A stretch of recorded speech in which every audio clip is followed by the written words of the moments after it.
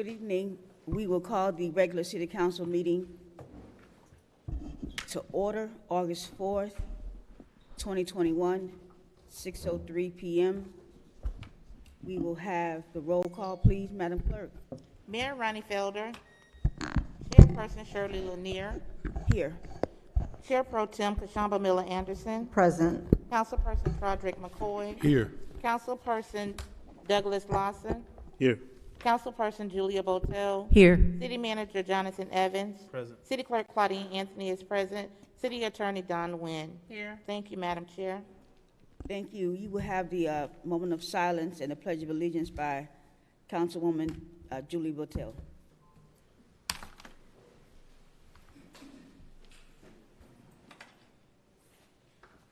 I pledge allegiance to the flag of the United States of America and to the republic for which it stands, one nation, under God, indivisible, with liberty and justice for all.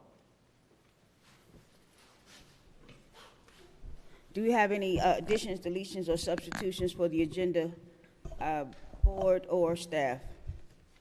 None from staff, Madam Chair. Madam Chair, Yes, sir. so I want to speak specifically to the MOU, and it apparently is listed under discussion and deliberation. I guess I'm not understanding why this is a real discussion. I was very clear in the motion to reconsider that I wanted us to, bring it back as a regular agenda item. So I don't know if there's a difference between discussion and deliberation and why it's not listed as a regular agenda item. But I do anticipate, and it was my hope that we take action on this item. So, Mr. Evans? Madam Chair and members of the board, it does not preclude you from taking action on the item simply because it's under discussions and deliberations.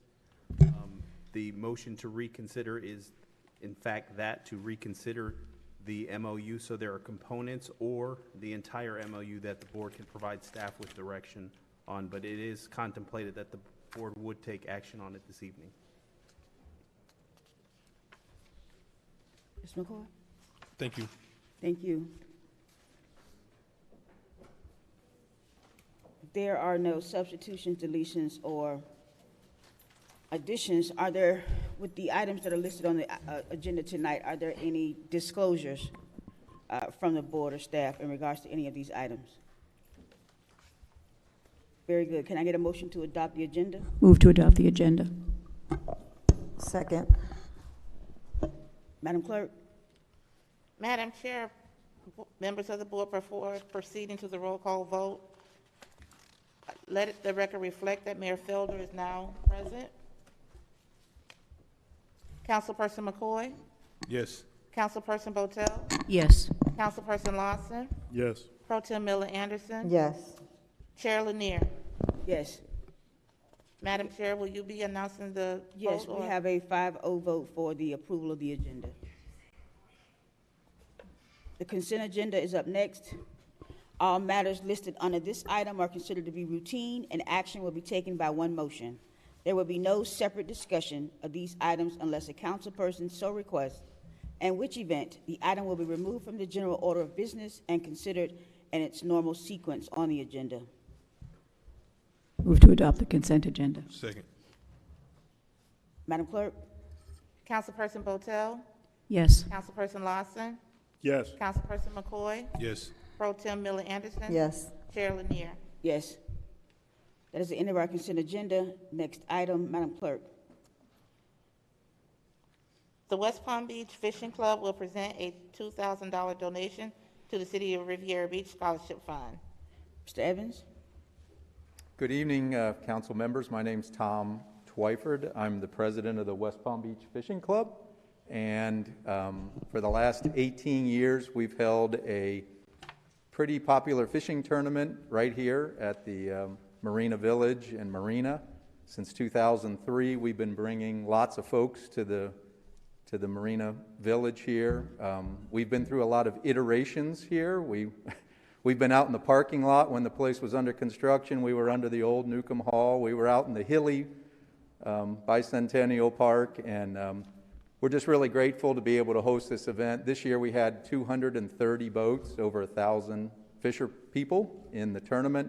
It's a very family-oriented event, and we raise money not only for the programs that the West Palm Beach Fishing Club does in the community, but also our charitable foundation, the Palm Beach County Fishing Foundation. So we do lots of great things in the community. I want to say that this year it really went very smoothly. It's been challenging, as you all know, the last couple of years, and despite all the challenges, we did a lot of changes to our event site. It went really smooth, and every step of the way that people that we interacted with the city, I deal with Tanya Franklin at the city police department setting up our off-duty cops. I deal with Abrella Weathers at the planning and zoning department. She's wonderful to work with. I deal with Regis Frazier right here and her staff, all the ambassadors at the Marina Center. You guys are awesome. They were great. John Moore, the maintenance guy here, very, very helpful. And it just really went very smooth. The folks down at the Marina, Lee Beauchamp and his right arm, Josh Parsons, they were great. And so we're really grateful. This is a wonderful, wonderful facility to be able to host an event like this. Councilperson Botel was one of our volunteers this year at the event, and we're grateful you worked the raffle tent. And it was a very successful event. So on behalf of the West Palm Beach Fishing Club, we have another $2,000 from our event to present to the City Scholarship Fund. I generally hand this over to Miss Roseanne Brown, so I don't know if I can trust you or not with the money, but Roseanne's not here, so I will definitely give it to you, and we're really grateful for the city's support. Thank you. Madam Chair, just a quick, Go ahead. thank you. Yeah. Just a quick word of thanks. It's a great event, and I encourage everybody to get out there next year. I was behind the raffle the raffle table, and boy, they make a lot of money there, so it's nice to see that some of it is coming back Well, to our we- city for our kids. And I might add, because you probably aren't aware, but through our charitable foundation, we give back in other ways to the city. I have been working with Kenneth Payne at the city's recreation department, Wells Rec, for as long as we've been doing this tournament, longer actually. We've been taking kids fishing from the city of Riviera Beach since 1988. I believe my hair was bright red instead of gray. But Kenneth Payne and I go back a long way, and we just took a boatload of kids on the Miss Blue Heron from Wells Rec 2 weeks ago. And they caught fish, and every kid went home with a brand new rod and reel. But we've been doing that for 33 years in the community. And the reason we're able to do stuff like that is because of successful events like this. So we're very grateful that the city's one of our partners on doing this every year. Thank you so much. Thank you. Thank you. Thank you. And Madam Chair, I'm going to hand this right over to Nydia. Thank you, sir.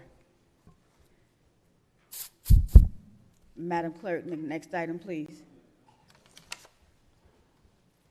Reimagine Riviera Beach Workshop Series Summary Report.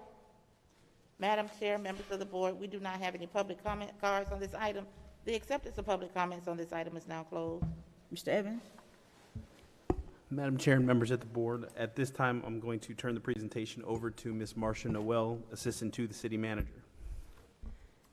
All right. Good evening, Mayor, Chair, City Council, and everyone Let that's me joined us this acknowledge- evening. I'm sorry to interrupt you, Ms. Noel. Let me acknowledge that the mayor is on the dais. Oh, she did, okay. All right. So my name is Marcia Noel, Assistant to the City Manager. And this year I've had the wonderful pleasure of working on the Reimagine Riviera Beach Community Workshop Series. As you are aware, we've been working closely with Dana Nottingham, our Urban Development Advisor for this project. And so we had an opportunity to compile all of the information we've been able to receive from the workshop series, and that summary report is available on the agenda, and we're going to allow for Dana Nottingham to kind of get into a presentation to share what the feedback was from the workshop series. So without further ado, Mr. Dana Nottingham.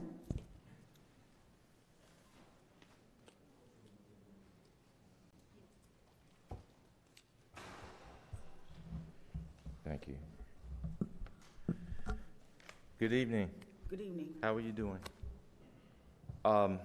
What I like to do tonight with my time is briefly go through the workshop, highlight the results. I understand that you've received a copy of a summary report. What I will do is just go through page by page and highlight some things, and at the end we can, I can answer any questions. And if we go back to page 1,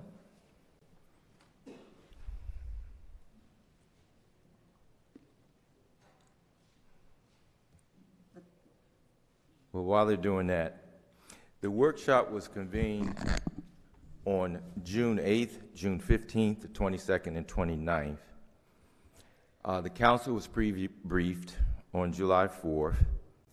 A 60-page write-up was done documenting the detailed outcomes of the workshop, and then a 33-page summary was circulated to you. And today, we're here in 2 parts. First part is just to go through the workshop facilitation and the outcomes, and then at the end, to highlight some strategy considerations in terms of proceeding with a holistic approach in order to make incremental decisions. The report, oh, I'm sorry, I'm the problem.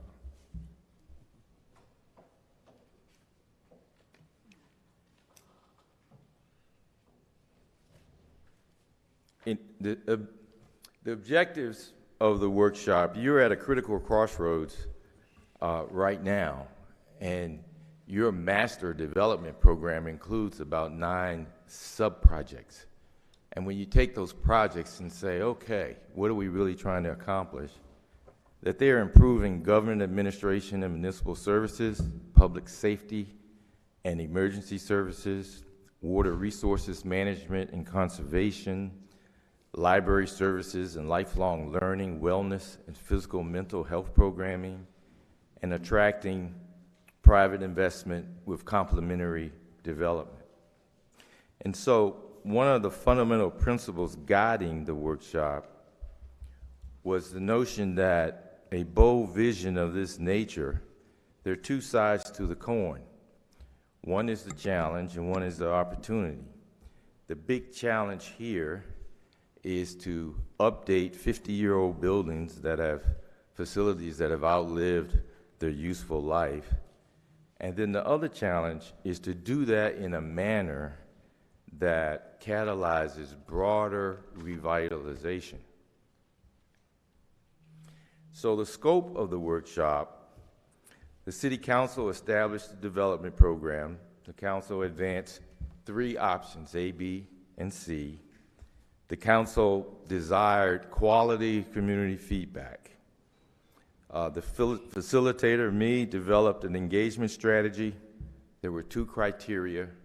One was the workshop was to be progressive in terms of building on prior workshops, and 2, interactive, meaning basically small group structured interaction. Then we shared options A, B, and C. We captured information from a very simple retail preference survey, and then at the culminating meeting, we had a presentation by Randy Sherman on financing strategy and financing options. The approach was workshop 1 was an introduction and overview. Workshop number 2, we divided into 3 focus groups. We captured the participants' preferences for options A, B, or C. We captured any exceptions that they might have to that option, and then we captured key questions. Throughout the event, the questions that we captured, we gave answers based on the information available at that time and uploaded it on the website. In workshop number 3, we focused on a retail preference survey. Again, we divided into small workshops and focus groups. We focused on shopping preferences within and outside of Riviera Beach. We attempted to qualify and quantify shopping patterns and identify desired retail and restaurant offerings. In Workshop 4, we connected the dots in terms of what we had reviewed and discussed. We captured the options from A, B, and C, the preferences and the exceptions. We reviewed the Master Development Program, and as I said before, Mr. Sherman talked about financing strategies. So at the workshop, Workshop 1, there were 20 participants. Workshop 2, there were 30 participants. And I think it's significant to note that at least half of them returned. So there was a level of interest there that was consistent. In workshop number 3, there were 20 participants, but still we had 50% of the people were returning. And then in workshop number 4, the attendance was up to about 50. And half of those had returned as well. The development program, this is your program. The only thing different here is it's been organized, bundled in terms of related uses. And the reason I did this is to start the thinking about a pretty fundamental economic development strategy, which is the placement of anchor uses in order to create anchor experiences.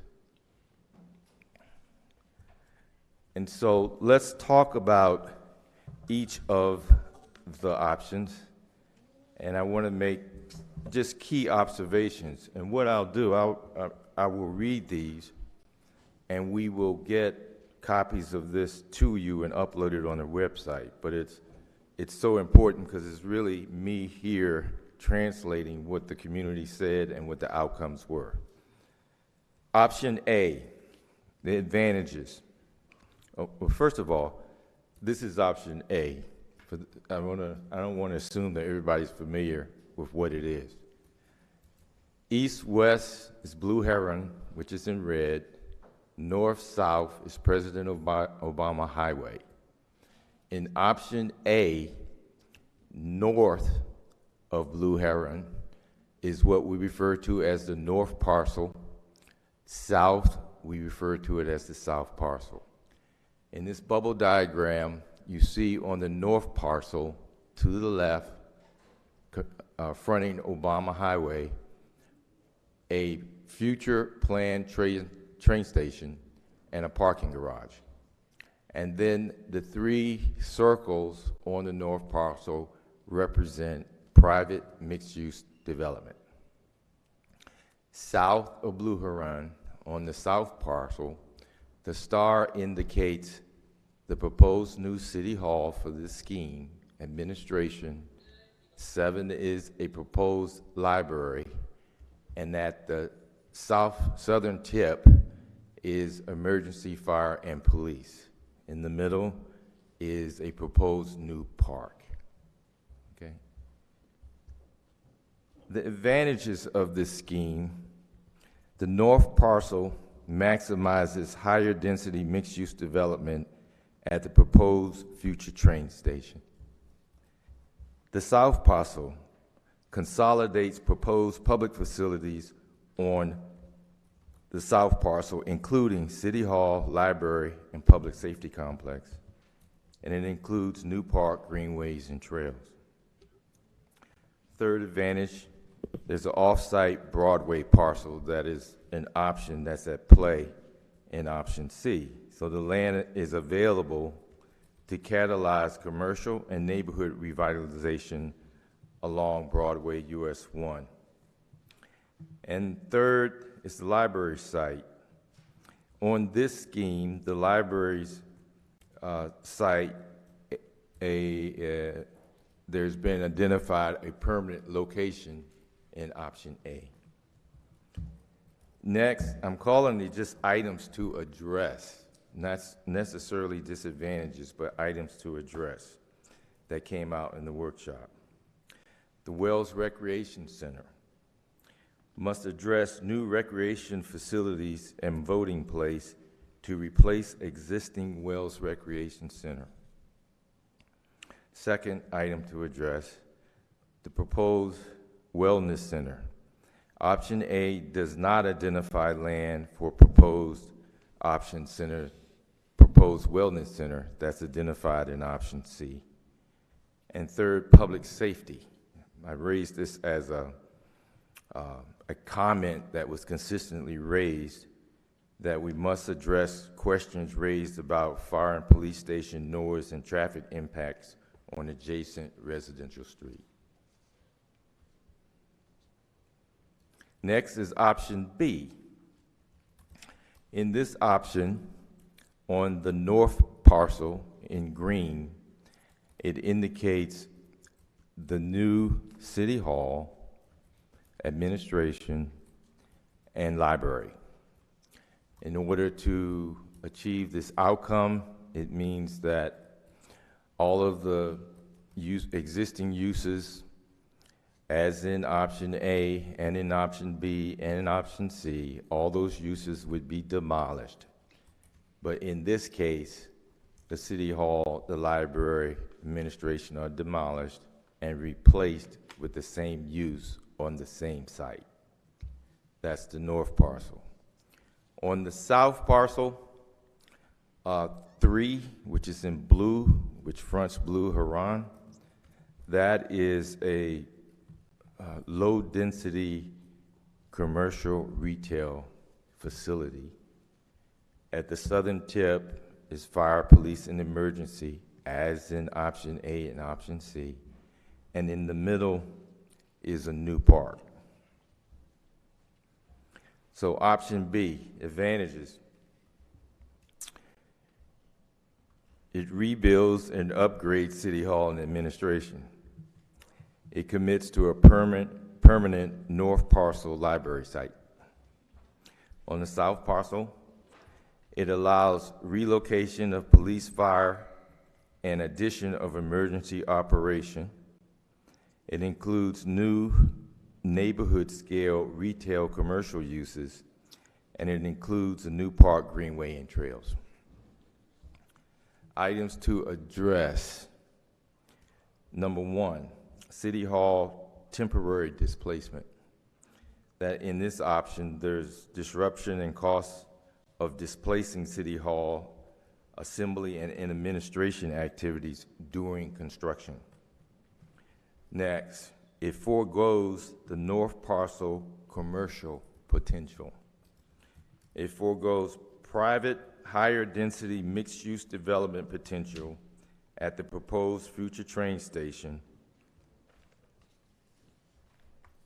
Next, option B, items to address. Again, the same safety questions that we have to respond to as in option A.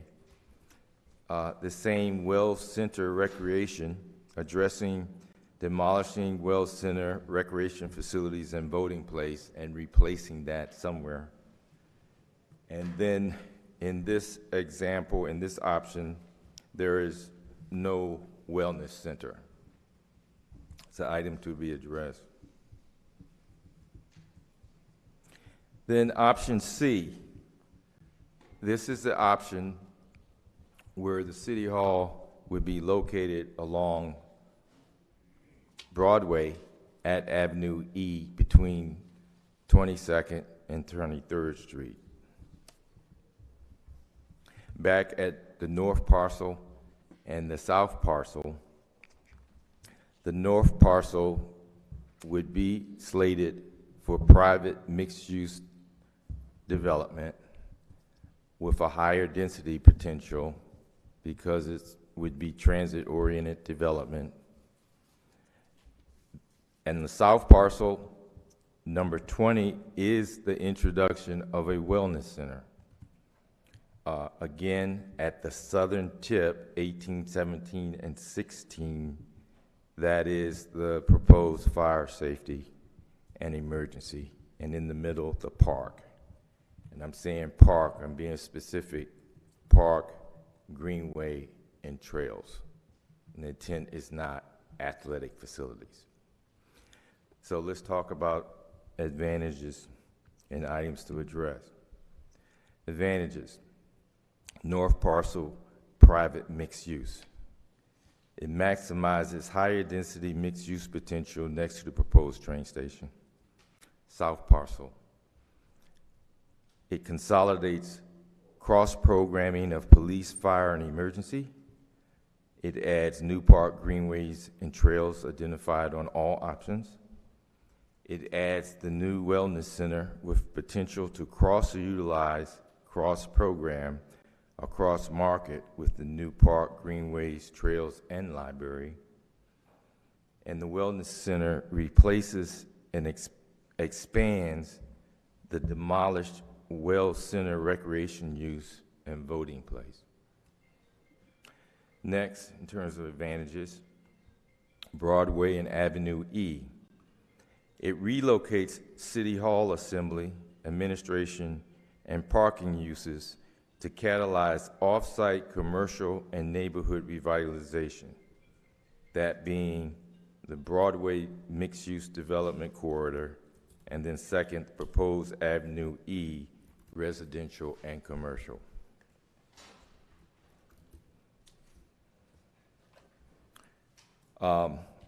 Items to address: the permanent library location. We have to identify a permanent library location that benefits the overall placemaking, economic, and community strategies.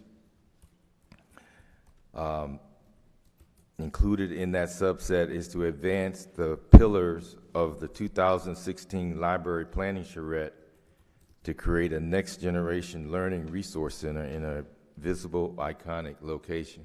And that comes from the report. The same public safety questions address questions raised about fire and police station noise and impacts on residential streets. Parks Master Plan address questions about aligning proposed facilities and recreation amenities with the city's master parks plan. And then further program analysis, further consideration of positioning anchor public and private uses, including shared parking, in order to, one, attract complementary private development, promote cross-utilization programming and marketing opportunities, strive to create anchor experiences and destinations that align sub-district placemaking, economic, and community objectives. And then fourth, advance a holistic approach to guide incremental decisions that drive value creation as well as enhance quality of life. So that is a pretty detailed list of observations. When we had workshop number 2, there were 30 people that attended. The 21, their preference was for option C, and it was subject to some exceptions. One was to move the fire and police station to Blue Heron and front it. 2, any recreation that was displaced be replaced. And 3, the displacement of a voting location would have to be replaced, which came up consistently. In workshop number 3, the retail preference study, there were 19 people that were there that night. If you look at the ages, 65 to 74, there were 10 people, 7 45 to 64, and 2 24 to 44, which, as you know, can impact the responses. We had considerable discussion and questions about economic leakage. If a business is not here, you're going to have to go outside of the city to get your needs met. That increases spending outside of the city, increases that spending pie and the offerings that are available outside of the city instead of in Riviera Beach. we, when we did the retail survey, we documented the sort of influence areas where people were shopping. And this is just a graphic to give you a sense of that. The red is Riviera Beach, the red dot at Blue Heron and President Obama.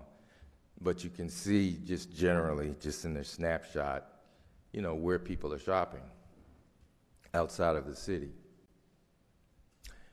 And so we broke down into focus groups, and on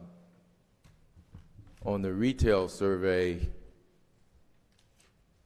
there were 9 retail categories that we asked the question, where do you most frequently shop to meet your needs within and outside of Riviera Beach?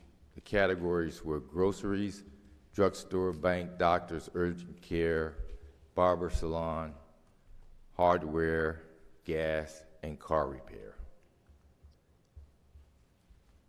Of all the responses that came into those questions from 19 people, about 20% of those were choices of shopping within Riviera Beach. 20% for those people that were there that night. Then we, this is just a breakdown by focus group, and you can look at that in detail. And then here are some of the highlights from shopping patterns that we discovered. How many times do you shop at a neighborhood center per week? Over half of the 19 respondents answered 2 to 3 times a week. Madam Chair, so I want to ask a general question, Mr. Yes, sir. Nottingham. Madam Chair, Yes, go ahead. so how many of these slides, how much more additional do we have in terms of this presentation? Not much more. And the reason I'm saying that, we're putting a lot of emphasis on some of the statistics that you've come up with when the actual population was only 19 people. Of course. And I'm really concerned that, first of all, for the efficiency purposes, we're spending too much time in going through these slides and presentations when that's not even, I mean, that's not even 0.5% of the population of the entire city. It's a focus group.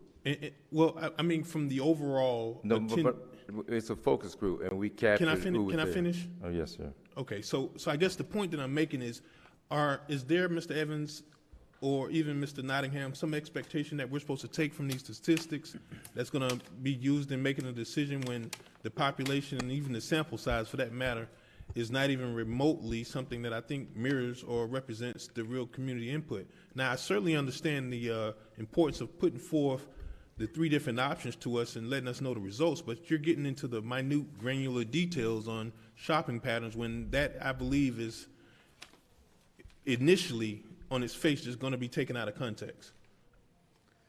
Madam Chair, may I? Yes, go ahead. With respect to this discussion this evening, it is intended to bring the board up to speed with regards to the finding of the Reimagine Riviera Beach session, and then to get direction from the board as to how the board wishes to proceed. It is always challenging to get a large sample size of the community to provide you perspective with regards to any municipal facilities.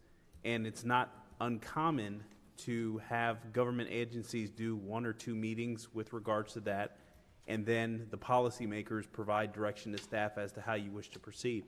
What we're looking from the board this evening is direction as to how do you wish to proceed, because conceivably, if we say that based on the sessions that we've had and the other meetings that we will also have over the next month, I think we've got probably about 4 more times where we'll be talking with other groups with respect to this project, is what will the board like for us to do? Is it more community meetings? Is the board comfortable with the information that was collected from those that participated? Is the board comfortable with the issuance of a solicitation document in the next couple of months to look to facilitate the activation of the property on Broadway that has been discussed as part of option C? The longer we delay, the more construction costs go up and the more challenging it becomes for us to bring the facilities out of the ground. So we're trying to get from the board clear direction and how we can conceivably check the box as to what the board is looking to accomplish. And so that is why we're having this discussion this evening, because we have a tight timeline. We're looking to conceivably be able to move forward with breaking ground on the property for the construction of a new city hall by September 29th of 2022. We've seen over the last 18 months, construction costs go up roughly about 29%. If we continue to delay, the facility that costs $50 million may cost $85 million. So time is of the essence. So we need clarity and direction from the board as to how you would like for us to proceed. And are you comfortable with additional community meetings? Or are you comfortable with us bringing a solicitation document that looks for us to go to the market and see what a public-private partnership would look like? So we're asking clarity from the board as to what are the next steps.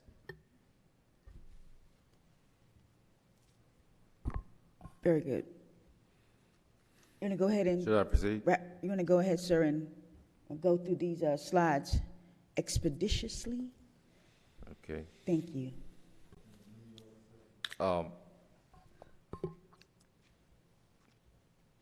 How many times do you shop at a mall per month, excluding Thanksgiving and holiday seasons? Over half of the respondents answer 2 to 3 times a month. How many times do you eat out on a sit-down restaurant every month? Over half of the respondents answered 10 to 12 times. Do you frequently go to dinner after church? 7 out of 19 said yes. 7 out of that 7 out of 19, they said 2 times a month. Okay, so this in no way is a market demand study. It highlights the need for the city to consider doing that kind of work, especially because there's a great interest in attracting retail and commercial development. The next slide just summarizes the preferences, what people said they wanted to see here that's not here now. Sit-down restaurants, family seafood, soul food, restaurant and games like Dave & Buster, high-end restaurants, Chick-fil-A. Recreation, indoor, bowling center, movie theater, trampoline park, skating center, Dave & Buster's, outdoor recreation, Top Golf, Mini Golf, and Andretti Thrill Park. Retail, boutique shops, office supply, Family Dollar, music, jazz, after dark, concerts, gospel.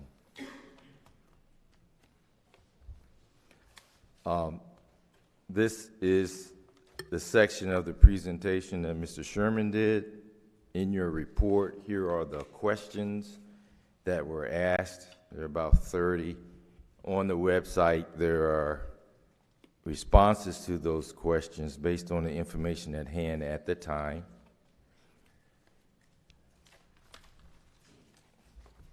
And the next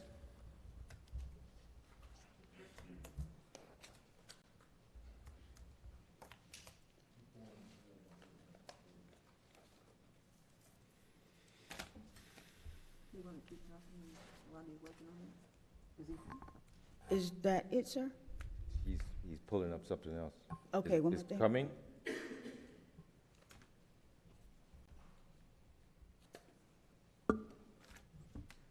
While he finds that next slide, are there any questions from the board in regards to this presentation so far?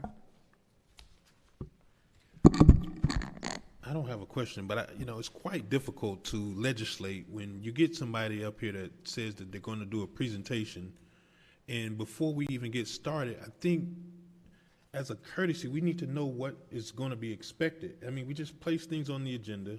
We're 15 minutes into a presentation, and until I bring up the question, that there's going to be some, I guess, expectation that us to provide feedback is a little bit disingenuous. I mean, and to the point of the manager, we are on a tight timeline, and I mean not just in the whole in the larger scale, but I mean just for the meeting purposes. I mean, this almost seems like something that we should have taken up in the workshop, as opposed to spending a whole lot of time in a regular city council meeting to deal with these items. When again, as a member, you have no idea what we should expect, and I think that is not fair in the essence of time. Madam Chair, Yes, go ahead, sir. We are following the same process and protocol that has been done for probably well over a decade with respect to when items are posted on the agenda, when items are available for public consumption.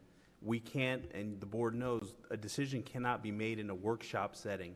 And so we need an actual city council meeting for the board to provide us clear direction or action.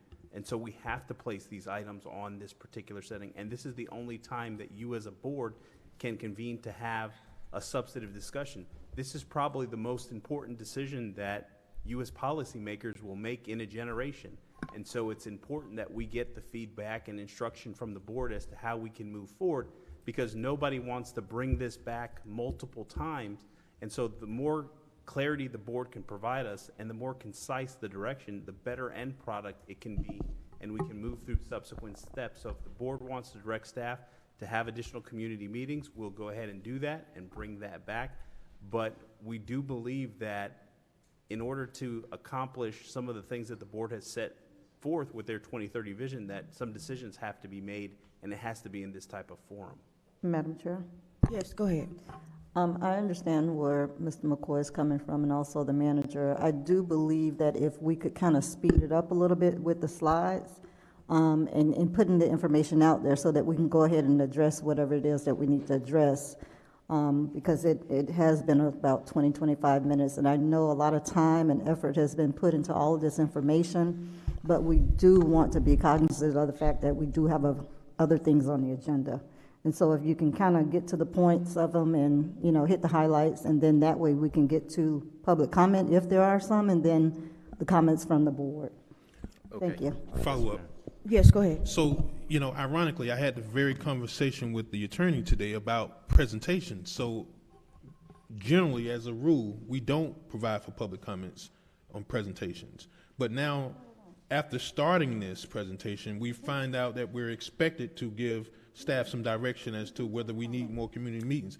And I'm okay with it. It's just like, you know, kind of knowing what the rules of the game are before we get started, because, I mean, we'll be here, no doubt, until 11 o'clock with the number of items on the agenda. If we continue to, you know, go through a 33-page slide, a 33 slideshow presentation and then another presentation that they're queuing up. I mean, it's just like it's only fair to know what we're being asked to do, and I appreciate the manager for explaining that. But, you know, even from the agenda, that is not clear that there was an expectation of a decision to be, or even direction for that matter, to be given tonight. So that's what I brought that up for, because certainly we've spent at least 25 minutes, and this is the, I guess, first item of substance that we've taken care of on the agenda.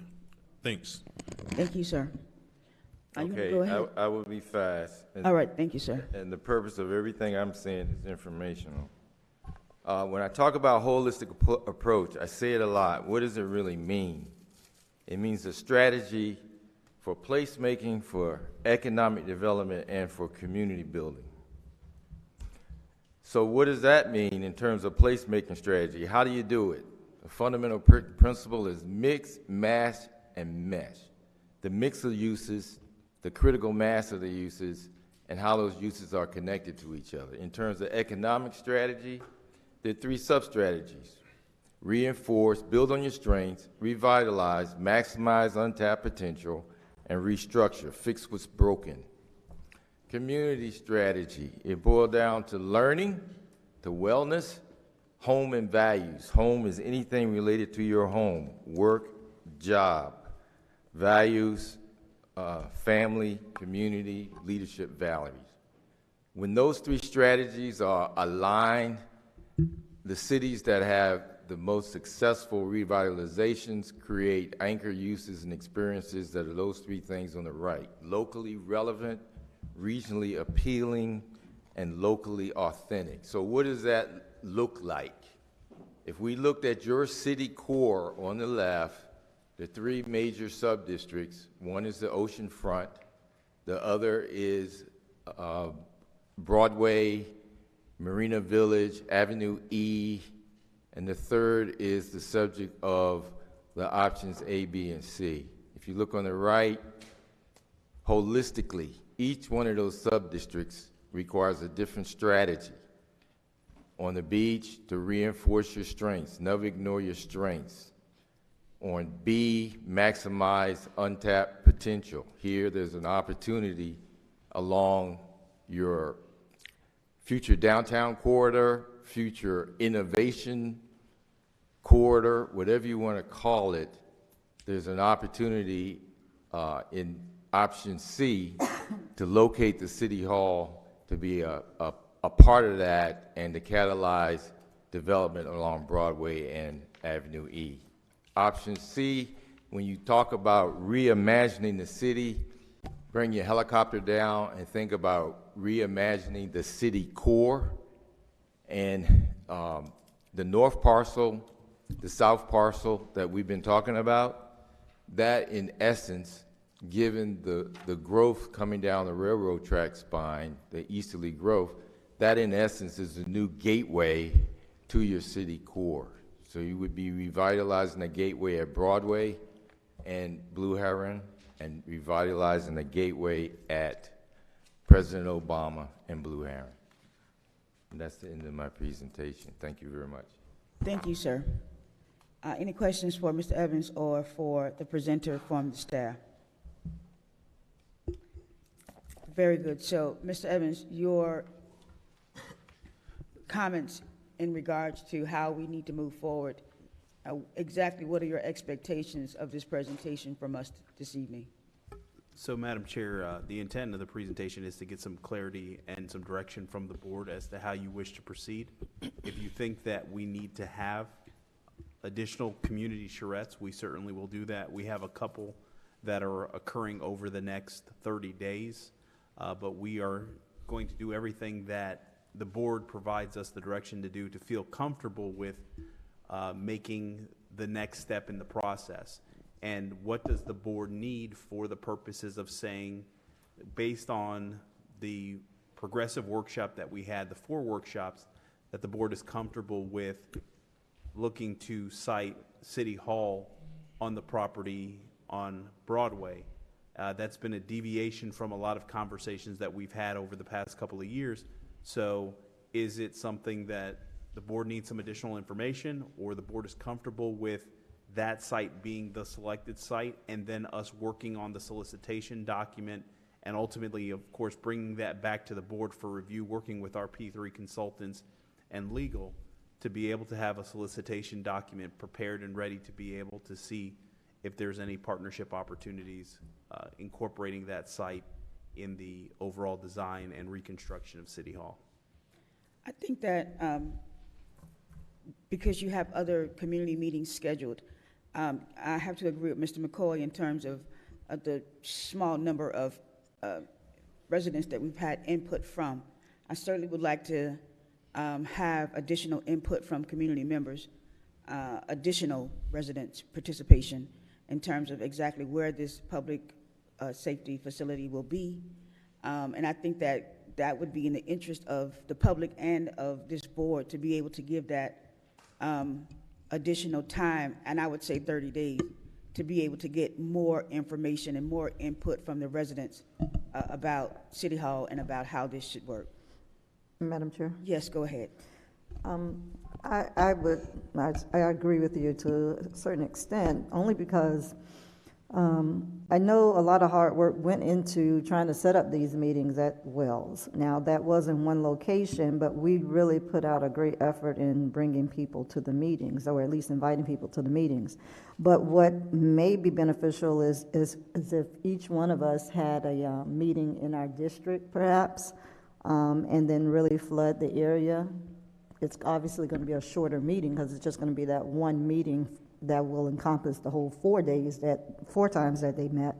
But at least we can say we put forth an effort to really get the input of the people. You can't make people participate, you can't make people come out, but at least if we did it in each district, we could say that we have really went out and tried to get people's input. And then from there, be able to go ahead and make a decision. But I think 30 days, I don't think we need to continue to prolong it. Because as we said before, we are trying to get things done, and we do not want to continue to have staff going back and forth and bringing things back all the time.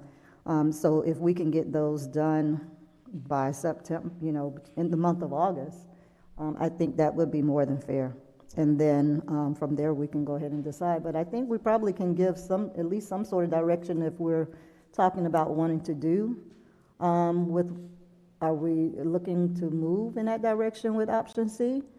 I'm not totally convinced of that yet, but I do somewhat respect I don't want to say I do somewhat respect. I respect the people's, that didn't come out right.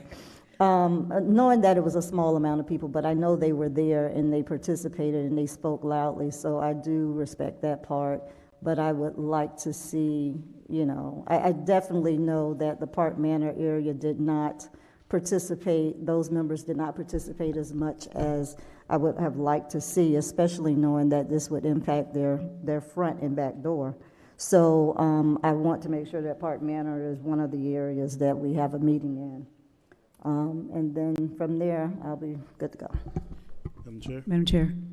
Yes, Councilwoman Botel? Yeah, thank you. I agree. I'm planning to have a meeting focused on this topic. My regular quarterly Singer Island Town Hall meeting was scheduled for the 19th. It's usually the third Thursday of every quarter, the 3 months. But I moved it to the following Tuesday because Mr. Evans and company are having another meeting on that night. So it'll be postponed until the following Tuesday, that's the 24th. But we will be addressing this topic.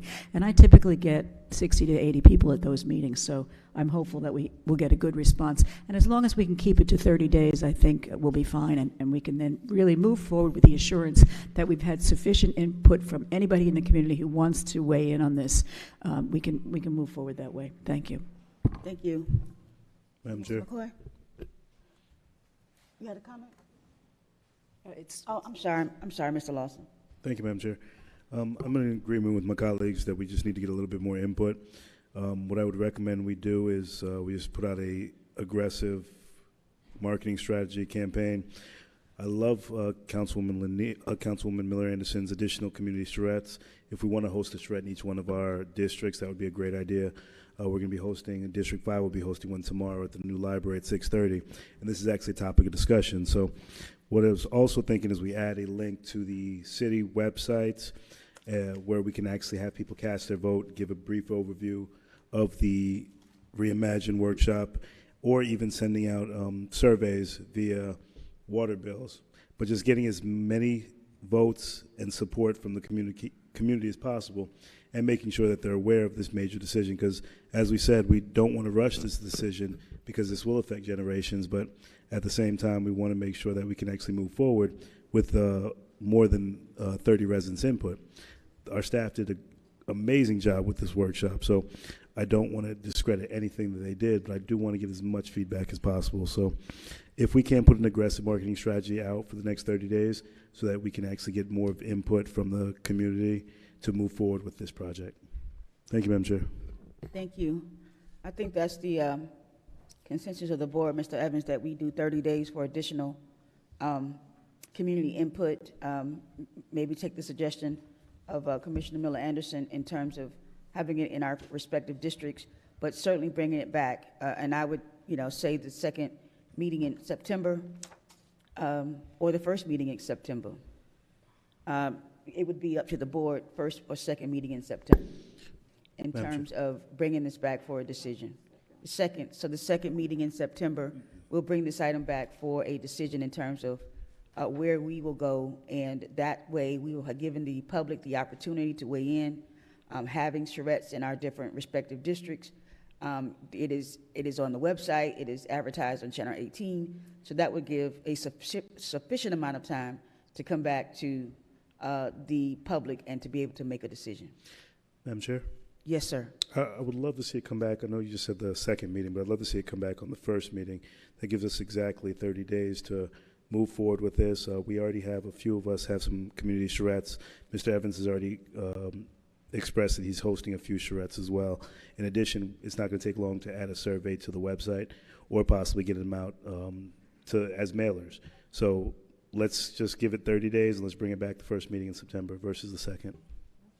And that gives staff a little bit more time to work on preparing the RFP and the solicitation. First meeting? Madam Chair? It's just that the 31st is on the Tuesday and the first is that Wednesday. I see. Madam Chair, Yes, go ahead, sir. if the board would indulge staff to possibly go for the second meeting in September, because that, we Yeah. have to then get with you, schedule the venue, make sure there's no other conflicts, and then there's budget meetings and CRA meetings and all that. Yes. That we'll have to work through as well. So if the board will give us the second meeting in September, I'll also have staff work concurrently on the inner workings of a solicitation document. So that's not sitting there and waiting, so we can kind of kill two birds with one stone. So we'll move forward and then bring back to the board some information related to this project. And we will look to facilitate some type of online poll for people to watch a video and then vote on what they, what option they like. Very good. Thank you, sir. That's the Yes, consensus. Go ahead, sir. I would agree. Mr. Evans, there's a guy over at the CRA, you may know him. Can you work with him and make sure that we have all of the meetings, both city and CRA, so that we can have more or less a timeline that's going to carry us through the end of the fiscal year? Because I know we're going to really pick up on budget meetings here very soon. And I want to make sure that we have enough ample time to get the word out and that there aren't any personal calendar or personal scheduling conflicts as well. Madam Chair, if I may. Yes, go ahead. Yeah, we'll create a calendar for the month of August and the month of September with the engagements and obligations on that calendar, and then we'll send that out to the board, and then staff will actually call you and schedule when you would like to have and where you would like to have your community charrette meetings. So probably you'll get the calendar hopefully by end of week, and we can then start making the phone calls by the first of next week. Okay. Mr. McCoy. Thank you. All right, very good. So that is that matter. Thank you so much, Mr. Evans, for that information. With that being said, what is our next item, Madam Clerk? Madam Chair, members of the board, we're now on to item number 4. It's a presentation by the champion team who competed in the National Convention of Black Chief Officer Committee. And it's listed that this presentation is on behalf of Mayor Ronnie Felder, but the presenter will be Mr. Aman Israel. Thank you. As Brother Aman is coming up, there were several individuals who participated in this oratorical. The top 5, or the 5 River B students, took the 5 top spots in this oratorical. I'm very, very proud of each and every one of you. Keep up the good work, and we want to present you with a plaque afterwards. Thank you. Thank you. Go ahead, sir. Good evening, Mayor, Chair, and Council. Aman Yisrael. The Black Chief Officers National Convention, at every convention they have an oratorical and leave scholarship funds in that location. The gentleman that that's with me, his name is Keith Golden Jr. He will be doing his presentation. Thank you. Thank you. Go ahead, sir.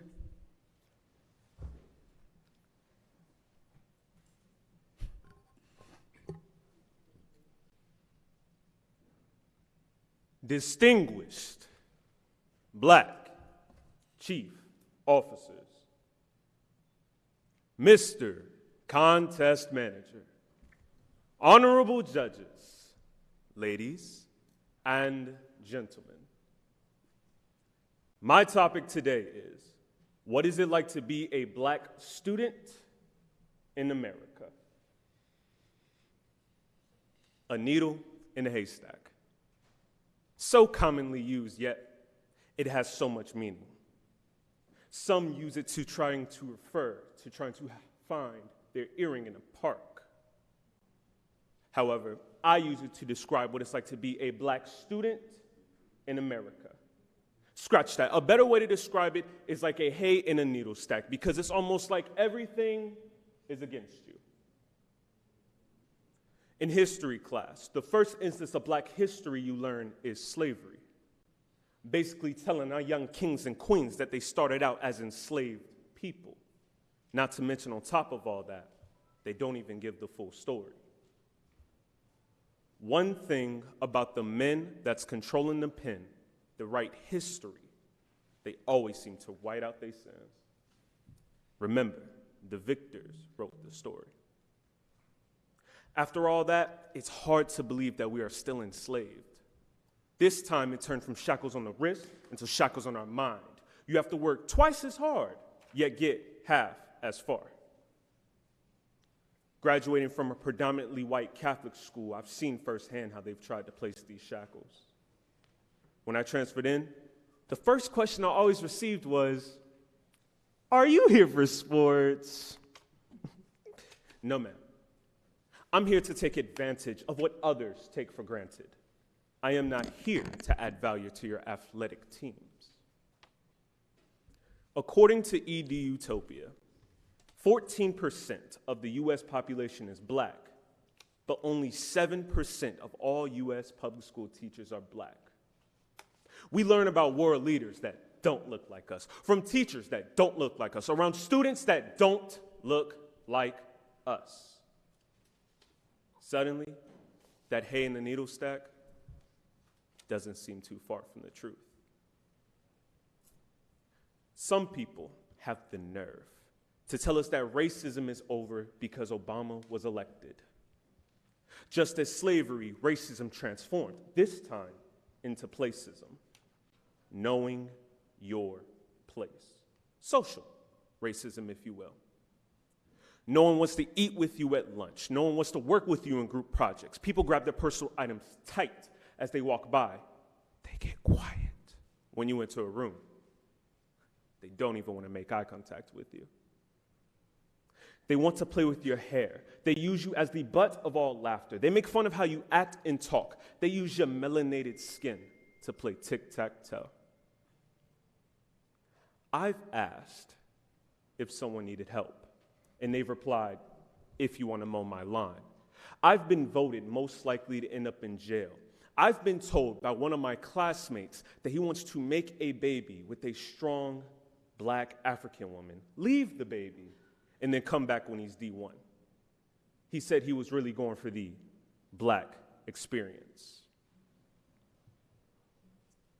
According to PBS.org, in Virginia, black students make up 39% of students enrolled within a public school with at least one arrest. However, those same black students make up 69% of all school-based arrests. In Louisiana, black students comprise of 40% of students enrolled within a public school with at least one arrest. But those black students make up 75% of all school-based arrests. I've been followed by the school security because I looked suspicious. I understand, though. Maybe he needed a raise. They want to treat you differently and then label you a monster and a delinquent when you're fed up and call it out. In English class, they've talked to me like I've had the lowest grade in the class, when in fact, I've had the highest. They even got surprised when I said words with more than 2 syllables. According to the Educational Department for Civil Rights, black students are 3 times more likely to be suspended or expelled than white students. This means that we can't be in class to learn at the same rate as our classmates. Getting suspended matters because it's correlated with being referred to law enforcement and arrested. Black students make up 27% of students referred to law enforcement. They also make up 31% of students who are arrested. However, those black students make up 18% of students enrolled within public schools today. As a general rule, black students do not often receive the benefit of the doubt when they engage in questionable or bad behavior. Beautiful people, keep that head high because it's not all bad. In 2016, for example, enrollment in historically black colleges and universities has increased, which means among black students, obtaining a college degree remains high.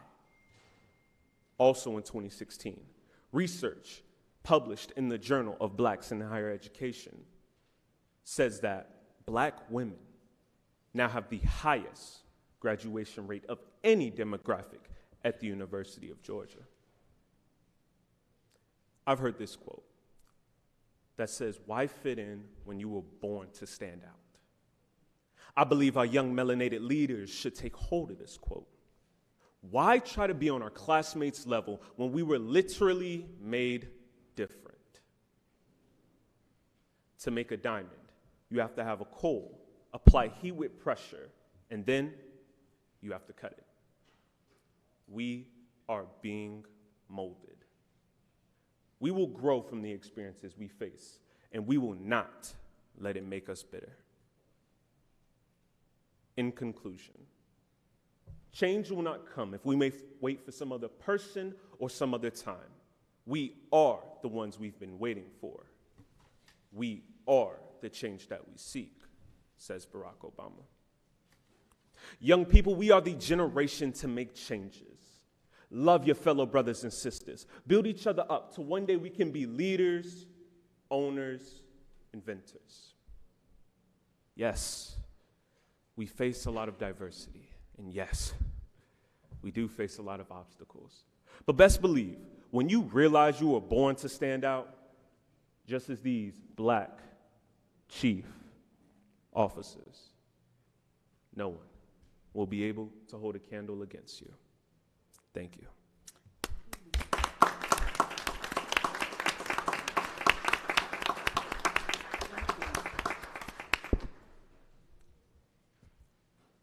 There was a couple of questions that was asked of me, exactly what was happening. The black chief officers have an oratorical every year. The Fort Lauderdale area was chosen this year. Gentlemen did not want them to take the money back because it was a short time to put the oratorical together. So we got 5 students from this area. They did outstanding. We refer to them as the championship team. Right here in the front of me, okay. Improved benevolence and protective order of the Elks World Organization prior to Riviera Beach is the local chapter. We will, and I definitely like to thank our mayor, Jonathan Evans and Don, for encouraging the students. They did this in a short period of time. Our 5 students took the 5 top positions. The first person we will have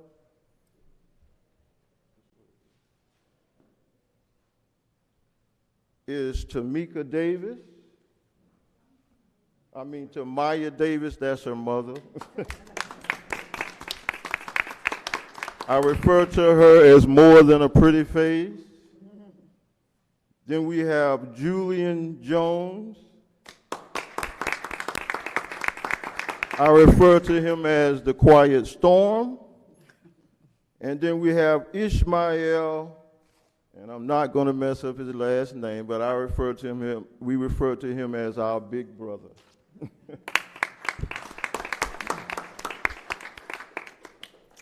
There's a gentleman that could not make it. His name is Jeremiah Scott, but I'll make sure that he get this.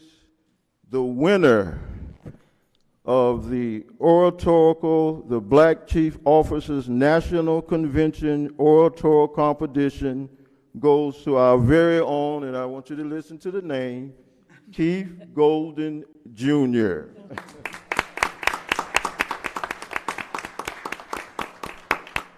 Thank you so much for your time, Counselor. Thank you, young men, young women as well.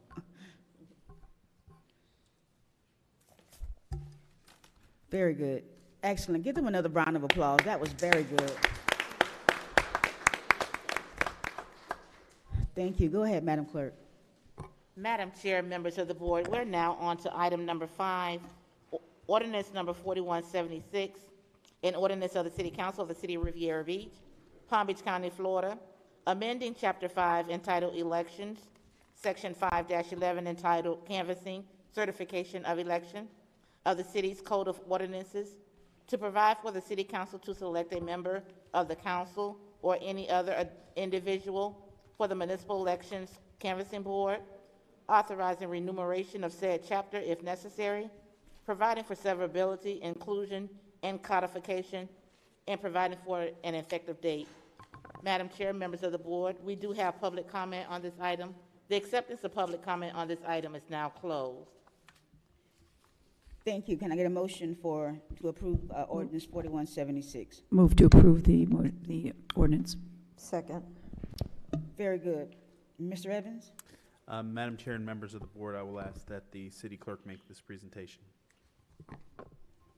Madam Chair, members of the board and the public, after the last election, a review was done of the composition of the canvassing boards of the municipalities around Palm Beach County and who was responsible for appointing these members. It was determined that the city of Riviera Beach is the only municipality in Palm Beach County that allows the city clerk to appoint the third member of its canvassing board. So what is before you tonight is an ordinance proposing that the city council selects a city council member or any other individual if they so desire, as well as an alternate member. Also in the backup information, you will find where the Palm Beach County Supervisor of Election, Wendy Link, has proffered that the county canvassing board serves as the canvassing board for the municipal election. This option was not included in the ordinance. However, you do have the authority to direct staff to put it in the ordinance if you so desire. As notated in the backup information, Ms. Link will be here at our August 18th City Council meeting to discuss her reasoning for offering this option to municipalities throughout Palm Beach County. Very good. Public comment, please.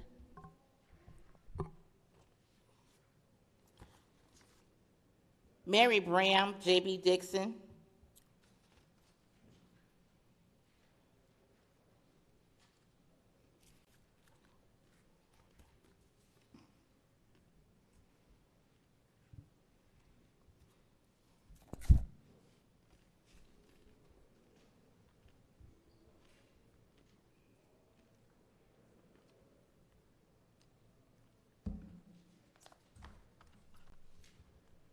Good afternoon, Mayor Brown, Riviera Beach. Can you hear me? Yes, ma'am. You can pull it down a little bit. Just put it down. Yes, ma'am. Good afternoon, good evening, Mayor Brown, Riviera Beach. It is about time that we as a city also conform ourselves to be governed like our surrounding municipalities. I have always felt that the canvassing board should be something that should be within the elected board. Because why? Why does Ms. Bram say that, as well as others, when we were talking about making single-member districts? Yeah, Ms. Bram gonna say it. Because it gives you, as that elected body, to choose.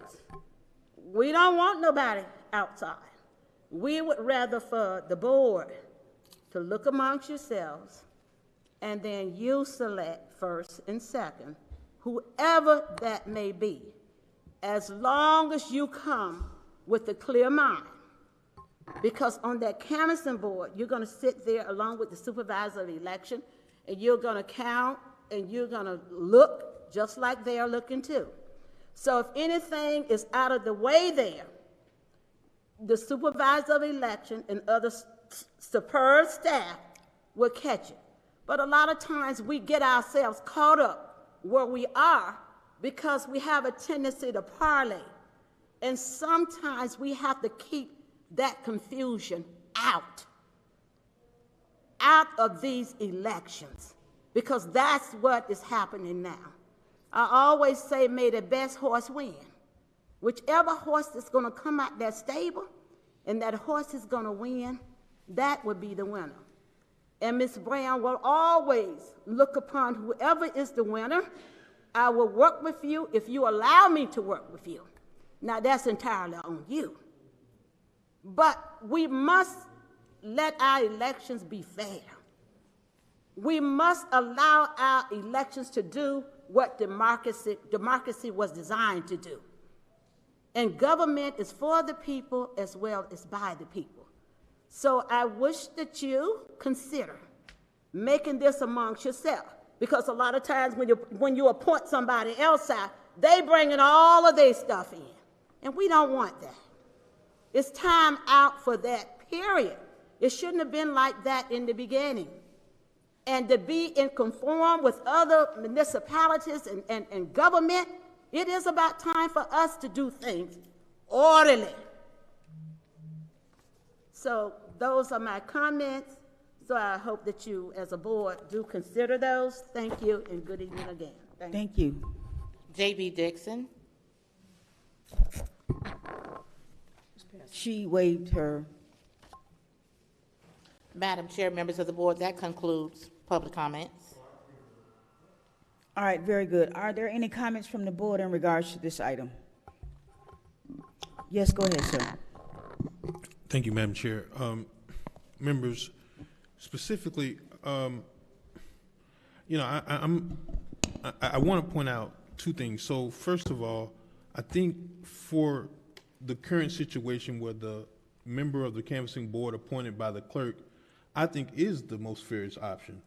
I do not want the responsibility of any member on the board having the role in selecting who gets to go and review canvassing. I mean, I had the opportunity of doing it this year, and obviously every city has their own way and rhyme of reason of doing it, but I think what was done in this situation actually is fair, and that's the most, I think, reasonable method.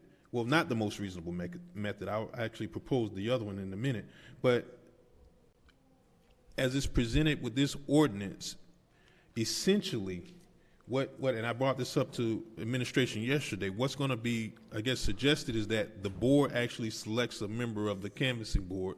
I mean, this body selects a member. And the problem with that is because I think even if you're not up for office, then you have the decision of actually appointing a person, and the language that's proposed here doesn't even require that that person be elected. You can basically, with the majority vote, appoint somebody from the community, and I think that's the very thing that goes against us being kind of impartial and it's not being something that's politically motivated. The other alternative that I thought was more important, and I think for efficiency purposes, is just allow the county canvassing board to take up that role, because what happens if they're already there doing the very thing. We already know that that canvassing board, by statute, includes a member of the county commission, a judge, and the supervisor of election, as well as, I believe, our clerk as well.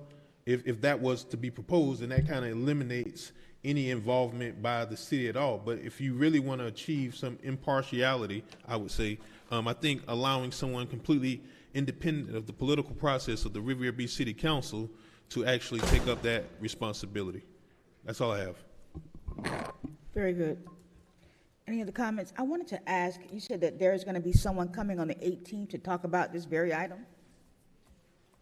Ms. Link will be here at our August 18th City Council meeting to discuss her reasoning behind for proffering that the county canvassing board serves as the canvassing board for the municipal election.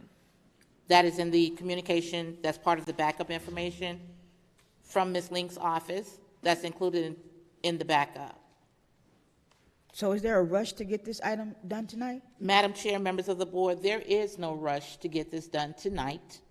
You all can wait until after she does her presentation to make the decision on whether or not you want to move forward with selecting the county canvassing board or going with what staff has offered or not making any changes at all.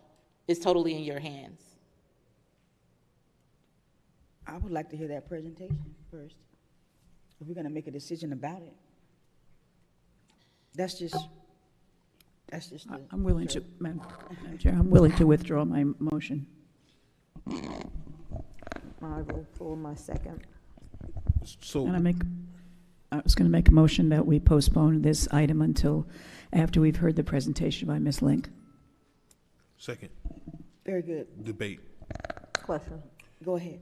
So, actually, more or less a question. So, Ms. Nguyen, I guess looking at the title of this ordinance, this speaks to the composition of the canvassing board.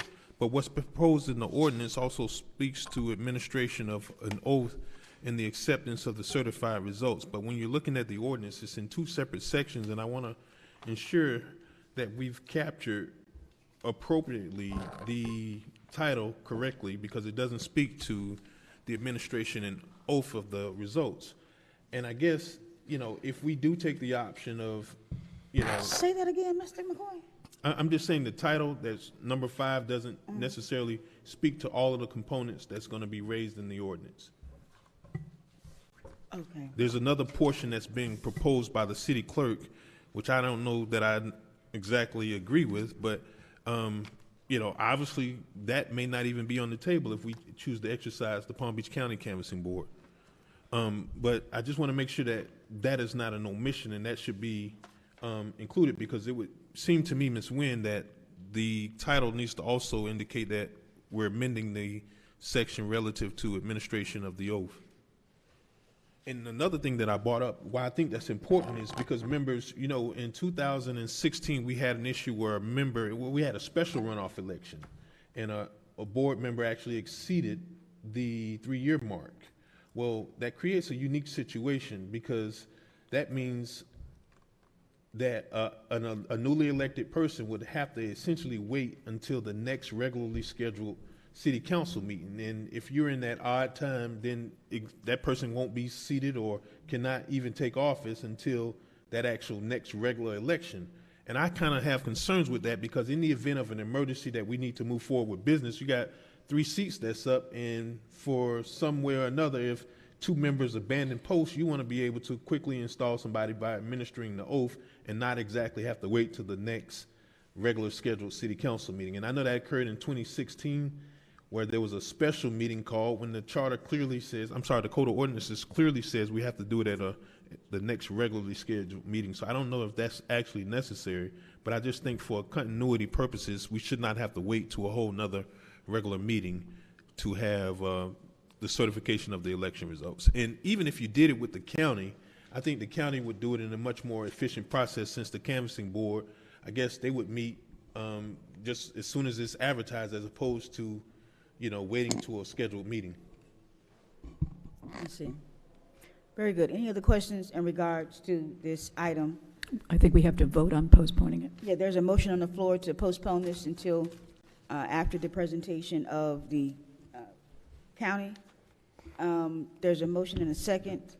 Any other discussion? If not, Madam Clerk. Madam Chair, Mr. Evans. Okay, I'm sorry, Mr. Evans, I didn't see you. You didn't raise it? I didn't see. Sorry.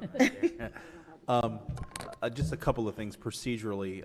If you go to postpone it, you would have to bring it back at another meeting. So is it the board's desire to actually hear the presentation and then discuss the item and then maybe look at your subsequent board meeting to take official action? Because if you make too many tweaks or modifications, it will be deemed substantive, and then you have to kind of restart the process. So if the board wants to hear the presentation on the 18th, then we can have a discussion item on that topic and then look to bring you first reading at your first meeting in September. And that probably would be cleaner, because if we put it on the agenda and then the board gets into a lot of discussion about the item, then we're going to have to look to, it's going to take a little bit longer to get it resolved prior to the election. So conceivably, we would ask that the board will bring this back as a discussion item and then actually bring it back for action by the board at your first meeting in September. So I amend my motion to reflect what you just said. Second. There's a motion and a second. Madam Clerk. Councilperson Lawson. Yes. Councilperson McCoy. Yes. Councilperson Botel. Yes. Pro Tem Miller Anderson. Yes. Chair Lanier. Yes. The motion is adopted, accepted, 5-0. Number 6. Ordinance number 4177, an ordinance of the City Council of the City of Riviera Beach, Palm Beach County, Florida, amending Chapter 5 of the Code of Ordinances entitled Elections, Section 5-2, Parent A, entitled Filing and Qualification of Candidates for Mayoral and Council, providing for severability, conflicts, and codification, and providing an effective date. Madam Chair, members of the board, we do have public comment on this item. The acceptance of public comment on this item is now closed. Mr. Evans? Madam Chair, members of the board, I will defer to the city clerk to make this presentation. Madam Chair, members of the board, as part of the backup information, the communication from the Palm Beach County Supervisor of Elections indicated that she strongly suggests that municipalities within Palm Beach County complete their qualifying process and have all information into her office no later than the 95th day prior to the election. As indicated in the backup information, you will find wherein our current qualifying period, if you count the weekends, it will be 84 days prior to the municipal election. If you take out the weekends, it's 55 work days prior to the election day. What is being proposed to this evening is that our qualifying period be moved to the first Tuesday in November and closes on the third Tuesday in November. What this does is provide our qualifying period that's being proposed. If you include the weekends, it's 112 days prior to the municipal election. If you take out the weekends, it's 72 days prior to the election.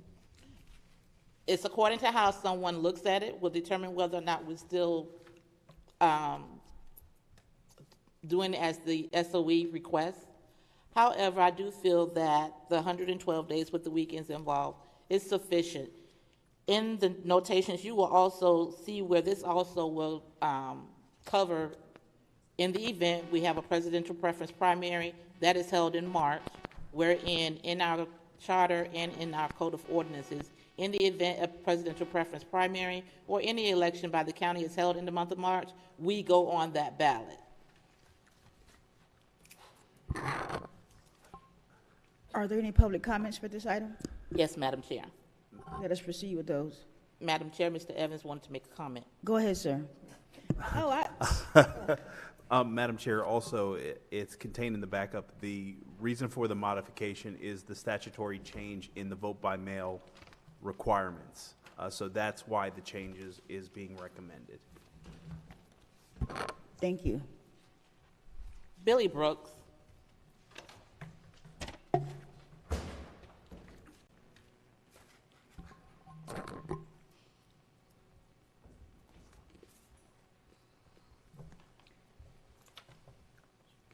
Good evening, everyone. Council, Mayor, City Manager. My name is Billy Brooks, 1325 West 28th Street, former City Council person for 2 years, and now I am a candidate for mayor of this great city, March 2022. I was a little bit confused, and I need some clarification on the different dates that we have in the backup here. The supervisor of elections had given a date of December the 3rd as the final qualifying date. And in our ordinance, makes mention about November, that the first Tuesday in November and the last, or the third Tuesday in November is the qualifying period. And in your communications from, well, it's to the mayor, from our clerk, that the last qualifying date is December 14, 2021. So as a candidate, I really want to know which one of the days that we're going to adhere to here. Is it December the 14th, December the 3rd, or would it be the third Tuesday in November? Thank you. Thank you. We didn't have a motion for this particular item. Can I get a motion for the approval of ordinance number 4177? Make a motion that we approve ordinance 4177. Second. All right, very good. Are there any questions in regards to this motion? I'm kind of confused, but go ahead. I'd like an answer to that. An answer to the question that the resident. Madam Chair, the change would be that December 3rd, that date that was proffered by the Supervisor of Election. And they're asking for all municipalities to come into conformity with regards to that. So a lot of municipalities are going to have to amend their ordinances and in some cases even amend their charter to comply with the new state statute as it relates to the vote by mail provision. Any other questions about this item? And Madam, Go ahead. the clerk needs to add to that as well. I'm sorry? The clerk would like to add some additional comments to that as well. Go ahead. Madam Chair, members of the board, as it relates to the two dates that are mentioned, the December 14th date that is in the backup information is the date in which our qualifying period will close as our code currently stands. And what Ms. Link did in her communication, she indicated, like, for example, we would need to have everything into her office no later than December 3rd. So the date given by Ms. Link was an example date to let us know basically everything would need to be in her office by December 3rd. And the date of December 14th, 2021 is actually currently our final day of qualifying according to what's in our code at this particular time, which is our qualifying period opens at noon the 4th Tuesday in November and closes the 2nd Tuesday in December. So is the same lady gonna be here?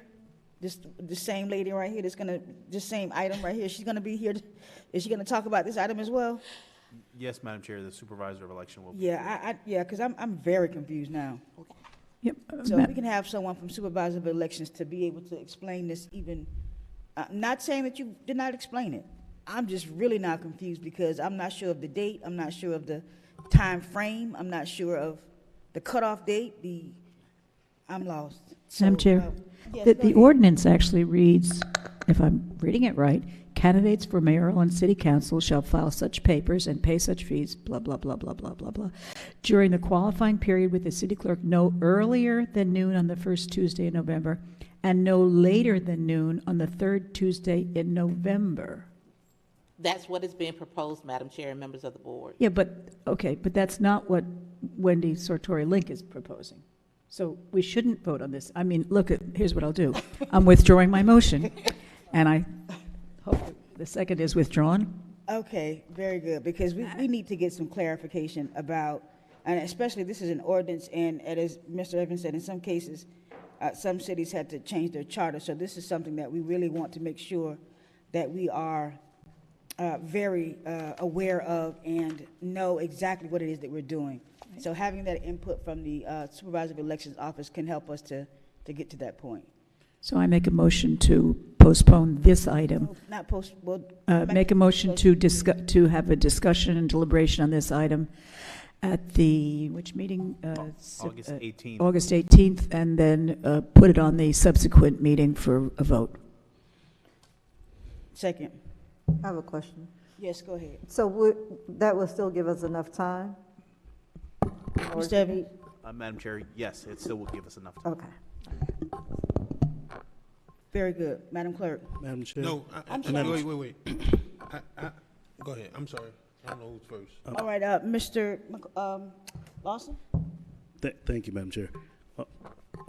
Madam Chair and colleagues, so that we can continue to just move the business of the city forward, I know during my agenda review with Mr. Evans, I asked this exact same question, and his thought process is we could review these on first reading, and then it would come back for second reading after Ms. Link. This is why I want to make sure that we do our agenda reviews. Mr. Evans can make conscious decisions of what's going on this agenda, and we're not wasting any of our time because we've gone through about 2 items so far, and we've decided to just pull them versus having these discussions. So colleagues, please, if we can continue those agenda reviews, and Madam Chair, if when we're setting the agenda, and if we knew Ms. Link was coming on the following meeting, we could have just moved it. So for future reference, I want us to make sure we can continue to move in an expedited fashion and also keep the time and consideration of your colleagues in first and foremost, because we have residents here that looked and reviewed the agenda, and if we knew Ms. Link was coming at the next meeting, we should have not had this on the agenda. Thank you, Madam Chair. Thank you, sir. And just so happened that you said that because at the agenda review, Mr. Lawson, I had these same questions, and I said to the clerk, I said, well, we need to hear from the Supervisor of Elections before we even vote on this. And she said, well, that's up to you. It's the board, it's the decision. But it's ironic that you said that because I had the same conversation with the clerk doing the agenda review and said the same thing that I'm saying now, so. So, but Madam Chair, to that point, I believe, as the chair, you set the agenda. So during that question and discussion, those are the things that I would like to see so that we can just kind of move these meetings So what you think, I should have just took it off? yes, Madam Chair. Okay, very good, thank you. Go ahead, sir. Thank you. Thank you, Madam Chair. So I guess I'm not exactly sure that this is going to be timely, because isn't there a requirement that the qualifying dates and period be advertised in the Palm Beach Post? It doesn't necessarily have to be the Palm Beach Post. Well, call but it what you want to call it, but the purpose is, if you have to If- advertise, go ahead. so there is a requirement to advertise this in a newspaper? Yes, state statute indicates that we have to advertise, and when I say we, that would be the supervisors of elections throughout the state of Florida, have to advertise Okay. twice 30 days prior to the beginning of the qualifying period. Okay, and that's exactly my point. So if we're going to bring this back on the 14th, how do we possibly have 2 readings and still meet the 30-day requirement if you're proposing a November 3rd deadline? Let me ask, if you don't mind, Mr. McCoy, let me ask our attorney about the timelines. Well, I don't want, I certainly, you can ask that question, but I don't want her to deviate, because that's very clear. Like, how do we possibly meet a timeline if you're saying we're going to have a presentation on the 14th and then still find a way to meet the 2 meeting requirement of an ordinance and still be timely enough to provide notice of the qualifying date? Doesn't seem practical to me. And I want to see if she can answer that before we get far off, and I want to follow up after you, Madam Chair. Okay, thank you. Go ahead, I'm sorry, Mrs. Nguyen, could you speak to the timeline in terms of legally how we can ensure that we have have this right? If you have the presentation on August 18th in 2 weeks, your next meeting would be September 1st, and then second reading would be September 15th. What was the number of dates, Ms. Anthony, 30 days? 30 days prior to qualifying. You would have more than 30 days prior to qualifying. Follow up. Yes, go ahead, sir. Okay, well, it seems like you would be right at that mark. Not to mention, the first item of the canvassing board, I can understand. But if this is dictated by statute, and it's very clearly stated that the SOE mails the military and overseas ballot 45 days before the election, what exactly would we expect from the supervisor of election as it pertains to this ordinance, when I think statute already drives the requirement of the vote by mail, I guess, statutory requirement? I mean, I don't know what else she would offer in terms of suggesting why we need to do it, other than to be compliant with the state law. That's a question for Mr. Evans and Ms. Anthony. What exactly would the supervisor of election be providing in terms of this ordinance that's going to change our decision if it's already dictated by statute?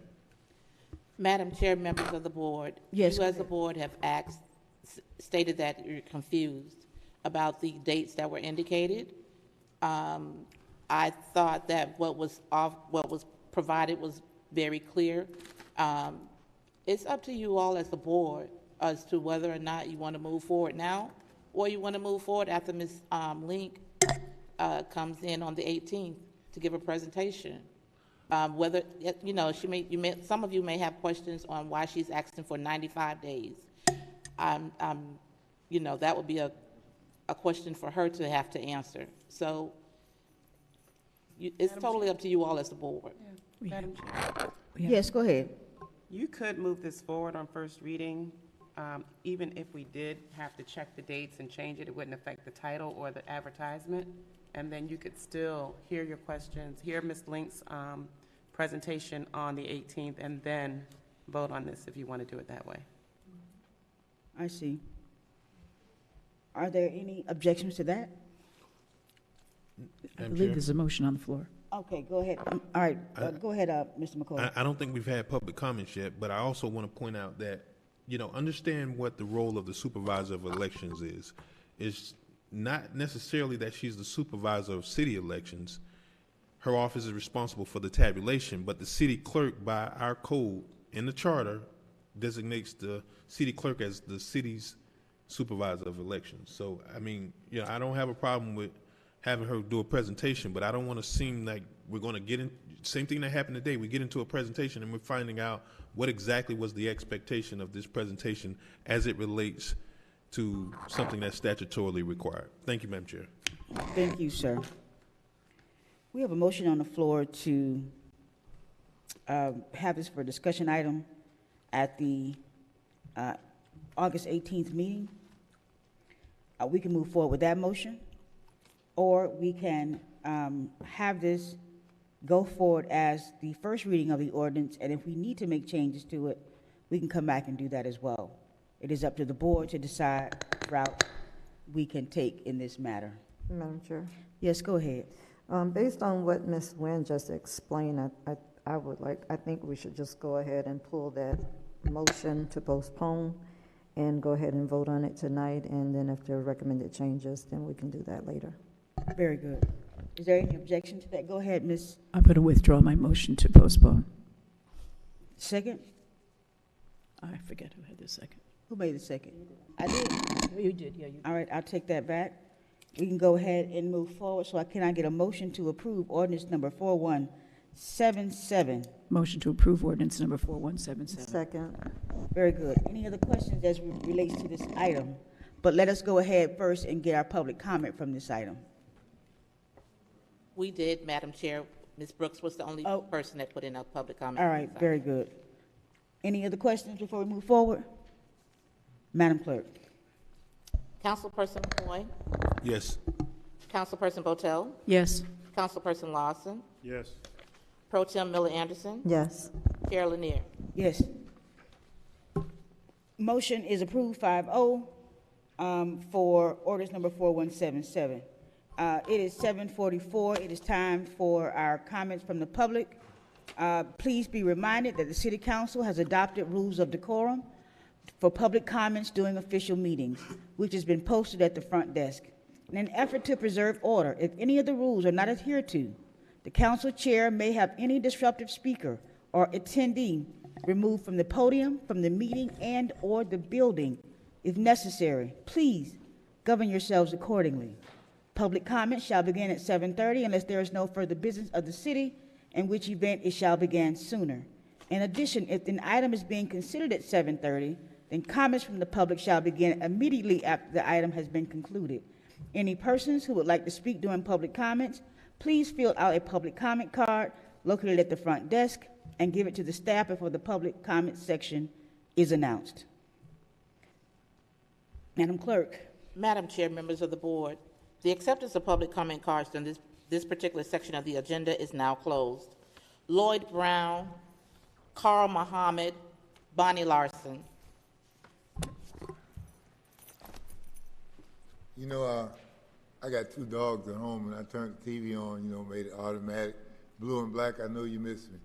They couldn't see me on this. But I was going to ask this. I know we got animal rescue, you know, and we got a couple other things at rescue, and I'm not talking about the ambulance, but is there a human rescue in Riviera? I know it's not the police, because I saw an alcoholic up on the corner, and these guys be up there killing maybe an hour, hour and a half, standing around this guy who needs help. So I said something to one of the sergeants, and I hope that his attitude doesn't roll off on his clients, because, like, I'm a jet engine mechanic, and if I was teaching somebody below me, I'm going to teach them the right way to be, especially. And then, anyway, being a jet engine mechanic, we took up public relations and all that when I was in the Air Force. I had top security clearance and all that. But some of these police officers, let me tell you, you think you're talking to a gang member. You think they be saying, "You trying me?" if you ask them a question. That's not all of them. But I know this one sergeant that was over there, he told me to shut the hell up and move on. I told him, "No, you work for me." And I said, "I'm going to bring it up at the city council meeting." Because this one black guy that be over there every morning, he's an alcoholic. I mean, I'm saying, you got animal rescue. You don't have a human rescue nowhere. And then, you know, as far as, I heard the guy talking about going to school, being a student. You can't tell being a black man just anywhere. And then y'all talking about developing when you got all these murders going on. Right in that little general area where the guy talking about developing, my friend, grandson got killed right across the street from the water tower a couple other friends I know got killed around that area.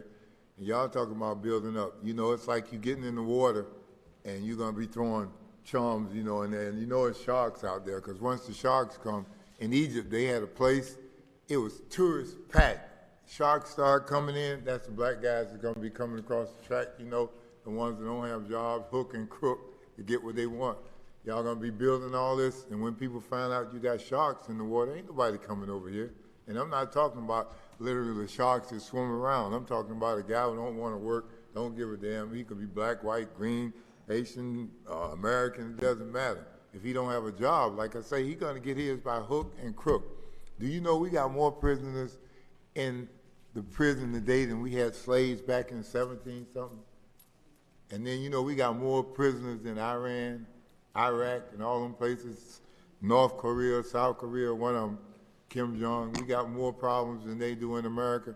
And here it is, you know, most of these black guys I know, if they don't go to school and they don't have sports or they don't have a brain, you know, to do anything, they end up in jail. And once you get in jail, if you're in there for 20 years child support stays on you. When you get out, you hooked, no matter if you're going to be a felon if it was 5 days or 30 years. Thank you, Mr. Brown. That's the problem. Thank you, Mr. Brown. Carl Muhammad, Bonnie Larson, Billy Brooks. Good evening, City Council and City Manager. I'm here tonight to talk about the worst part of Palm Beach County School District. Get to your mic, Mr. I'm here to talk about the worst part of Palm Beach County School District, which is the American descendants of slavery. They can't hear you in the back. You're going to have to get to the mic. Pull it up. Just pull it up. There you go. There you go. Once again, I'm here to talk about the worst part of Palm Beach County School District, and we know that we're in a reset after we come through this pandemic, and we discovered that there were no plans for the American descendants of slaves. And we want to thank Ms. Botel for her efforts in trying to bring some clarity to the multitude of complex problems that we are having inside of our community. And we met at the library, and I heard it was kind of misunderstood. But we know here in Palm Beach County, we have a culture that's been developed where we only talk to one school board person at a time. And we're trying to change that kind of dynamics. That was the reason why we brought Ms. Erica Whitfield, so that all of you possibly might be able to meet more than just one school board person and get more acquainted with our school superintendent. We are now planning to bring Ms. Marsha Andrews, and Ms. Kashamba Miller Anderson will be with us on Monday night, the 9th, from 6 to 7. We're going to do another hour. And what we're trying to do is get people involved in the idea of American descendants of slaves. Now, the school district have accepted this subgroup, and we are now a part of the strategic plan for the next 5 years. And we just want to make everybody aware of what is actually taking place, because, you know, Riviera Beach have a history of having some of the most failing elementary schools, and we found out the majority of those students are our babies. And we as a community are trying to build capacity inside of our community. And we understand that some people think that this is a divisive mode, but we feel that the only way we can be service is that we have to identify ourselves, and we need you to be able to understand who exactly we are, so that we can start to get the attention that our children need in order for them to move forward. And if you have any problems with the American descendants of slaves, I ask you to talk to Ms. Botel, because she seemed to have a clear understanding of what we're talking about. I guess it's her connection with education that is fostering this, but I do see that Mr. Lawson is also in that kind of paradigm. But we need the citizens of the city of Riviera Beach to understand the negativity that has been brought to us through our educational system here, and we're trying to build a new reality for everybody in Palm Beach County, and we need all of you to be involved. So if you can, on Monday night between 6 and 7, we're only going to be there for an hour, but there's going to be some real interesting conversation. Thank you for your time. Thank you, sir. Bonnie Larson, Billy Brooks, Rod James.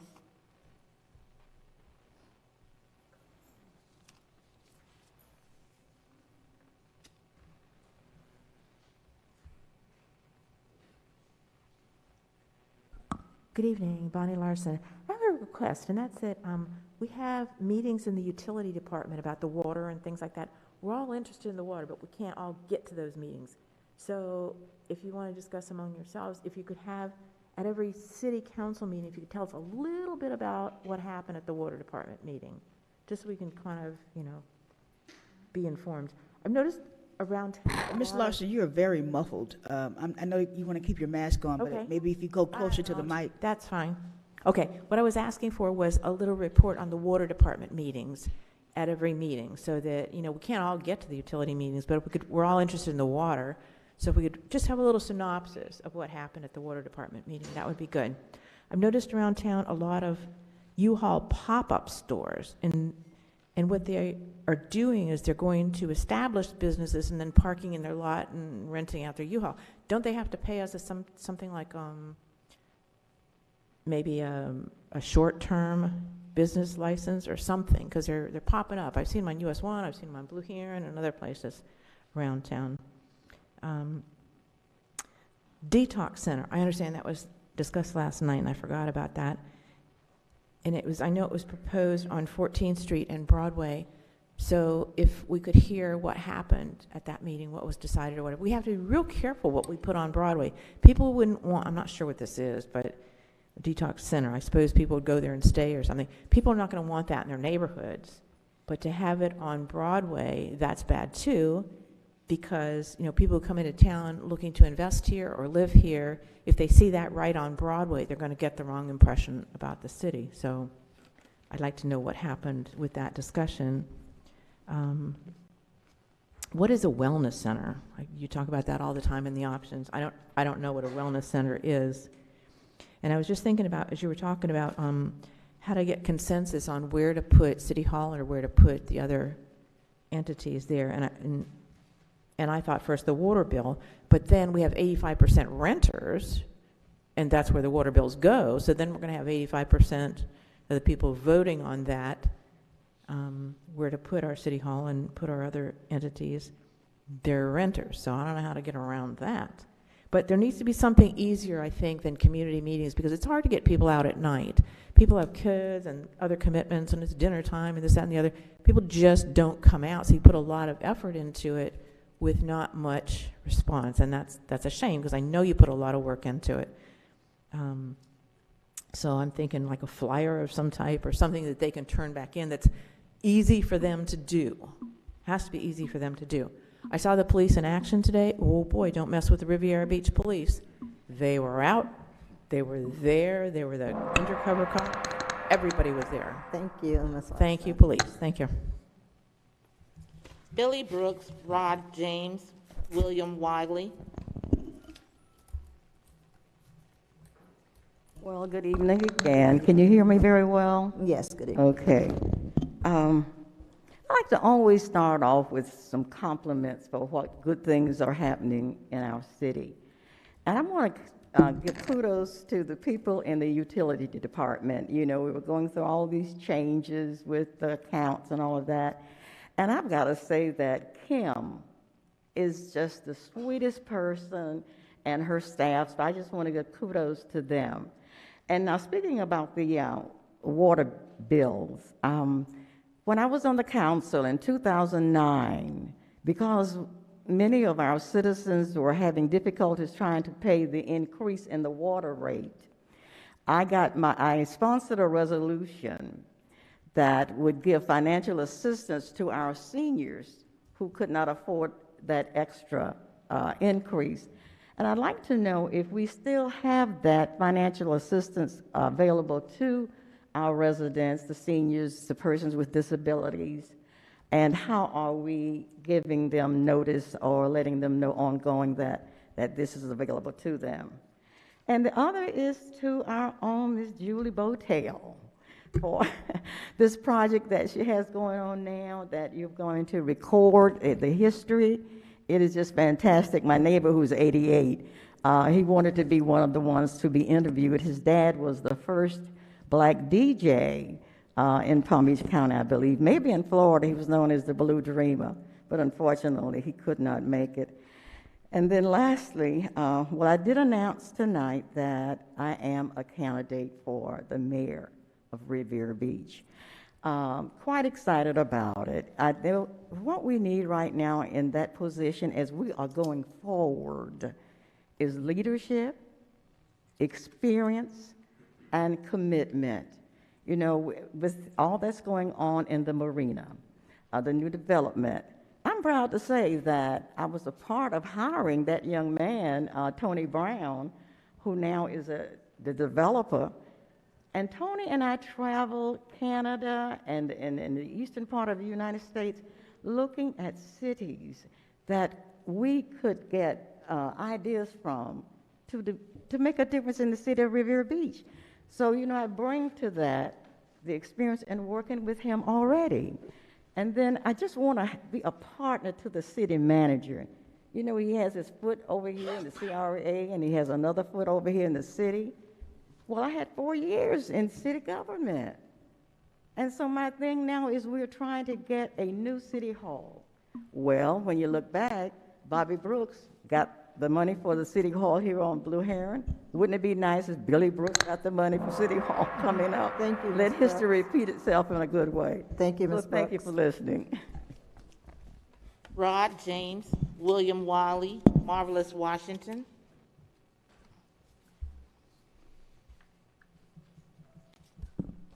All right, good afternoon. My name is Rod James, Good evening. and I live in the Monroe Heights area. What if we had a bridge going over the railroad crossing on Blue Heron so the train can swiftly pass through without impeding traffic, blasting that loud horn, disrupting people's sleep at night? What if we had a noise barrier wall to hide the graffiti trains and reduce the train noise? What if we get the FEC to pay for it all? What if we had a major hotel chain and sit-in restaurants in the field behind the Chevron on Blue Heron and Obama? Whether any of these what-ifs come true to fruition or not is not the point for debate.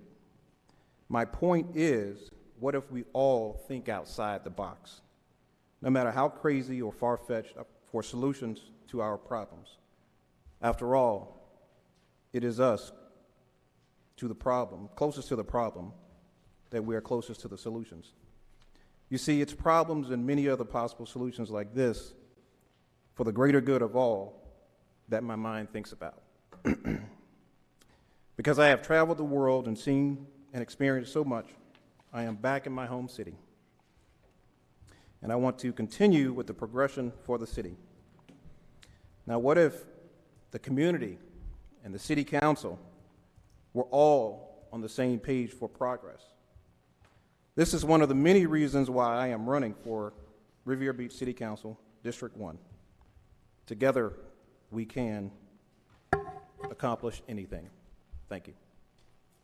Thank you. William Wiley, Marvelous Washington, Betsy Brown.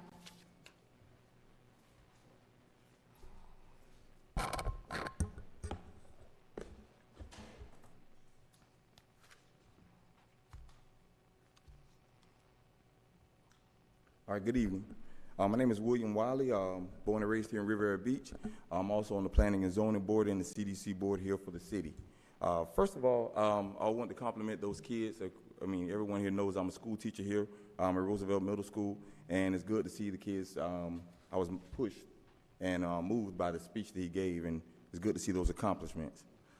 First, I would like to talk to the board about giving kudos to making that decision, a great decision, to either cancel, reconsider, or throw out any contracts or negotiations that are bad or not in favor for the city. Mr. Evans spoke at the Reimagine Riviera Beach at one point about 100% Riviera Beach, and any decision that we make should benefit the city wholeheartedly. I hope we remember this for the Alpha contract that's coming up, and any contract in violation of any city rules or any contract to where the contract has been internally compromised. I want to remind the city manager, the attorney, and the council the importance of implementation of SOPs, standard operating procedures, rules and regulations, and punishments for these violations. I want to remind everyone, we were just an election away from going back to what we were 5 years ago. And this is scary. It's scary to me because this is why it is so important to educate and properly inform our citizens on true information that will take our city to the next level. If you look on the bank on Blue Heron and Broadway, the sign says, "We're moving forward, transforming our city, and change is underway." This is for everyone to see and for everyone to believe in. We have a great city manager, and he needs true and honest council support. And to get to the next level, he needs true and honest community support. We don't need individuals who want to use this city as a stepping stone. We don't need individuals who want to use this city to put their name on the map. We need individuals who want to put the city of Riviera Beach on the map. My name is William Wiley, and I'll be running for District 5 for the city of Riviera Beach. I am not a politician. I'm a civil servant. I believe in honest education and information given to our community. I believe in looking after our children and our seniors. I believe in programs and the progress of our city and improving infrastructure.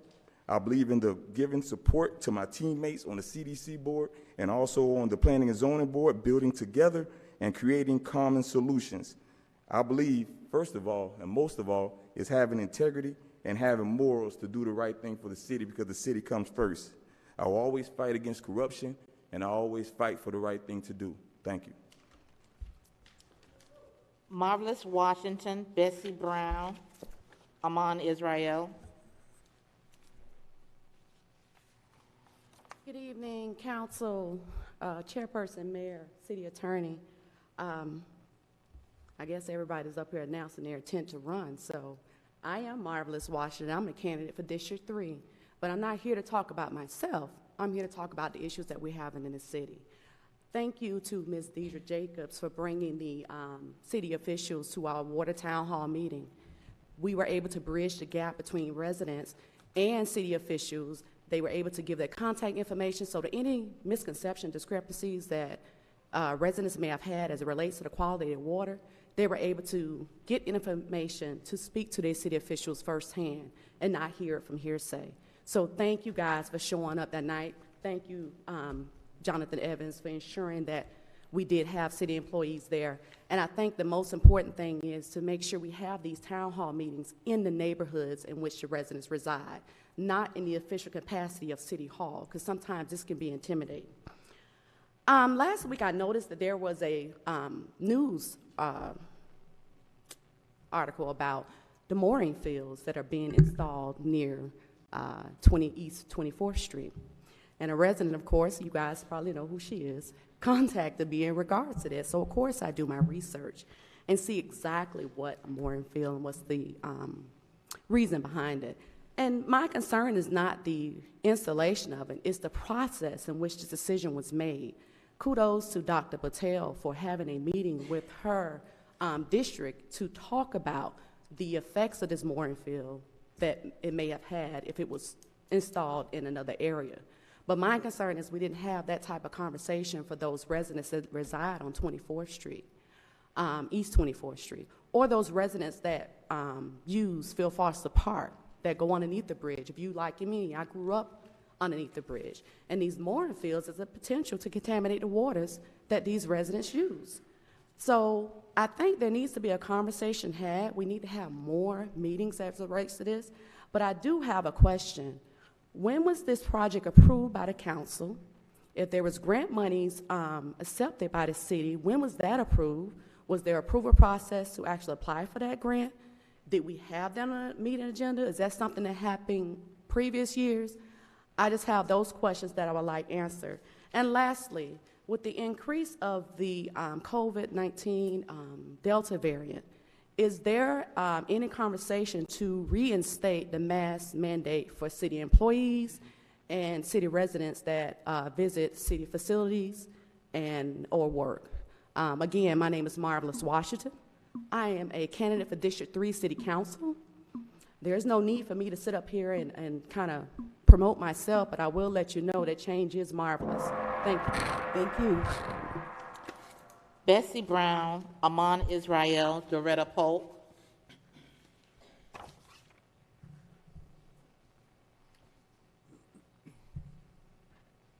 Hello, Bessie Brown. I don't know what the decision was on item 3, but I'd like to know what the decision was on item 3. And the Reimagine Riviera Beach has we've had 4 meetings, and basically when I was to 3, and every time I asked about what is going to happen to Wells, our voting place. And then, you know, we need something definite on that, because it was introduced to you all to move the fire station from across Blue Heron on the other side to in Wells's area, and then what is going to happen? You approved it. You approved it. And then now, what is going to happen to Wells? I need to know that, and I really want to know that. And then Jonathan Evans said that he told us that he was going to have more meetings with the public and the citizens. And then he said tonight that he put it on. It's on the agenda for you all to decide if he should have more meetings with the citizens. You know, and he's presenting stuff, and then he's doing something else. But he said that, and I'd like to know if you all are going to have any more meetings with the citizens. Broadway is dead. Broadway is dead. And then he said he wanted to start the building. Well, you know, the process of building the new city hall on Avenue E and Broadway, and then that he said that he'd like to start that on the next 2022. But basically, Mr.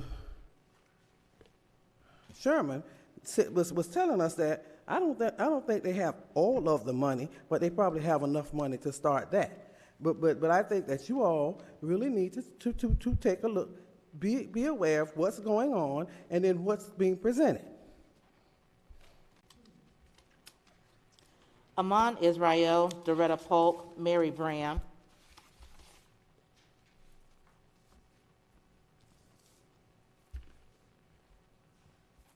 Doretta Polk, followed by Mary Bram.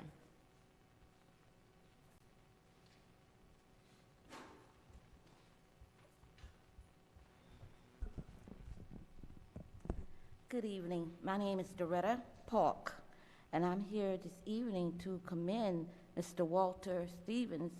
He is such an excellent communication and making sure that everything is running smoothly. Whenever I have problems, and other citizens have told me also their problems, and I had a problem with just hearing the sound, and Walter was right there. I called him, and immediately, within maybe 20 minutes, I could hear the sounds of the council meetings. So I just want to commend him, his hard, dedicated work that he does, and I'm glad that he does now have some assistance, because I know this is a job, this is a tough job to make everything run smoothly. Another thing, I want to commend a young man by the name of Chris. He works for the Ambassadors Clean and Safe.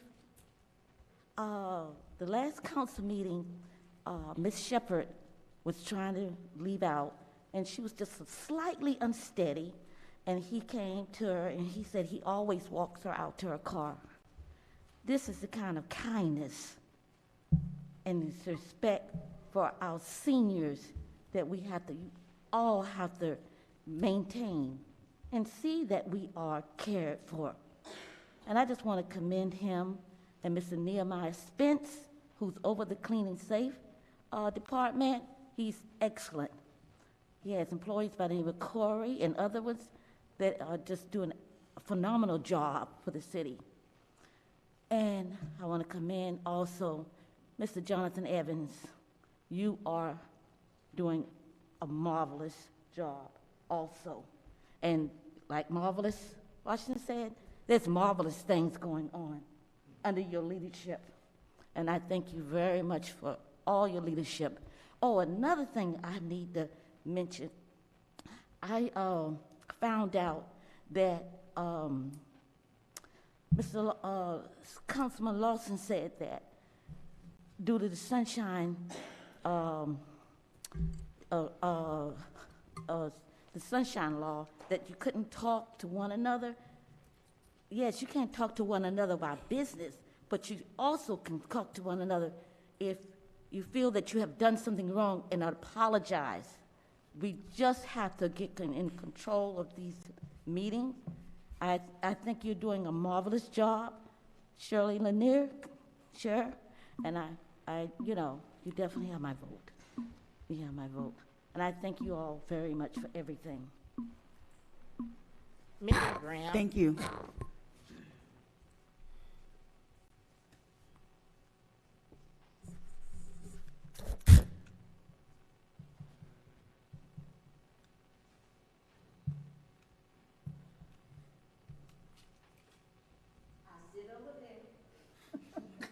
I sit over there.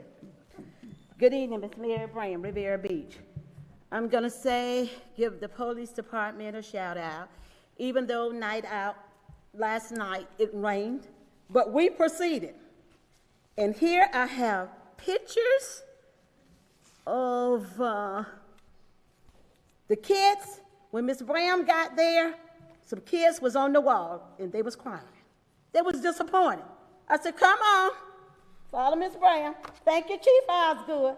We still made it. And Officer Phillip for making it happen. Those kids, they got into the SWAT mobile, and the little boy said, oh, look at those wheels. Marie Davis and I also got into the SWAT mobile. So we can make some things work, even though some of it is not permissible. So they really enjoyed it. Thanks, Ann Gannon, tax collector, for stepping up to the plate with your employees, doing the right thing. You realize how to make the economy work in order to have your employees safe. Mr. Jonathan Evans, I'm going to give you and Ms. McBride a little info here. It is about the mosquito spraying. Out in Royal Palm Beach, this is an annual thing for them.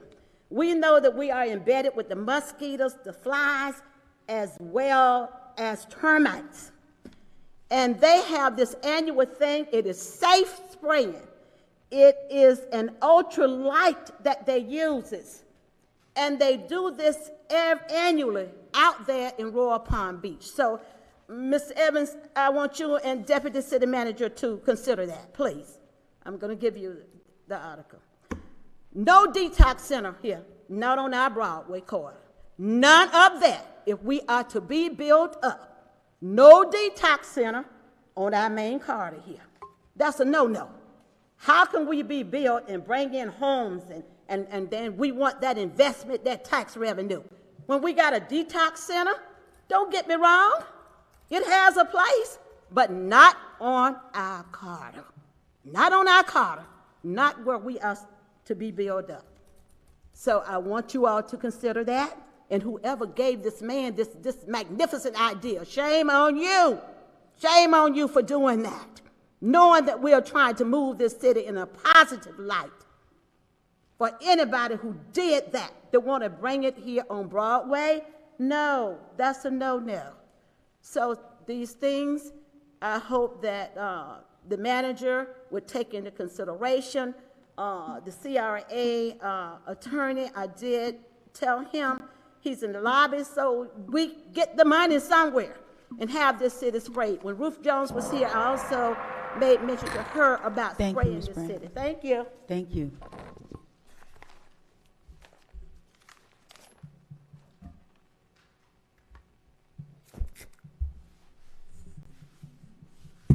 Madam Clerk. Madam Chair, members of the board, that concludes. Very good. Mr. Evans, could you respond to some of the issues that were brought up by the residents, please? Certainly, Madam Chair. With regards to the comment as it relates to officer behavior, I'm sure Chief Osgood will address that matter, so he'll definitely look into that. For a utility district meeting recap, we can certainly draft a memorandum and place that on our website and also share that at this meeting, depending on what time we conclude our meeting. I have no problem providing a utility district recap, but we also will do that in writing. So I'm sure Ms. Jacobs is taking notes with respect to that. This is the first time I've heard of the U-Haul pop-up stores, so I will get with Director Sermons and see if we have any particular situations that our code officers are aware of, and then provide the appropriate notice to the property owner and make sure the behavior is corrected. With respect to the detox facility, I have not been briefed on that particular meeting, but I know staff was supposed to be present at that meeting. But that item will have to come back before the board for any type of action, because it was the board that directed a community meeting prior to any decision or discussion with regards to that particular topic. So that definitely will be coming back before the board. The comments as it relates to a wellness center is more so a modern word for a recreation center, but it's all encompassing. It has your basketball gyms, but it also has your yoga classrooms, it has your spinning classrooms, it has your nutrition bar. It looks at your fitness and wellness or your well-being holistically. It doesn't just look at what traditional recreational facilities have been over the past 30, 40 years, where it's a basketball gym and bleachers and maybe a weight room. This has more amenities and allows for the community and the residents to recreate together. It is contemplated that a wellness center will be able to offer services for mom, dad, the little ones, and the grandkids. So what we would envision in a wellness center would be a situation whereby you would walk in if dad wanted to go play pickup basketball, or mom wanted to go to yoga, and the kids wanted to go to the play zone or go out to the pool area, they can conceivably do that. So it's looking at wellness from a holistic approach and incorporating more elements to allow for the community to recreate together. Based on a lot of studies, there is a lot of connections between generations, and they like to recreate together.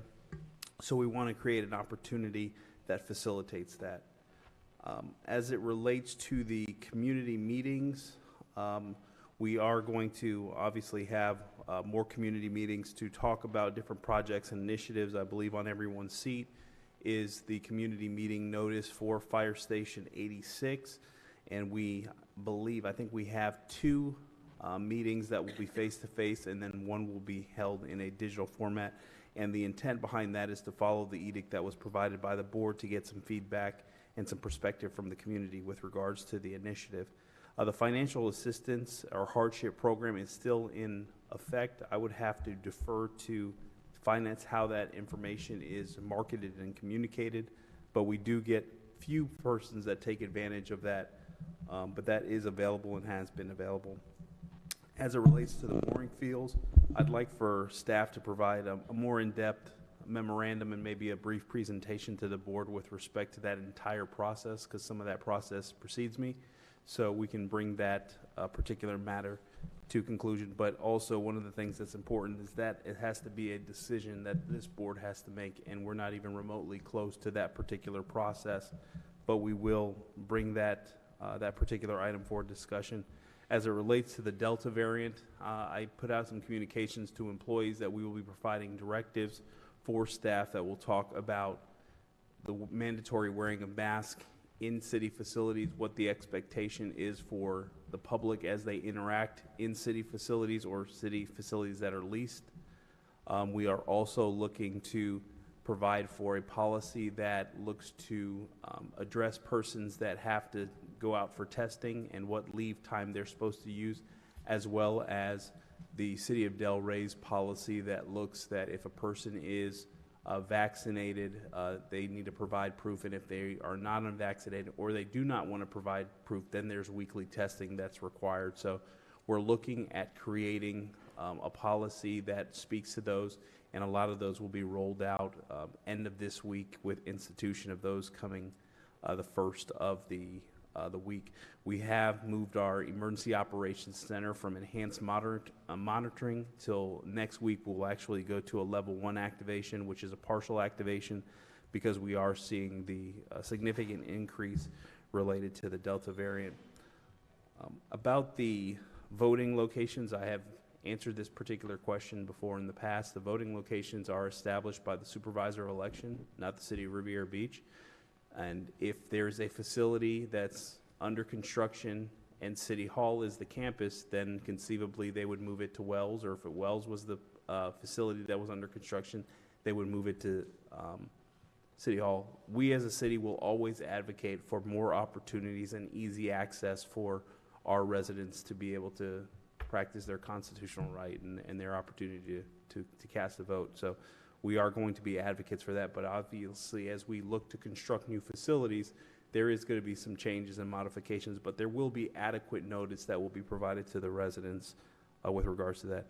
As it relates to the Reimagine Riviera Beach sessions, I did tell the members of the community that attended that after I got direction from the board, I would follow up with them, and the board has said that they would like to have some additional conversations. We are going to have almost a reunion of those particular classes to bring them up to speed on some of the activities that have occurred as a result of the conversation that we had with them. But we always contemplated that there will be more touch points with the public.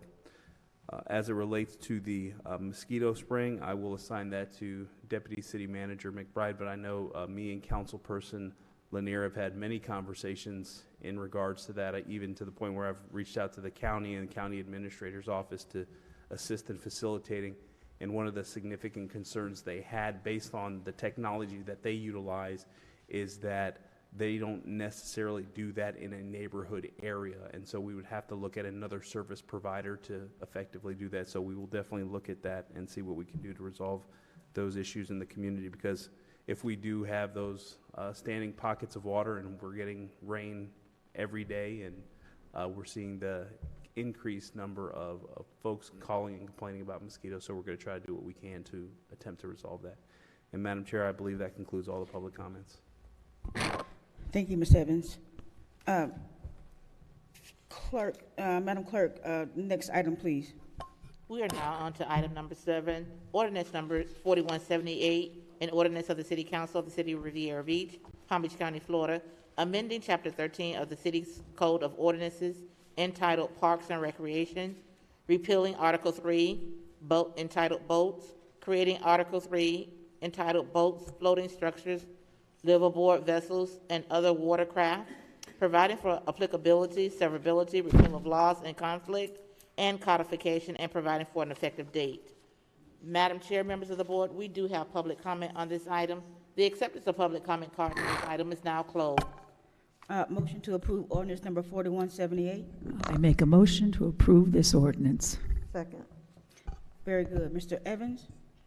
Madam Chair, members of the board, I will turn this presentation over to the City Attorney, Ms. Dawn Nguyen. Thank you, Mr. Manager. Yes, go ahead. Madam Chair, members of the board, this item will be presented by Senior Assistant City Attorney Lina Busby with assistance from Attorney Telsela Morgan with the firm of Lewis, Longman & Walker, and then technical assistance if necessary from Director Sermons. Very good. Go ahead, Ms. Busby. Good evening, Chair Lanier. Good evening, Mayor Felder, and members of the City Council. As you are well aware, the city enacted a moratorium earlier this year as to the filing, receiving, processing of any application or permit associated with floating structures and liveaboard vessels within the waters of the city or the corporate limits of the city. During such time, city staff has met with county officials and participated in a number of meetings, including a task force meeting, to address these regulations.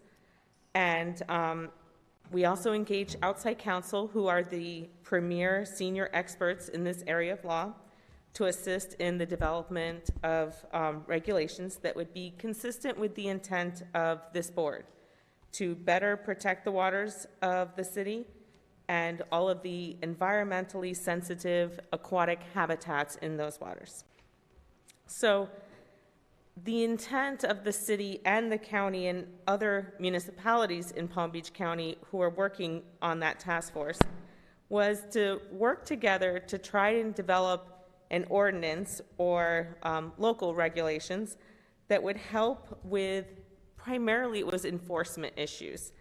The county was having enforcement issues with its adjacent municipalities because, unlike with land, with water, there's no real clear line that says, okay, this is county water, this is City of Riviera Beach water. And because of that, you know, they had some issues with a number of years regarding its enforcement.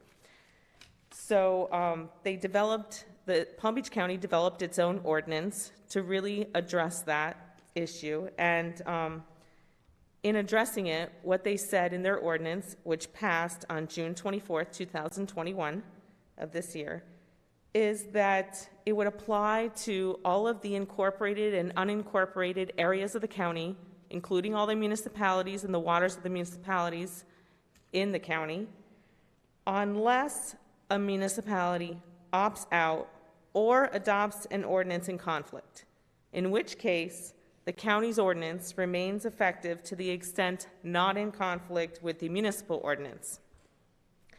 So the city has proposed this ordinance for the city, and the main difference between the city's proposed ordinance and the county's ordinance that's already in effect is that the county really addressed regulations on just floating structures.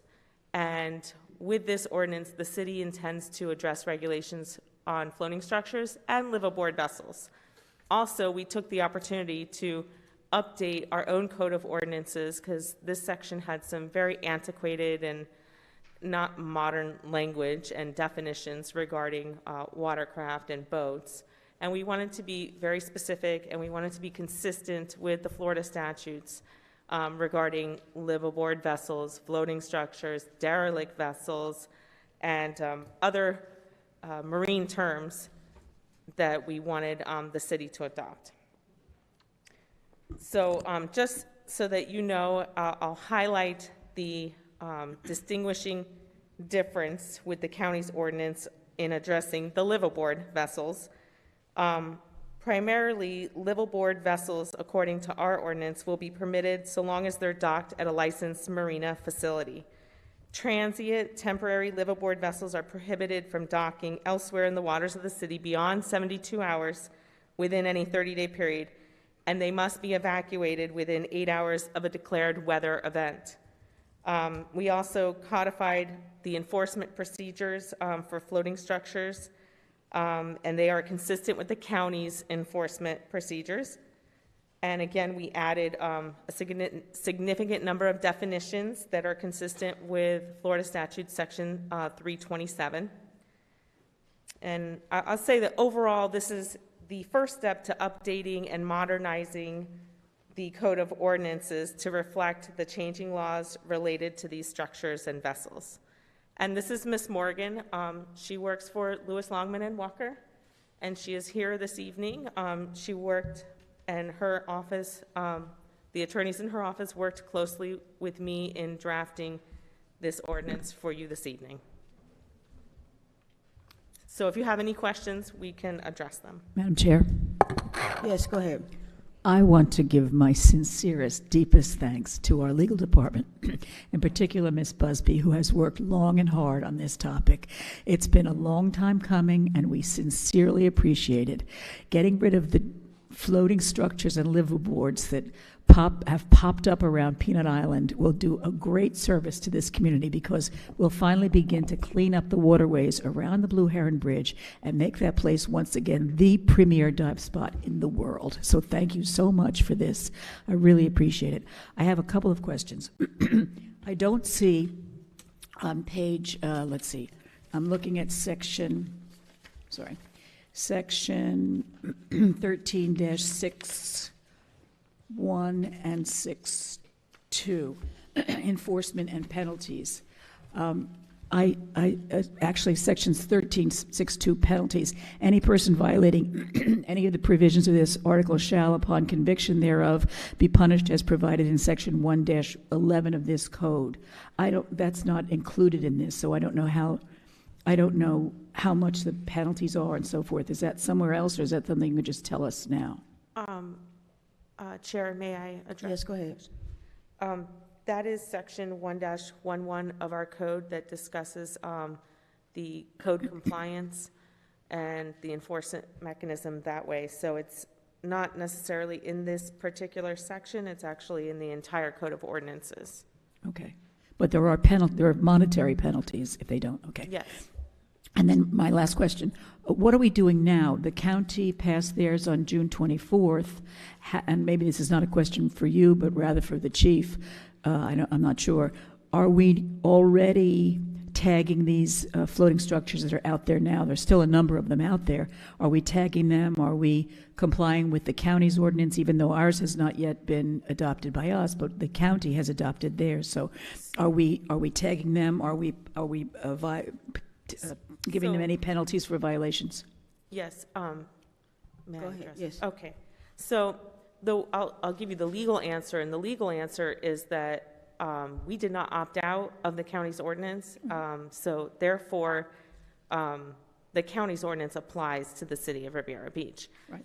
Whether or not they are in the process currently of providing notice consistent with the county ordinance to remove the floating structure, I don't know, but the Marine unit could best tell you. And I think the city has a few officers in the Marine unit. I don't know if they've provided an update thus far, but it was just recently approved at the end of June, so it's been about a month. Yeah, thank you. I don't see Officer Brow, but I think I see the chief back there. And if I might, Madam Chair, ask him to, could I? Yeah. Chief Osgood, you have some light on this information in regards to tagging derelict structures? Floating structures. Floating structures. Floating structures.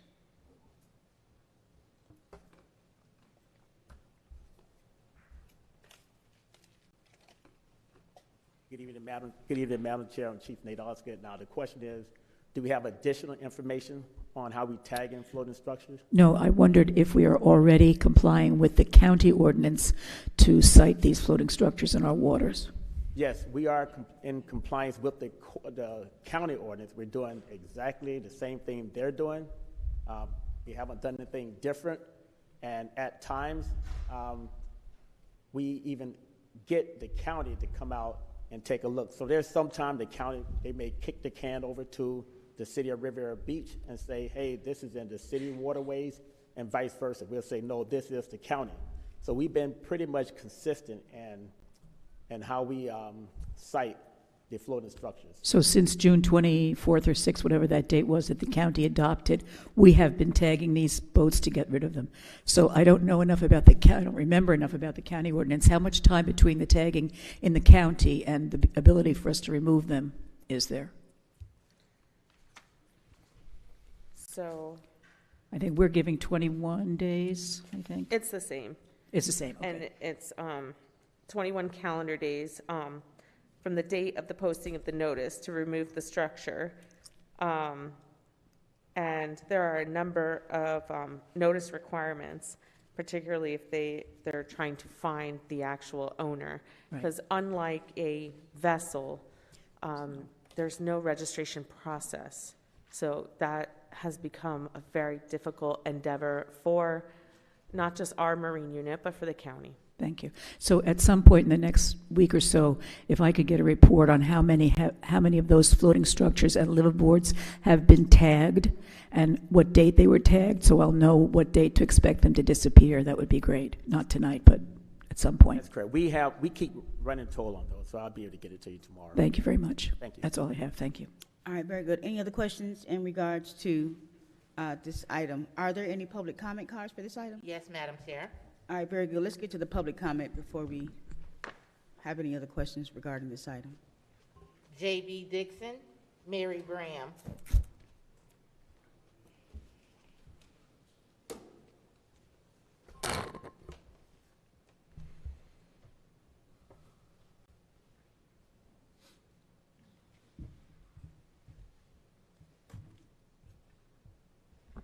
J.B. Dixon, Riviera Beach on Singer Island. I am delighted at this ordinance. It certainly has been a long time coming. And of course, I would like to recognize the person who got the ball rolling on this whole thing countywide, and she is sitting among you today, Councilwoman Julie Botel. Looked into this for the first year she was elected and found that, in fact, everyone was kicking the can to somebody else because there was not one thing agreed upon, and so everybody just sort of made it someone else's problem. She called together all the municipalities, all of the county people, everyone who was in any way responsible, and said, we have got to solve this problem. Then the county took it on, thank you, county, came back with this ordinance that passed June 24th, and I've got to tell you, there's been dancing in the streets in many, many waterfront communities, including ours. I was a boater myself for many, many years before I came to Florida, and I'm well aware of the derelict boat situation, which is increasing throughout the country. Derelict boats and now derelict, quote, floating structures. Certainly as you go over our Blue Heron Bridge, which is a magnificent view, everyone will agree, it's just breathtaking that you can see the Intercoastal, you can see Peanut Island, you can see Singer Island, and you can see the ocean. We have a gorgeous, gorgeous viewpoint there. And then you look down on one side and you see these garbagey shacks. And that's not, of course, the only thing. The real thing is that those shacks that float do not mostly have any toilets. They certainly don't have any that pump out. There are many people who live aboard their vessels, for instance, and they always go to a marina, which our ordinance says, yes, you know, you can do that. Because if you're a responsible boater and you take care of the environment, you pump out your waste and you use the electricity that is at a marina. If you are just anchoring off in the water, I can guarantee you, and people have seen them dumping water and just out on their decks using the water as a toilet. And we have people, young people especially, who swim in that water. Underneath the bridge, there's a beach. It's very, very close to Peanut Island. And if I were a parent, I would be very concerned so about much. that. Please vote for this ordinance. Thank you. Mary Graham.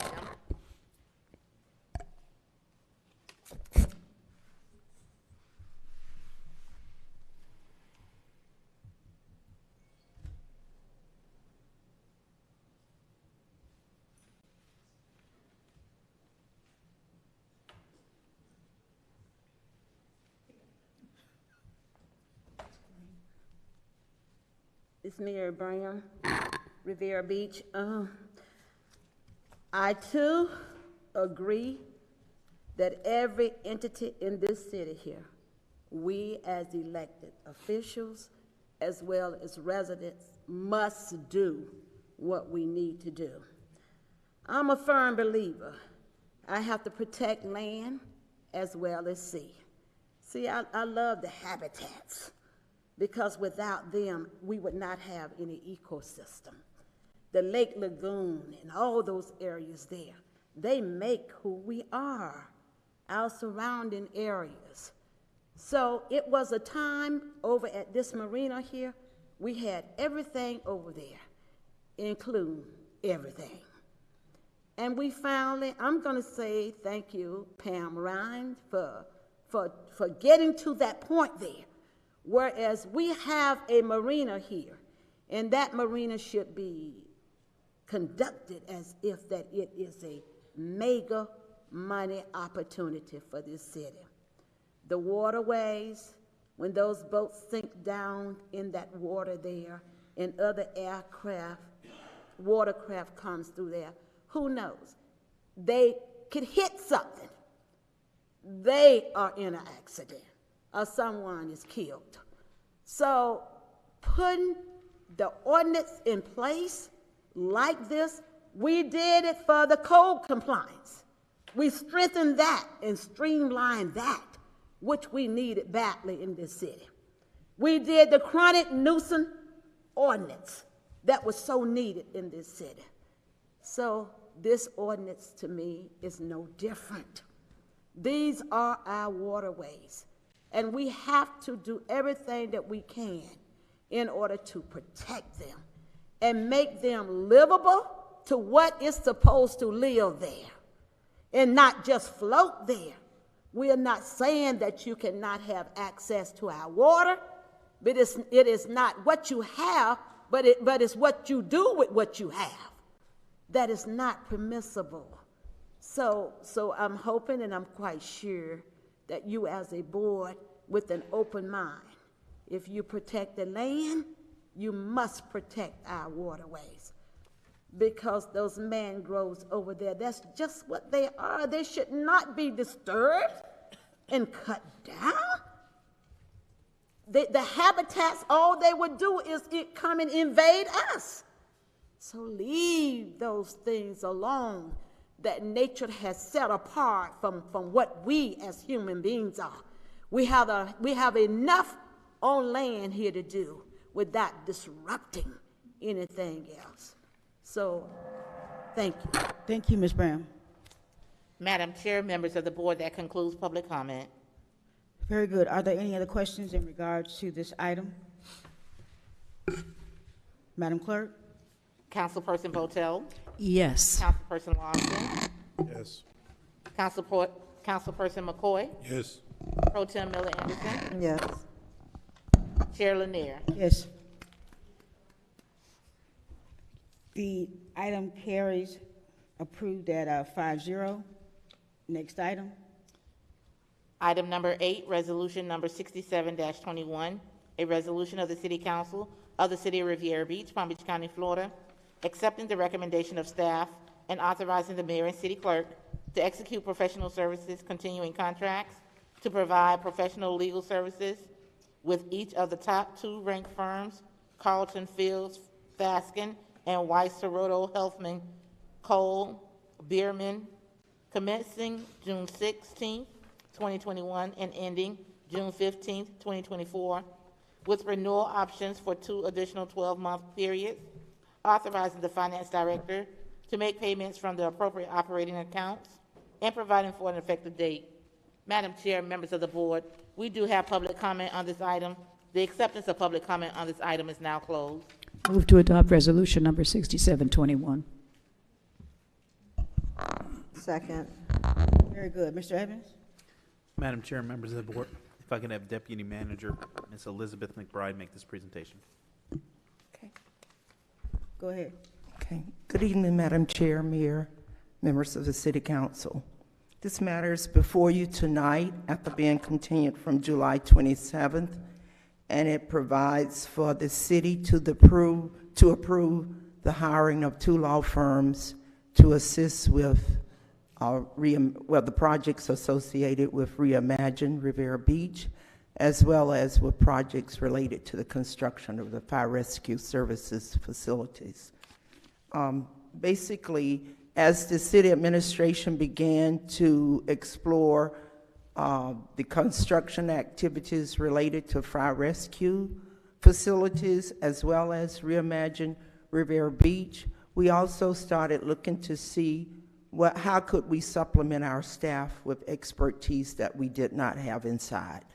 The first aspect of it you approved earlier was for some P3 advisors, that was several months back. And this matter was before you because we were looking for attorneys who had P3 experience, as well as extensive experience in development and construction of projects that the city would be undertaking, that the CRA would be undertaking, and also that USD would be undertaken. So the solicitation went out looking for attorneys in all those areas. The CRA selected the attorneys that they wanted and brought before, I think, the Board of Commissioners. For the city, we've selected 2 firms, and we've selected Carlton Fields and the firm Rice Soroda, and we ended up with 2 firms because at the time we started this process, we did not know who any of our partners would be. And the firms could only say they had not a conflict with us, the city, or the CRA, or USD. Now that we've identified the firms that we'll utilize, we will have the firms look to see if they have any conflicts with any of the parties that we are doing business with before they start undertaking work. And if one firm does have a conflict, then we'll move to another. And that's why we have two. Yes. Thank you. Public comment, Madam Clerk? Bonnie Larson, Mary Graham.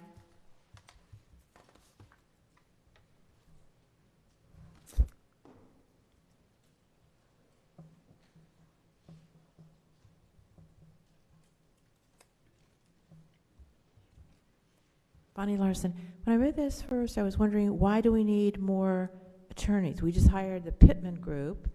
They're supposed to be experts in everything. And then we have Ms. McBride, we have Ms. Wynn. So I was wondering, like, what these people are going to be doing in addition to our attorneys that we already have. My second question is, are they going to be hired, like, monthly, or are they going to be hired by the project as needed, or how are they going to be hired to do the work that we're projecting them to do? I just couldn't understand why we needed more and more attorneys. So maybe you could explain that. And again, like, are they going to be on one project, or are they on a salary full-time, or how does that work? Thank you. Thank you. Mary Graham.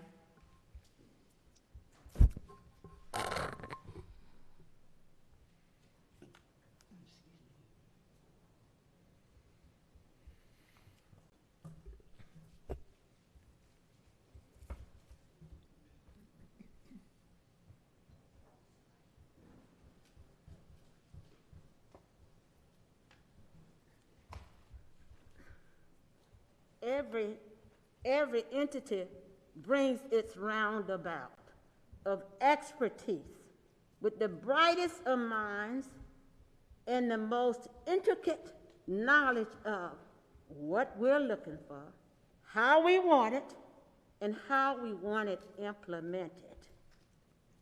I caught in the last meeting, it was said that it was 4. I think the deputy manager, Ms. McBride, said it was 2, so I did not catch the second name. So after I speak, whoever's going to elaborate on it, I would like to know the second person, because I think it's 4 here, or 5 in the backup. I heard Wise and Soroto. I did not catch the other one. We have a 36-month innuendo. And all of this water here, back in 2019, that was some of you all's board platform. We could have been way far ahead than where we are now if you had stuck to that agenda. So all of this talk here now about the water is bed rested now, because we have things in place and our water is being articulated and brought up to standards far more than it has ever been, residents. So when they come up here talking about this water here, it's just a conversation, just to make you vote. You're going to have to get something else to vote better than that, because we're moving on here. Our utility district, they have put out more information, and Ms. Graham can attest to that, because I've been in every meeting.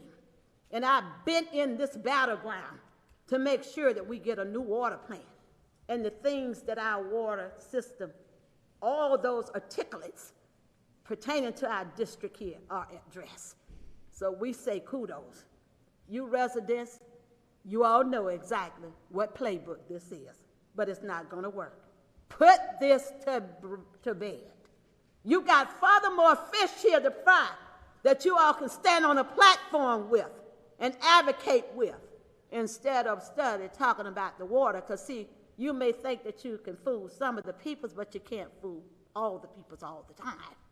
We are moving, and this particular here is a testament here of what exactly the managerial staff here, as well as you board members here, are putting in place. So I'm going to give every last one of you all kudos. So let's move it. Let's move on with it. Stop playing this game here. Thank you. Thank you, Ms. Graham. Madam Chair, members of the board, that concludes public comment. Thank you. Any questions or comments from the board in regards to this item?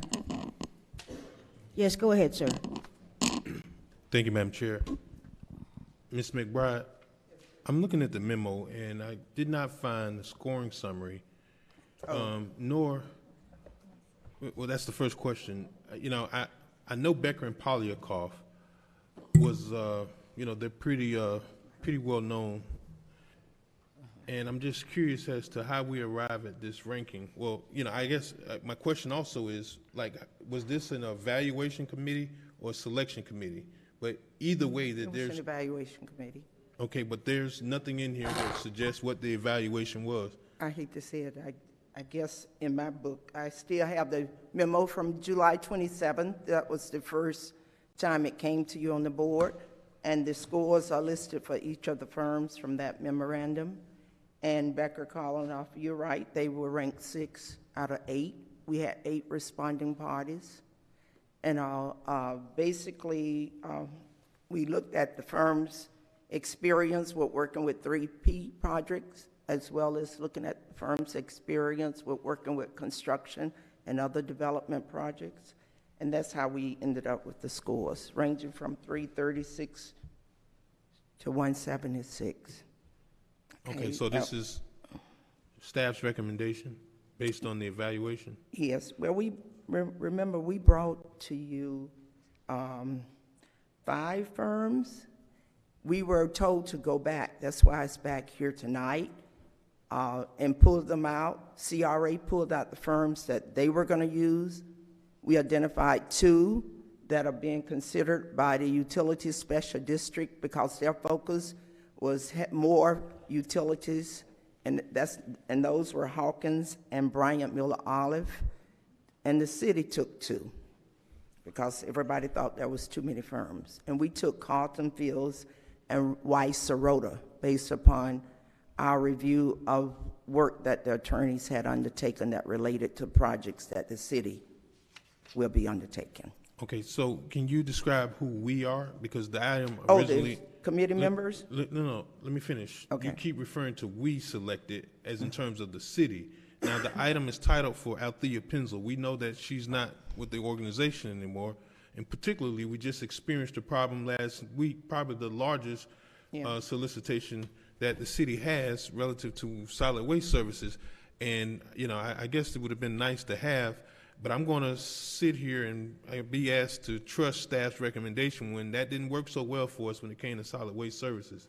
And, you know, not even having, you know, and I'm not undermining your decision, but I mean, if you're going to tell me you pick from a selection of 8, but there's no scoring sheet, there's no, you know, I don't know, but that doesn't seem to be. I will forward, if, like I say, it's on your July 27th agenda, so I'm sorry it wasn't repeated in tonight's agenda item. Okay. But the committee, when I said we, I was speaking of the evaluation committee. When I said we selected or recommended, that was the evaluation committee, which consisted of Mr. Sherman, Randy Sherman, the finance director, Scott Evans, the director of planning, Richard Blankenship, Parks and Recreation, myself, were the parties who met to evaluate the proposals that were submitted. Follow up. Yes, go ahead. That's interesting. And I imagine if I asked the CRA director who was on the committee on the CRA, he probably would tell me those same individuals. So it's different. It's funny how you guys at the city can arrive to a different final 2 than the CRA can arrive. And I'm sure the evaluation committee consisted of the same people. We did. But remember I told you, we had and presented to you, what, 5 firms the last time? The council thought that was too many, okay? And asked us to go back and look at that again. So everyone narrowed it down to 2. We did. Now, I think Mr. Evans, Scott Evans brought to you all 2. I don't know. I'm not going to try to. But for us, the city, we narrowed it down to 2 firms instead of the large number that was there. And all I can remember for you about Mr. Scott Evans, and then looking at his firms, he did look to see if any of them had any unique experience that the CRA might need related to projects y'all might potentially be undertaking as related to the marina. For USD, we looked at which firms had experience with water treatment plants and utilities.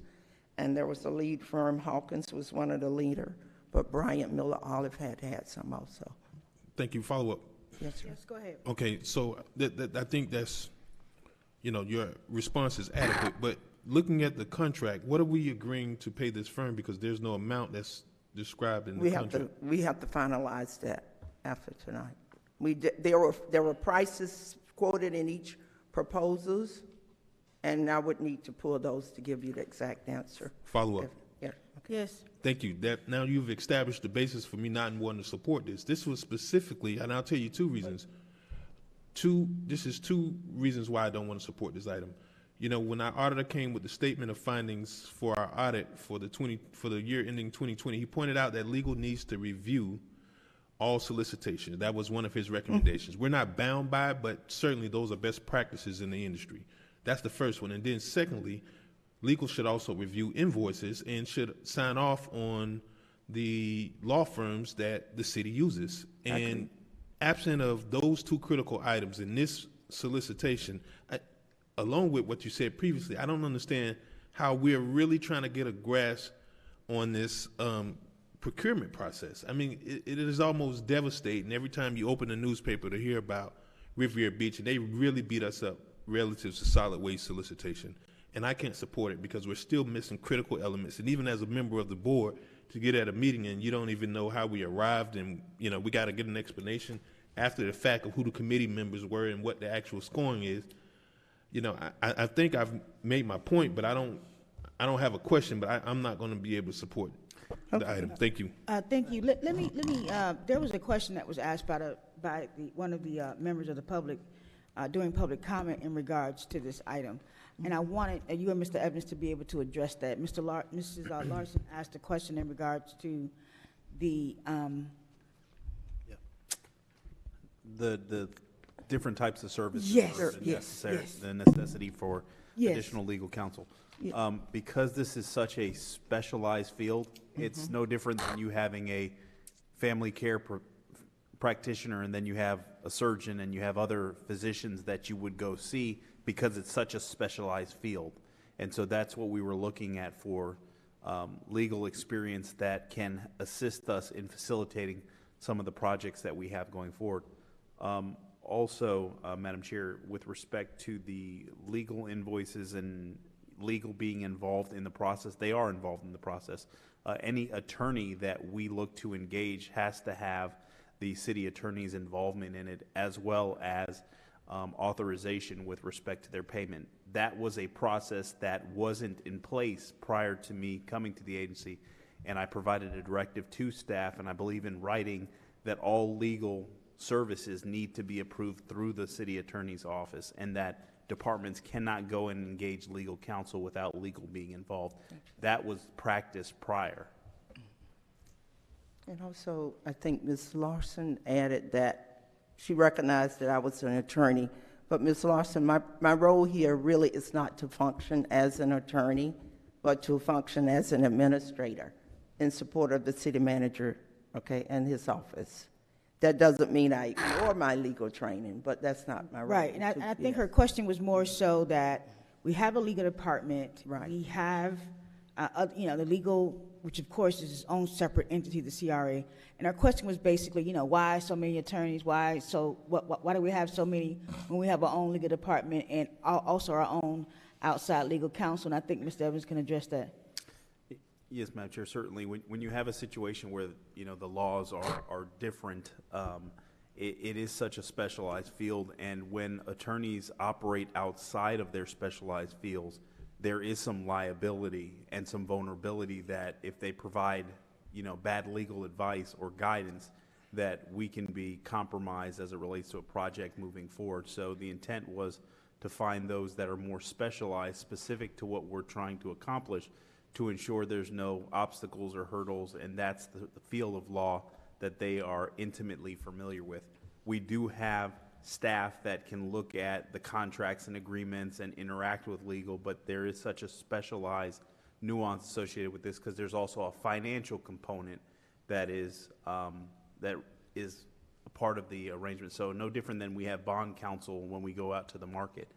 So that's, you know, a specialized field of law. So it's very common that municipalities have a very deep depth as it relates to who they deal with as it relates to contracts, and the city attorney is your general practitioner and assists the board and city staff, but it's very common that you would see other arrangements with other professionals to provide more specialized service.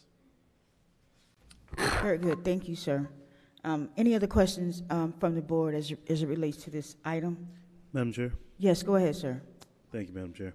Mr. Evans, during our conversation, we spoke about the RFPs coming down and the ones that we have coming down the pipeline. And with this one and a few of the other ones that are coming before us, I would like for you to move forward with a consulting firm or a firm that we spoke about in reference to reviewing these RFPs. As Councilman McCoy said, we got chewed a new one for the last waste management RFP, and even though there's maybe difference of opinions, I'd love for it to have another eye look at these until we are able to secure a new procurement director. So I can't support this item tonight until we can actually have a consulting firm take a look at it. And then as we move forward with any RFP, I would recommend that we have another set of eyes take a look at it till we actually secure someone permanently for that position. Thank you, Madam Chair. Thank you, sir. Madam Chair? Yes, go ahead, sir.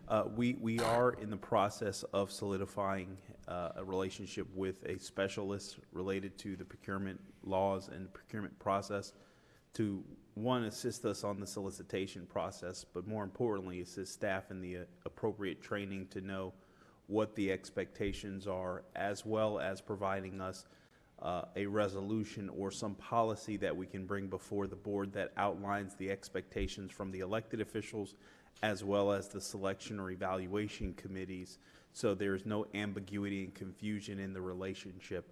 So we've already had conversations back and forth with the individual that we're looking to work with to help facilitate that. But I do have faith in the staff that we do have on board, that they know what they need to do, and we know that there's some large solicitations that are on the horizon and that we're going to work through those, but subsequent solicitations after the last one will be products that we'll be comfortable with. And the issue that we had with solid waste was the matter of just picking up the phone and calling somebody to ask a question. So that's human error, not necessarily the document. But again, we've put in some fail safes that will help secure that and be able to move the solicitation process forward for subsequent projects. Thank you, sir. Madam Chair. Yes, go ahead, sir. So lastly, Ms. McBride or Ms. Nguyen, when does the price get filled into this continuing services agreement as to the rate? Excuse me, sir. I'm asking, when is the rate going to be placed into the contract? When is that determined? Because you're asking us to blindly approve a continuing services agreement without it even being a rate inside. Okay. Well, would be added, because the rate, listen, with attorneys, let me give you an example. The senior partner might be this rate, the junior might be this rate, the paralegal, all those things we would get in detail when we meet with the firm to finalize the agreement. It's no different than the scope of services that you might have done for other professional contracts and that amount. I beg to differ. Okay. We actually set forth a rate, and that goes right back to the very finding. You know, if this is generally streamlined, and I would have kind of expected legal to weigh in on this, but I think in conversations in the past, we stayed around the $250 rate for litigation. I think that's, if I'm not mistaken, but, you know, I mean, just to arbitrarily pass an agreement that we're going to be bound by, and then staff is going to go back and insert it later, completely undermines the whole process of why you even need to come to this board if staff is going to be able to insert a rate based on something. And then that goes back to the point, if you don't have the actual scoring summary in here, then that puts us in a bad spot. Well, I guess. You know, then I would rather than that I think I said what I was going to say, but it kind of keeps getting worse as we keep talking about this more All right, and more. very good. Madam Thank you so Chair. much for your comments, sir. Go ahead. Thank you.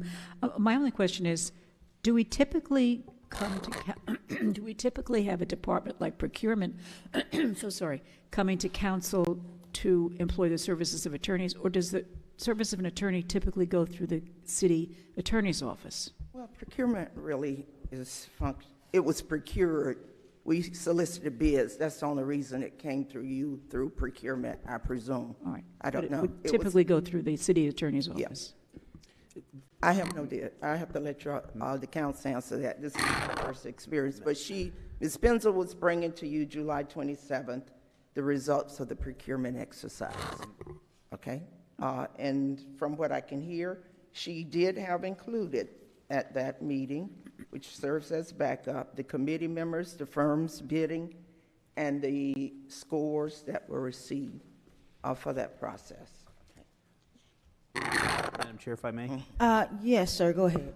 With respect to the procurement process, what happens is there's a department that would sponsor or be the lead as it relates to the procurement. So this is not an item that was derived out of legal. This was a need that the agency had.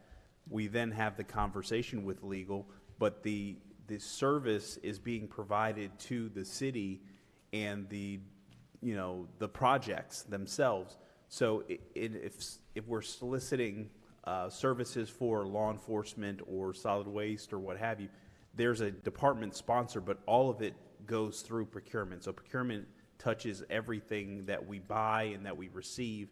And so that process is very common, but you do have a department that's, in essence, the sponsor. Thank you. Thank you. Any other questions in regards to this item? Very good. Madam Clerk. Councilperson Lawson? No. Councilperson McCoy? No. Councilperson Botel? Yes. Pro Tem Miller Anderson? Yes. Chair Lanier? Yes. Item carries 3-0-2, descending Councilman McCoy and Councilman Lawson. Next item, please. Item number 9, resolution number 88-21, a resolution of the City Council of the City of Riviera Beach, establishing fees for the code compliance program and establishing a property improvement account, providing for repeal of all resolutions in conflict, and providing for an effective date. Madam Chair, members of the board, we do have public comment on this item. The acceptance of public comment cards on this item is now closed. Move that we approve resolution number. I'm sorry, go ahead. Move that we approve resolution number 8821. Second. Mr. Evans? Madam Chair and members of the board, if I can have the Director of Development Services, Mr. Clarence Sermon, makes this presentation. Mr. Sermons. Thank you. Clarence Sermons, Director of Development Services. Good evening, Madam Chair, members of the council, Mr. Mayor, Madam Attorney. I am before you to present this resolution, which is a follow-up to Ordinance 4172, which passed at the previous council meeting, which overhauls our code compliance process. This resolution establishes the associated fees with the new process, including repeat violation fees and fees for applications related to liens connected to the code compliance process. Finally, it establishes a property improvement account, which sets aside 10% of the fees collected by the Code Compliance Division to set them aside in an account that can be used to assist homeowners in the city who are struggling to come into compliance with the process. I would like to note that there was a technical error that caused outdated memo to be attached to your backup materials, where it cited 5% instead of 10%. The correct number is 10%, and it is reflected on the resolution that's before you to be voted on. The code compliance fees have been regularly collected associated with the activities of the division, and the body believes that 10% is more appropriate to effectuate help for members of the community in an average year. For example, we collect somewhere between $50,000 and $80,000 a year in fees. So 10% of that would allow the department to assist homeowners who need it for some light improvements and things that could cause them to come into compliance. As far as the eligibility for this property improvement account, we would model it after the CRA and their programs related to the Reclaim program and the Sod and Paint program, which requires those applicants to submit paperwork and meet certain requirements, including being below 80% of the average median income of the area. They must be elderly and disabled. They must provide evidence of their income. The property must be homesteaded, and the property cannot be in foreclosure. These funds would not be used on city properties or in city right-of-ways, and they would be directed towards those properties that are in need that have been identified through the code compliance process. That completes the staff report on this item, and myself and Ms. Busby, who also assisted very much so on this item, are available for any questions. Thank you, sir. Can we do public comment, Madam Clerk? Bonnie Larson, Mary Bram.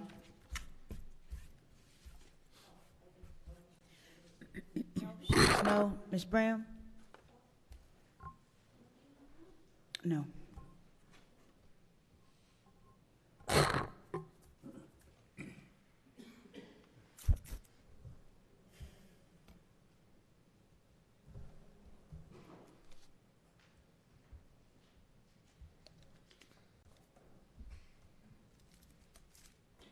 Miss Mary Bram, Riviera Beach, this is this is very, very good, because we would take the monies, and reinvest them back where they are needed so desperately within our community.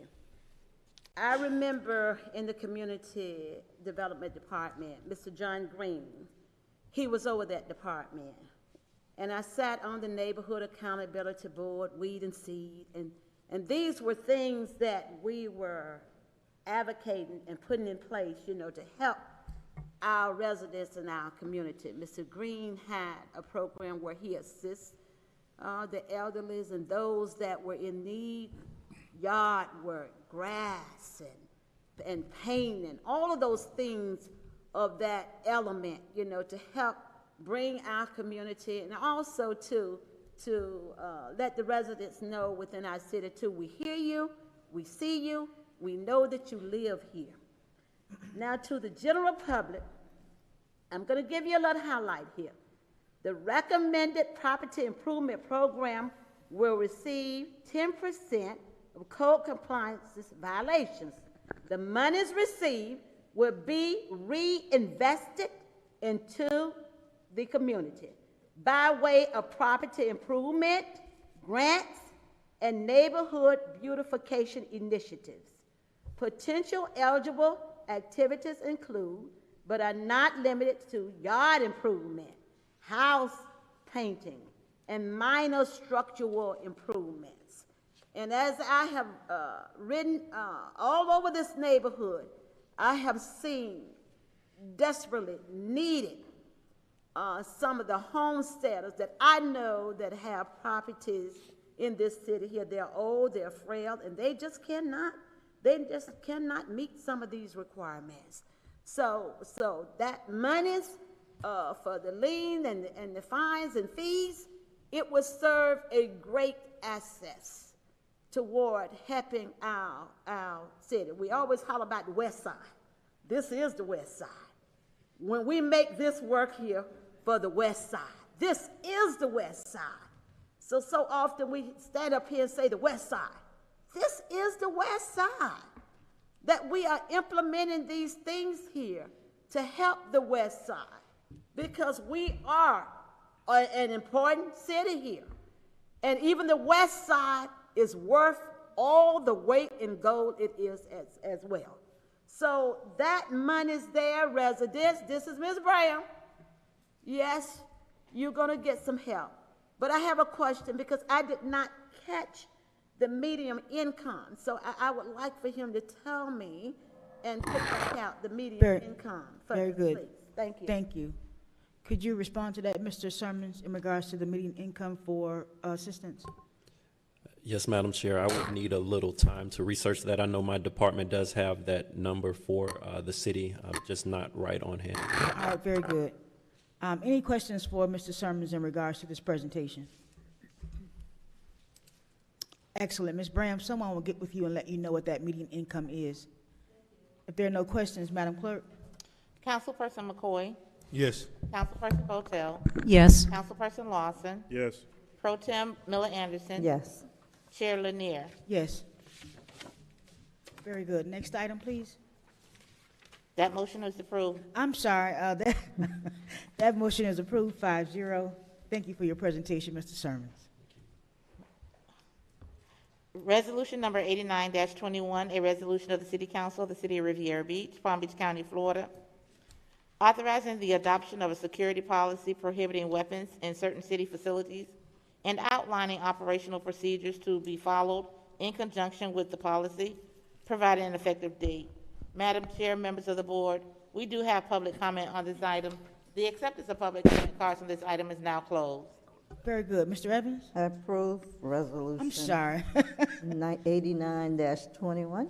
Second. Very good, Mr. Evans.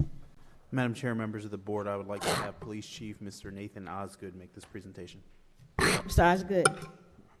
Thank you, Madam Chair, Mr. Barrett, City Council, thank you. The item before you tonight was proposed security plan, which would prohibit firearms, weapons from being brought into certain city facilities throughout the city. The police department worked with the city's attorney's office to research security procedures that's used by other cities and government agencies throughout the county. The city staff, police department staff, we visited several governmental agencies to get a view and a peep on how they're using their policies to affect this type of policy that you have before you. Previously, the city did not have a policy that governed security screening of the city buildings and even council meetings. The city attorney's office drafted this policy with the help of police department, command staff, and other city staff reviewing the policies and giving feedback. The police department, along with the several police officials and around the city, we reviewed the policies and we concur that we do need this policy. The policy is consistent with state law and it established procedures that will be used uniformly throughout the city. We, staff, we recommend that you review this policy and adopt this policy, and police staff, city attorneys, we're here to answer any questions. Thank you. Thank you, sir. Public comment, Madam Clerk. Mary Bram.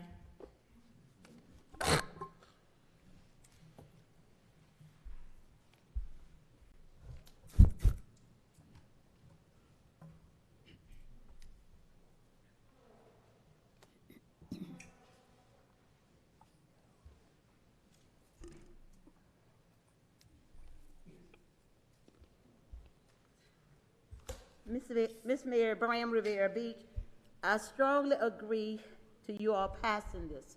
Why? Because so many times in the atmosphere that we are in now, people are so disgruntled, not that they were not always disgruntled. We are not saying that you cannot possess a firearm, because my husband possessed 3 shotguns as well as pistols too. So, but it is the way that we use those firearms. And within our meetings and stuff, all of you all have to be safe. The incident that broke out in this chambers here a couple months ago, chairs was being thrown. See, those are objects and stuff too. So we have to look at the totality of making us all safe in here. You all are roped off now. Why? For the protection of we as individuals out here. And we that are these individuals too, we have a right to be protected too.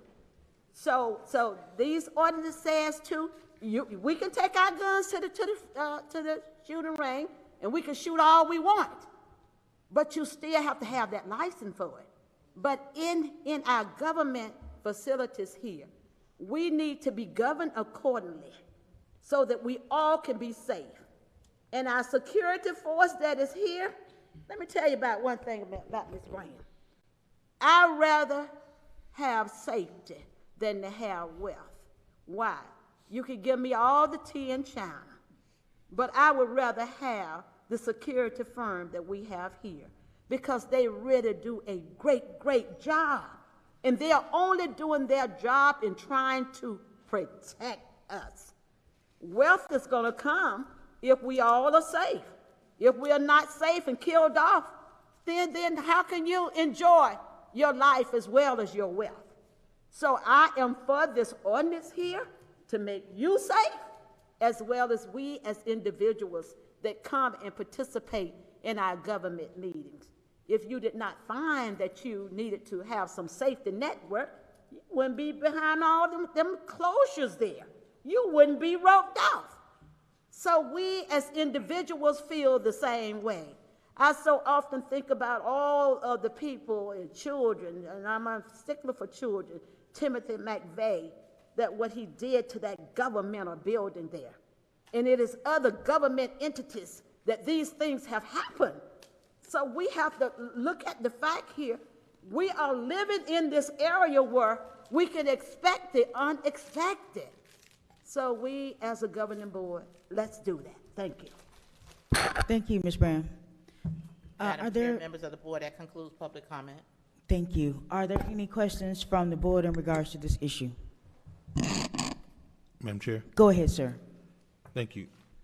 A few questions for Chief Osgood. First off, you said that there was no policy in place. Is that correct?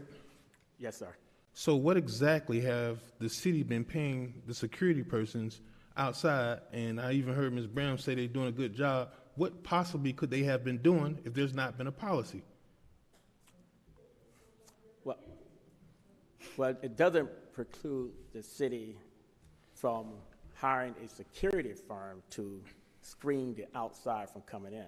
Oh, so they were doing screenings without it even having been any kind of policy or specific procedures as to what's supposed to happen? Is that what you're saying? I'm saying they were acting on directions and directives from their policies and also what they were given from the city. So they do have policies, and this is going to be my formal request since you said that they were acting on policies from their organization. I want to see them because, quite frankly, it's been alleged that we've had folks to breach security when there's not been any policy. So if you're saying to me today, Chief, that they've been operating on some direction, surely it must be written somewhere. Surely it must be a policy somewhere. Maybe it's held at Giddens. Could you please look into that for me, Chief? Yes. I will. Okay, I got another question. You said that this policy affects certain city facilities. Is it 2501 Martin Luther King and also the PD at 600 West Blue Heron Boulevard? Okay, so let's start with the police department. You would not be able to walk into a police department with any firearms or weapons. And what was the address? The other 2501, the Port Center. You would not be able to go into there with the weapons either. Okay, all right. So I guess my question is, I guess if we can take it back up a level, are you asking City Council to approve staff going forward with the policy, or are we authorizing the policy at this point? Well, I'm asking for the council to adopt this policy. Follow up. Go ahead. So at this point, any modifications to this policy has to come back before this body? I would presume so. That's correct, sir. Okay, well, so that seems not to make a whole lot of sense to me because we had a pandemic pay policy that wasn't even authorized by City Council. And this is a question for Ms. Nguyen. We had a pandemic pay policy that wasn't even authorized by City Council, and that actually had a budgetary and a monetary impact on the city. Now we have a policy that addresses something that I guess is going to impact all city facilities, according to Chief Osgood, but now this is being asked of us to take action on it? Yes, It sir, seems that's like, you know, we kind of have selective You asked her- processes. You asked her a question, let her answer it. Go ahead. Madam Attorney? Yes, Mr. McCoy, that's correct.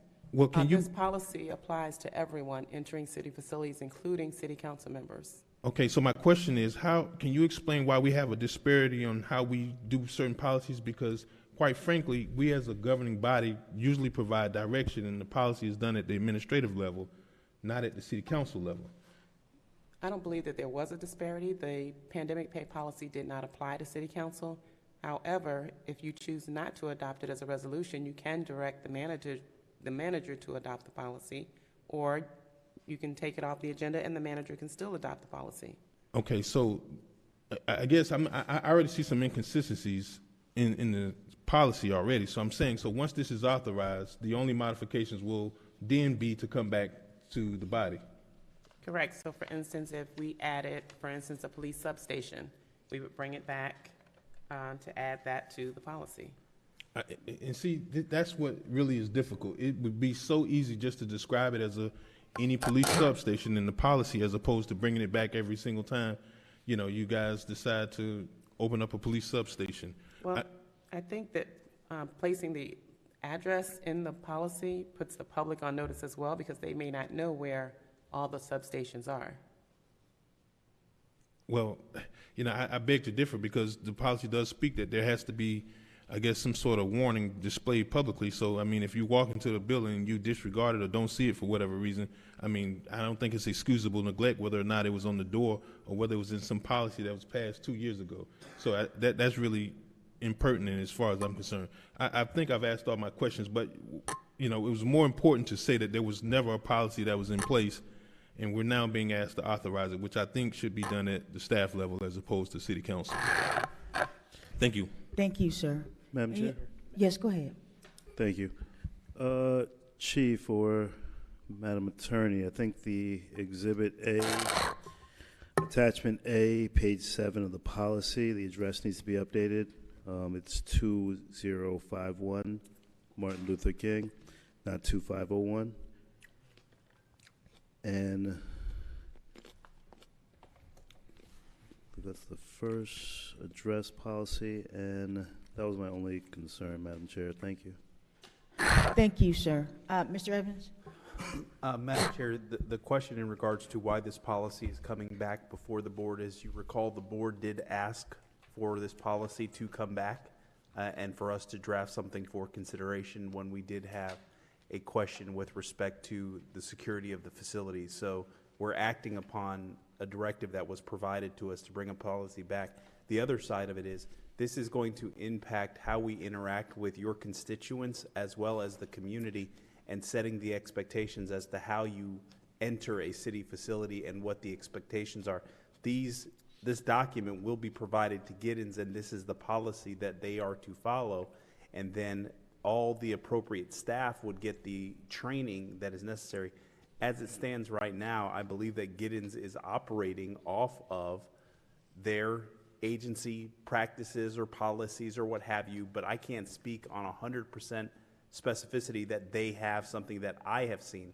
They work off of some of the direction that's provided to them by staff, and also some of the historical experiences they've had in this agency since the inception of the contract. So what we're trying to do is to address this concern that was raised, and then how do we become uniform and consistent with every other municipality in Palm Beach County that has some type of guidance and direction to the security contractors that they do have related to security. But this actually was something that was discussed at the dais level, and then staff has done some research and has brought a policy forward consistent with what we believe that the discussion that the board had with staff when we originally started talking about this item. Thank you, Mr. Evans. Are there any other questions for Chief Osgood or Mr. Evans in regards to this issue? Madam Chair? Yes, go ahead, sir. Point of clarification. For Councilman McCoy, just to be clear, if the police department, within a week, we decided that we needed to move into an off-site location as a makeshift substation for any type of emergency, and it may happen before we get to a next council meeting, that will still hold, and that's under state law. You cannot bring a firearm to that facility.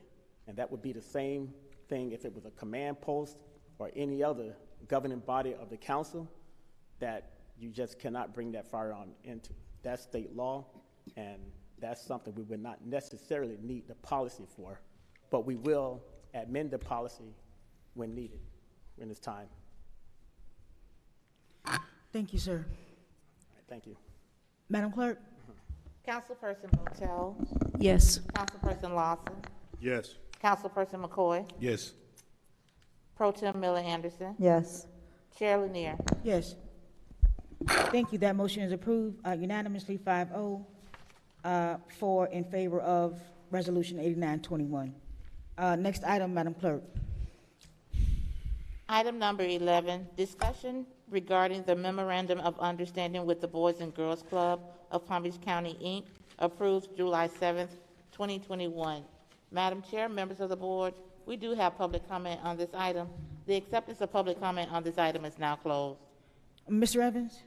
Madam Chair, members of the board, if I can have Director of Parks and Recreation, Mr. Richard Blankenship, make this presentation. So can I make a motion to, we terminate the MOU ahead of us even having a presentation? You can make whatever motion you like, sir.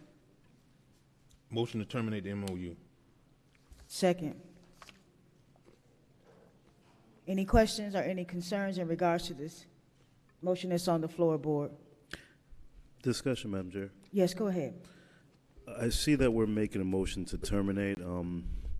Are we going to have discussion of revisiting the Boys and Girls Club memorandum with staff? Are we looking for something else? What direction are we looking for? Because I know we passed this. I was not at the meeting, but I know that it was passed 4-0 previously. So what is the approach of council that we're looking for?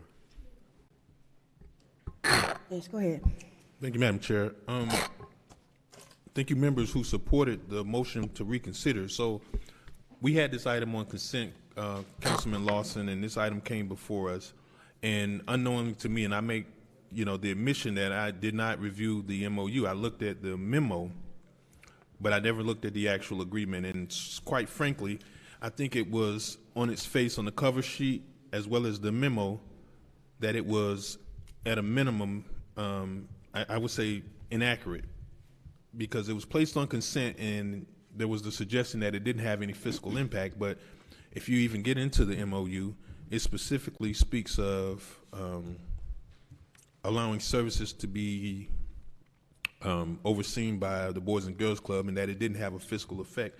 And one of the very baseline reasons I have is, I would say the first one that I've seen that was factually incorrect is relative to the coalition vouchers, which by all accounts, I believe is revenue for the organization, and that would have a fiscal impact. And I think that that was not, in my opinion, clearly stated, and it was on consent. So we didn't have an opportunity to have a presentation, and that was not brought up. But certainly there is what I believe, a significant impact, and I certainly didn't understand this, and that's why I brought it back to be considered.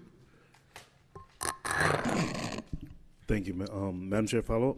Yes, go ahead, sir. And then I guess Mr. Evans, Councilman McCoy did make a statement that there was no financial impact. I know we're not looking. I know there was a motion made prior to having discussion, but are my colleagues interested in actually hearing a discussion, or do we want to move forward with a vote? Well, I think that we can, look at this, but I think that there's a motion on the floor, and we need to act on that motion before we move forward. Go ahead, sir.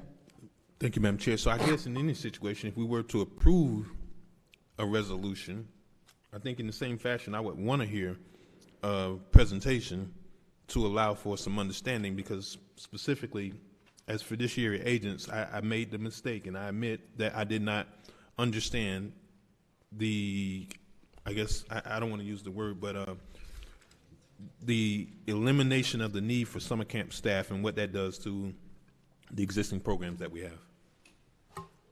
Very good. But before we can go ahead and dispose of this motion first. Madam Clerk. But Madam Chair, I guess it's based on that. Well, you have a motion on the floor. We have a discussion. We have to dispose of the motion first. But any other time, we literally put a motion on the floor just to hear an item. And I guess I want to be fair in Okay. doing this, but Well, how do you want to proceed? Madam Chair? Yes, go ahead. I think we should have our discussion. I am personally in favor of the MOU. My intention was to vote no on Mr. McCoy's motion, and so I see why you're thinking that it might be good to dispose of this motion, but either way, I'd like to hear the presentation. So why don't we hear the presentation, then we can dispose of Mr. McCoy's motion. If it fails, then we can vote to approve the MOU. Madam Clerk, is that how we need to proceed with this? We can have the discussion, is my suggestion. We have a discussion. I mean, this is not an item that was a part of our original agenda, or part of our regular agenda, which means that it's a discussion item. There's a motion that was made, there was a second. So, Madam Chair, question. So yes, go ahead. is it your desire to, I guess I don't want to, I mean, if it's your desire to take a vote, you know, either way, but I certainly want to hear what we should have heard the first time. That's my point. So does that come after we terminate the MOU? Madam Chair? Yes, go ahead, sir. If the board looks to act on the termination of the MOU, you have to allow for citizen comments. If you look to approve the MOU, then you have to have citizen comments again because you're taking another action. So most likely what the board should probably consider is hearing the presentation, and then if the motion on the table is amended or the board takes action on that, then there's a subsequent motion that can be proffered. All right, very good. Isn't that what I said? Yes. We'll have the presentation by Mr. Blankenship, and then we'll have public comment. All right, very good. Go ahead, sir. Good evening, Council. Richard Blankenship, Parks and Recreation Director. Come before you tonight with a brief presentation about the collaboration between the City of Riviera Beach and the Boys and Girls Club of Palm Beach County. I'm calling this a collaboration for the betterment of the community. Now, the first slide deals with some false narrative or inaccurate statements that I've heard throughout the community. Number one, the MOU gives away revenue. Revenue generated by the recreation program, any recreation program, goes to the general fund. If I were proposing this MOU without a subsequent reduction in expense, you would have a point. But because we're not going to be collecting that revenue, we are able to reduce expenses, it's a net gain for the city. The second is the MOU privatizes the aftercare and summer camp programs. Boys and Girls Club is a nonprofit organization that's been serving this community since 1991. And then the MOU eliminates aftercare and camp for residents. If anything, the MOU sustains aftercare and summer camp for residents and enhances it with the services and the expertise provided by the Boys and Girls Club of Palm Beach County. I'll briefly go over some expenses and give you an idea of where we are. Aftercare program, staff was able to get the program licensed, and so council funded the program in 2016 with 7 full-time employees.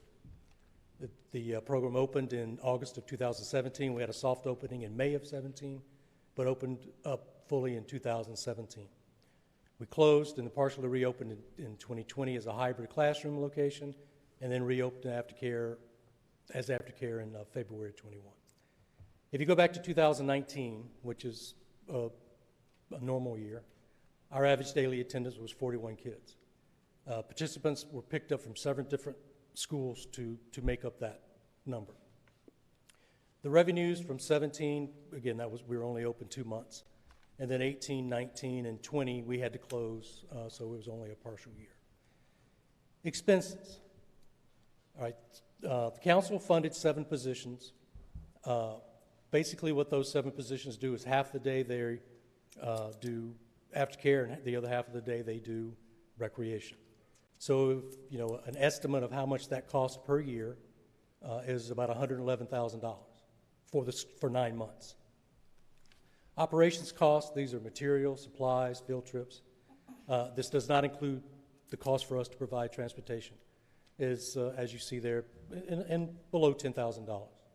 So conservative cost of aftercare program annually is $116,000 with about a $34,000 deficit per year. If you wanted to break even in this program, we would need to charge around $68 per week. Now, that is all relevant on an average daily attendance. Summer camp. Our non-voucher participants pay $50 per week plus field trips. Voucher participants are on a sliding scale that totals up to $99.30 roughly. That sliding scale is based on the Early Learning Coalition vouchers and any other voucher system we may have.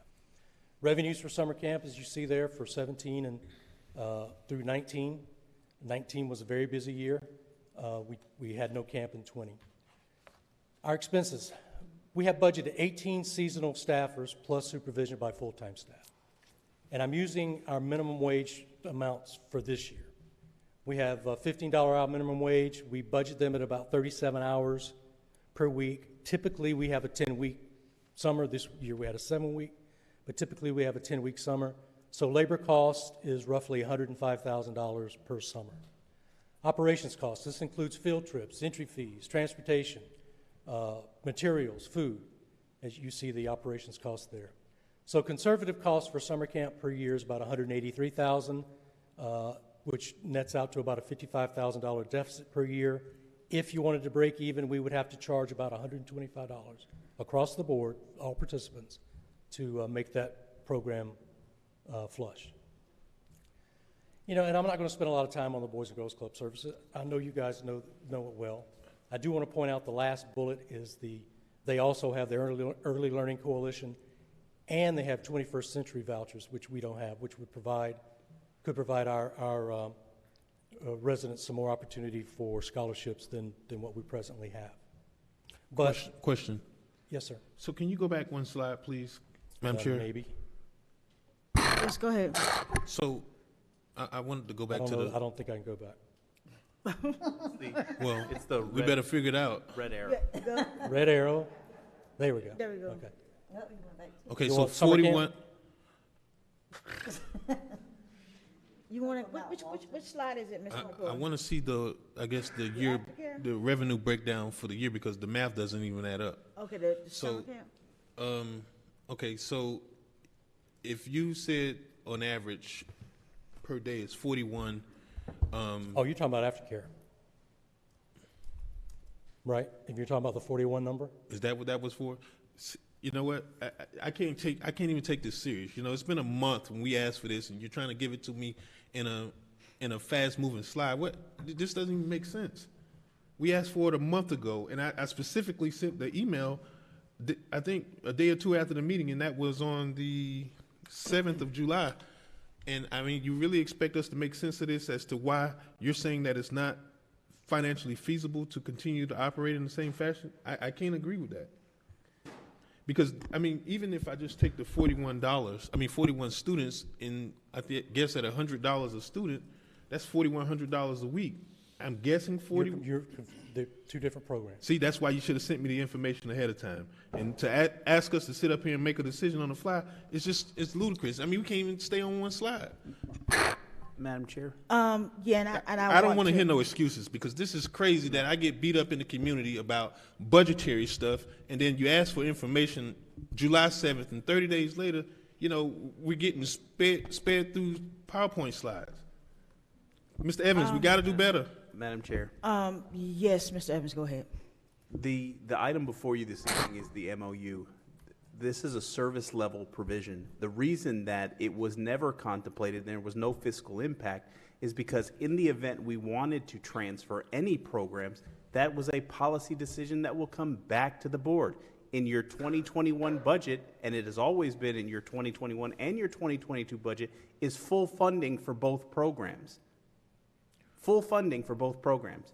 So in order to do the research and to be able to find the actual cost associated with it, it takes time to go back in the system to do the research to effectively do that.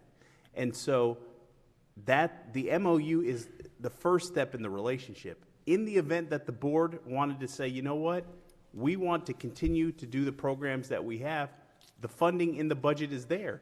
But we're just telling you that there is a deficit associated. Now, if the board wants to say go to full cost recovery, then that's something that we can conceivably do. But the item that is, the board is talking about, the MOU, the narrative was never put out there from staff that we're going to immediately transfer over the programs or what have you. That is another item that would come back for you. That's why the item was placed on consent, because it's just the MOU. Any other service level provision would come back to you for discussion and ultimately requesting approval or denial depending on the item. Follow up. Yes, go ahead, sir. And that goes back to the point. We really don't have enough information to make a decision. So either way, and since we haven't obligated any services, I mean, I guess we at the optimal time to be able to terminate this and get back to the drawing board. But to ask us to make a decision without knowing the information is not fair to us, and we can't even really legislate in that fashion. I mean, I can't, as much as I would want to go over to Parks and Rec and run a department, that's not my role. But what we are charged with is trying to understand what this calls for. And then the other thing that I noticed in here spoke specifically to that this MOU is subject to budgetary review. Well, I think we're at that ideal time, and I appreciate you bringing that up, Mr. Evans, but right now we can't even determine what the fiscal impact or what budgetary review has to be addressed, because it's, how much time do we need to get the information? And it's just not fair that I get to, we're charged with reviewing and we're charged with oversight, but we don't get the support and obviously the resources that we need to even be able to make a decision. And if there's nothing else, we can continue on to public comments. Are you through with your presentation? No? Go ahead. What does the collaboration provide Riviera Beach Parks and Recreation? It provides us an opportunity to be able to expand services into neighborhoods. Programs for kids in neighborhoods, we already do some of that, but it'll allow us to do more because our staff will not be tied to an aftercare program or to a summer camp. It allows us to do health and wellness programs in the family. It allows us to do cultural programs, limited supervision in neighborhood parks, and the biggest thing, it allows us to bring the Boys and Girls Club into our neighborhoods to provide services. It'll provide us the opportunity to diversify youth programs. One of the major things that the Parks and Recreation Master Plan public outreach pointed to was that residents want more diversified programming. It'll give us the opportunity to expand baseball. Mr. Payne ran a very nice T-ball and coach pitch league this year. We can now we would have, with the MOU, we would have time to expand that. It would give us time to introduce girls softball. It would be able to provide us time to expand on the dance program that Miss Bell already has going on. We could introduce martial arts. We could introduce visual arts, music, theater. It would give us the opportunity to get better at what we do. Other elements of the collaboration, it gives the option for the Boys and Girls Club to take ownership of 3 city buses that we have, 40 passengers, to provide overall transportation to city residents, to city youth. That's upon their inspection if they won't accept the buses, if they want to accept them. City staff to assist in maintenance of the Boys and Girls Club grounds via mowing and trimming on an agreed schedule. That's to help the Boys and Girls Club with their facility, which is part of what we'd like to do. The use of Barracuda Bay and other park facilities for fundraisers and club events at no cost to the club to benefit the Riviera Beach Club, not to benefit the Boys and Girls Club of Palm Beach County, but to benefit the Riviera Beach Club. City to provide swim lessons to club members under the Drowning Prevention Coalition agreement. That is not for free, we get paid for that, but we work with the club to do the proper paperwork and get the kids registered properly and provide the instruction. In this MOU, there's increased interaction with the Riviera Beach Fire Rescue for education, training, and mentoring, increased interaction with Riviera Beach PD for same thing, education, training, and mentoring. There are funds set aside for summer camp for those families that may be falling between the cracks between ELC, 21st Century, any other voucher programs we have. They're right there at the cusp of meeting that threshold, but they don't. We have some money set aside to scholarship those kids. The Boys and Girls Club will provide us access to their gym on a scheduled basis. Boys and Girls Club to provide youth and family services within the city where we identify there's a need, and then joint marketing on the collaboration to increase knowledge of the expanded opportunities for youth, teens. Teens is a big one with the Boys and Girls Club and families. And I'll summarize, and then Steve from the Boys and Girls Club may have some comments. The Parks and Recreation Department we can't continue to operate like we do and make an impact. We've got to think outside the box. We've got to do something differently. A cliche could be, Reimagine Riviera Beach doesn't just apply to bricks and mortar. It could apply to how we operate and how we function. Both aftercare and summer camp presently operate at a deficit. By working with the Boys and Girls Club, the city would be able to continue to provide similar services to residents and reduce operating costs. The level of service opportunity within this MOU only benefits the residents of Riviera Beach. Only benefits the residents of Riviera Beach. There's no downside to continuing this MOU. The residents are still being served. Their level of service is increased. Boys and Girls Club is confined by the walls that they are in. By being able to come to Wells or Tate or both, then other residents get access to their services that they presently don't have just because they don't have room for them. And finally, Council, I've been in this business for 30 years. I've been in many different communities. In Martin County, we had 5 of these type of agreements throughout the county where we shared facilities. They did their thing, Recreation did our thing. And then when I went to the Seminole Tribe of Florida, I had the unique opportunity to be the director statewide for the Seminoles. And when I got there, everywhere that we had a physical location that could hold the Boys and Girls Club, we had a club. And then while I was there, we built a $15 million facility in Hollywood. Recreation was on one side of the building, Boys and Girls Club was on the other. So in today's Parks and Recreation, we should really be walking in step with the Boys and Girls Club and not look at them at competition or not look at them as something else. They have something to provide, we have something to provide, and I'm confident that collectively we can make it better in Riviera Beach. I'll turn it over to Steve if he has any comments from the Boys and Girls Club. Madam Chair, members of the board, before proceeding, let it be known that the time is now 9:54. Make a motion to extend to complete the agenda. Second. Madam Clerk? Councilperson McCoy? Yes. Councilperson Botel? Yes. Councilperson Lawson? Yes. Pro Tem Miller Anderson? Yes. Chair Lanier? Yes. Before you get started, so let me say something. This is in no ill will or not knowing that the Boys and Girls Club plays a significant part in the education and building of the children in Riviera Beach. By no means. I think that my position with this is that, number one, it was on the consent agenda. Number two, when it became a controversial issue, because I got a lot of calls from the community in regards to this MOU, which means that now it becomes a controversial issue. This presentation tonight should have been given to us way before tonight to be able to digest this information. And no disrespect to you, sir, because I really love the work that the Boys and Girls Club do. I really do. It's the fact that the presentation of this to us, when it became such a hot button issue, we have to be able to make sure that we have the right information to make these decisions. And to have this information to come to us, there's no, fault of your own that it's 10 o'clock at night, but to have this much information, especially given the number, and I'm sure that is why Mr. McCoy is having some heartburn with this, is because we all have gotten so many calls about this MOU, and we just want to make sure that we're doing the right thing here, and it's for the best interest of the city of Riviera Beach and its residents.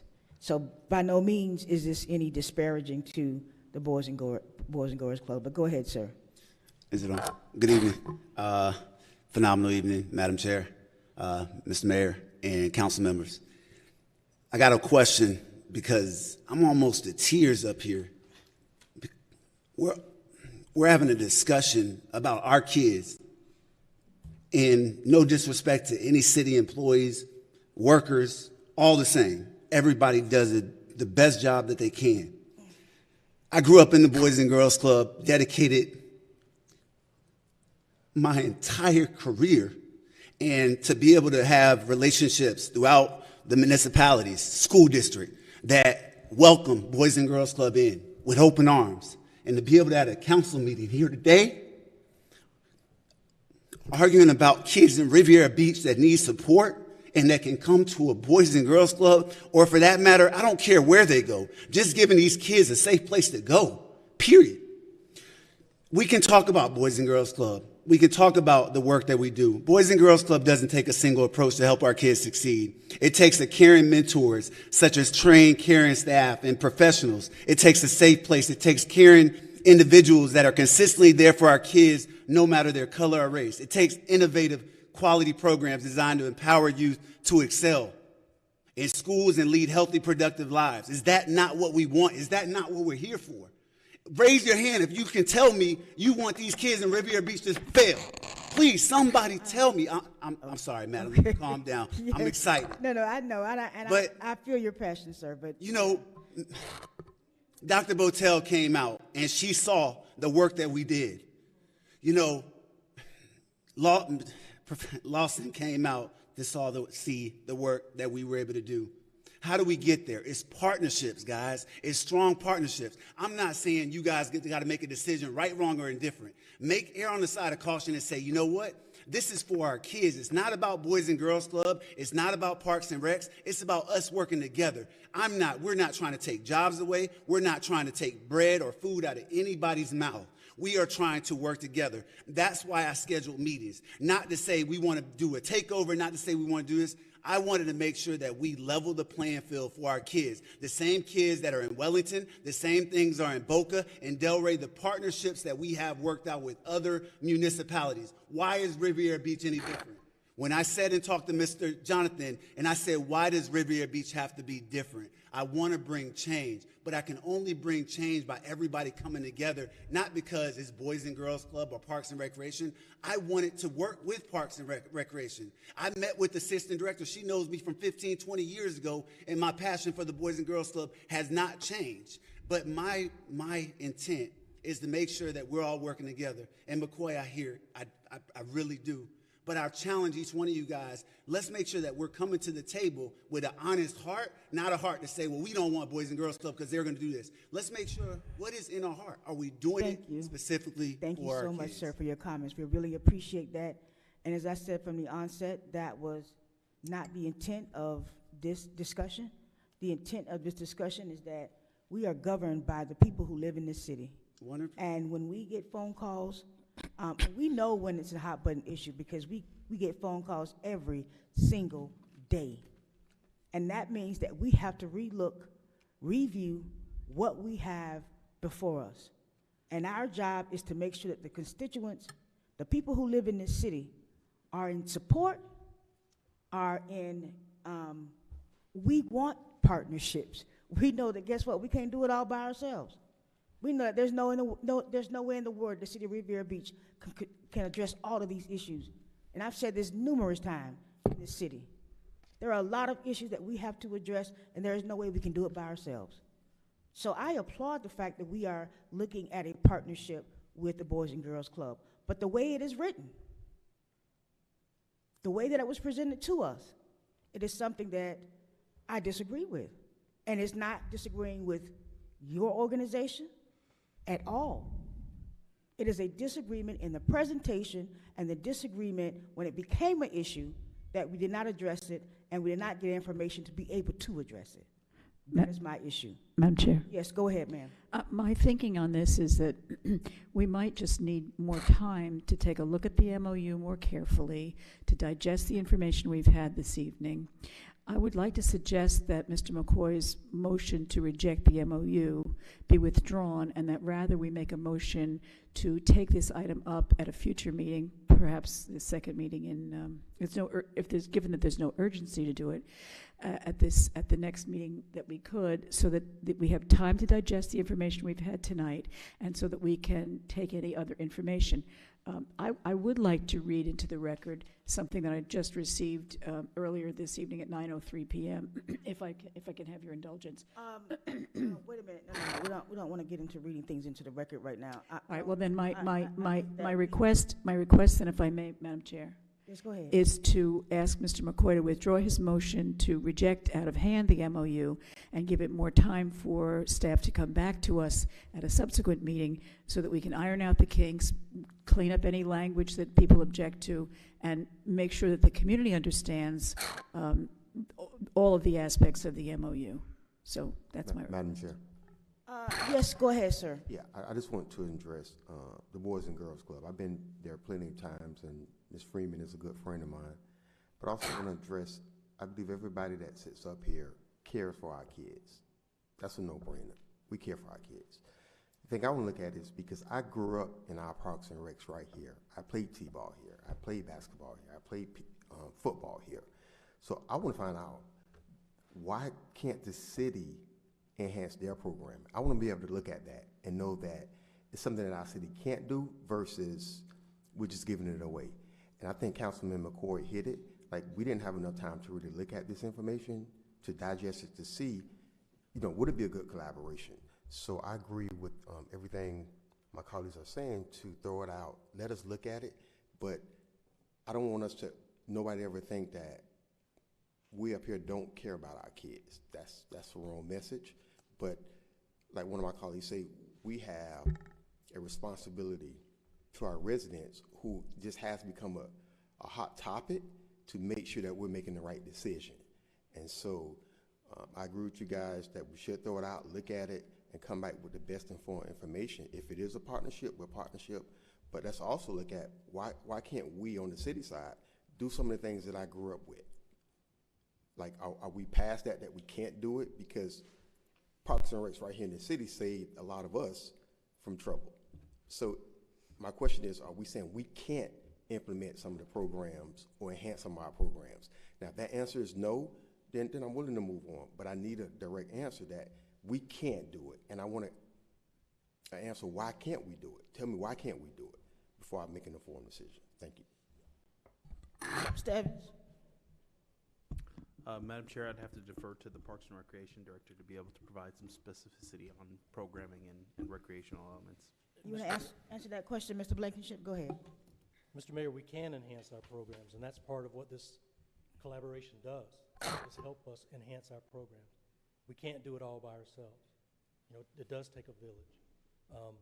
So part of my interest in this collaboration was so we can enhance.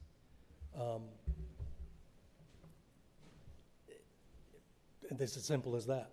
Their expertise, I mean, they're not we're not just talking about the Palm Beach County Boys and Girls Club. We're talking about a national organization filtering down all of that resource, all of that expertise. That's where they can help us enhance. Madam Chair. Yes. So would any of our employees on the city side be affected? No. That's a guarantee? That's a guarantee. Nobody loses their job. And I think that, let me be clear here. This is in no way a side eye or a disparagingness to the Boys and Girls Club. I want to make that clear. This is the contract that came before us, that was buried in a consent agenda, that got, all these calls from, and it came back, at 10 o'clock at night for us to be able to kind of make a decision, on the spot. And all I want to do is to be able to revisit this contract, to be able, that it's in the best interest of the people who live in this city. I mean, that is who we're talking about, the children, the people who live in this city. So if you've got parents calling us about this, then I have to look at it. I have to be able to ensure that this document, that this understanding, because we want a memorandum of understanding with the Boys and Girls Club. We do. That is not even the issue here. We just want it to be in the best interest of the children and the parents who live in this city. And that is all that we're asking for this evening. I know that's what I'm asking for. Madam Chair. Madam Chair. Go ahead, Camilla Anderson, please. She can go ahead and I'll go after her. Go ahead. I was just going to suggest again that we ask Mr. McCoy to withdraw his motion to reject the MOU entirely and put it back on make a motion to put it back on an agenda after we have had an opportunity to digest all the information we received this evening, to hear from other constituents who are now more well-informed about what's going to happen with this MOU, and then we can make a decision at some future point rather than just rejecting it tonight. Commissioner Miller Anderson? Or does he want to do it? Are you asking? Yeah. No. No. Let me tell you why. Okay. We are already in the MOU. The MOU is active. Since when? When we authorized it on consent, all we did was vote to bring it back for reconsideration. The MOU is still active. So we have to take action on whether or not we choose to terminate. And this is what I want. This is why, you know, Mr. Cornett, I actually came through Boys and Girls Club with Ms. Caffarelli and Mr. Sanders. So, you know, trust me, I've done both Riviera Beach Park and Rec as well as Boys and Girls Club. My issue isn't about Boys and Girls Club. And thank you for your passion. I really appreciate it. I'm telling you, Mr. Evans, if we had employees like this, you know, I really could appreciate it. But the truth is, it was nothing about you. It's about the process. I went back to that July 13th meeting, and here it is. I can't even recall what was on the slide that was shown to us. And that's the whole thing about process. We get really crucified in the newspapers about a solid waste contract, about what we are charged with, about the responsibility we're charged with. And I just want to be able to make an informed decision. And guess what? I can admit that I've gotten it wrong. Quite frankly, I want to be able to sit down with all of the information, but I think more importantly, here's a good thing. And I mean, like, I would hope that if there's something that wants to be proposed, let's meet with all the council members and get some weigh in as to what the real effect is. Let me see what your facility looks like and how you want to operate this program, and let us come up and craft some language and make suggestions to what we believe as being proposed or being offered something to vote on, and then it's almost like an alienatory contract. You know, you got to take it all or nothing. And it's just like, quite frankly, after seeing some of the provisions in there, I can see why residents in this community had concerns. That's not the Parks and Rec that I know has been existing for 40 years in Riviera Beach. And I mean, quite frankly, I appreciate you guys being here since the early 90s, but I think more importantly, we need to fine tune our process, and no slight to Boys and Girls Club, but I mean, that's just really difficult for us. And I think Chairperson summed it up. We're bound by those that govern us. And I mean, if they have issues with it, they're supposed to call those people. And I certainly appreciate the efforts of all you guys do at Boys and Girls Club, and I'd be happy to support it. But I just don't think in this current form, I mean, you know, one of the misnomers I just can't even begin to understand, and I got to go back to the very short presentation and the lack of information, is that if the voucher follows the kid, how is that not a reduction just on a very fundamental principle that that's not a reduction in revenue? I mean, obviously what you're suggesting is we're going to take the expense that's associated with it, but essentially what you're saying is that it's a wash. But until we get the right information, I just don't feel comfortable with moving forward. Madam Chair? Yes, go ahead, sir. Well, first and foremost, Mr. Cornett, Ms. Freeman, thank you guys. I wanted to apologize. Tasha and Steve, I was one of the first people that came over and met with you guys and discussing this MOU and trying to figure out how to build some type of partnership with the city. I have the utmost and absolute respect for Councilman Lawson's admission of us not getting it right as a dais, because that was some of the strongest leadership I've seen up here in a long time in regards to us moving forward with an MOU, which our residents and our employees feel like we did not look out for their best interests. I have a number of questions because I was not at this meeting. I missed this meeting, and I'm very sorry that I was not able to be there, because there's a number of questions that we need to address in regards to budget, jobs, effects on residents' costs, explanation of process procedures. So I'm inclined to agree with Councilman McCoy, but the issue we have right now is the only reason I'm agreeing is because I do not want to hold the Boys and Girls Club hostage. They've already started the process, and as he stated, we are currently in an MOU. So we're currently moving forward with the process of what they've implemented for the terms of this MOU. The issue is that we have to answer to our residents. We have to answer to the concerns of our residents first and foremost. And if there's unreadiness, we have to take it back to scratch and continue something. Go ahead. Mr. And this will affect our overall bottom line numbers. Let me be clear. Our numbers that we serve right now are 275 members, average daily attendance. That will drop, barring that this resolution does not pass or that you guys decide. So that's 100 members that are not going to be able to be served as we move forward. So I just want to make sure that because when the resolution was passed or the MOU was passed, we passed it barring that was the intent. So now we're going to have to go back and tell 100 families that we're not going to be able to serve them because we just can't.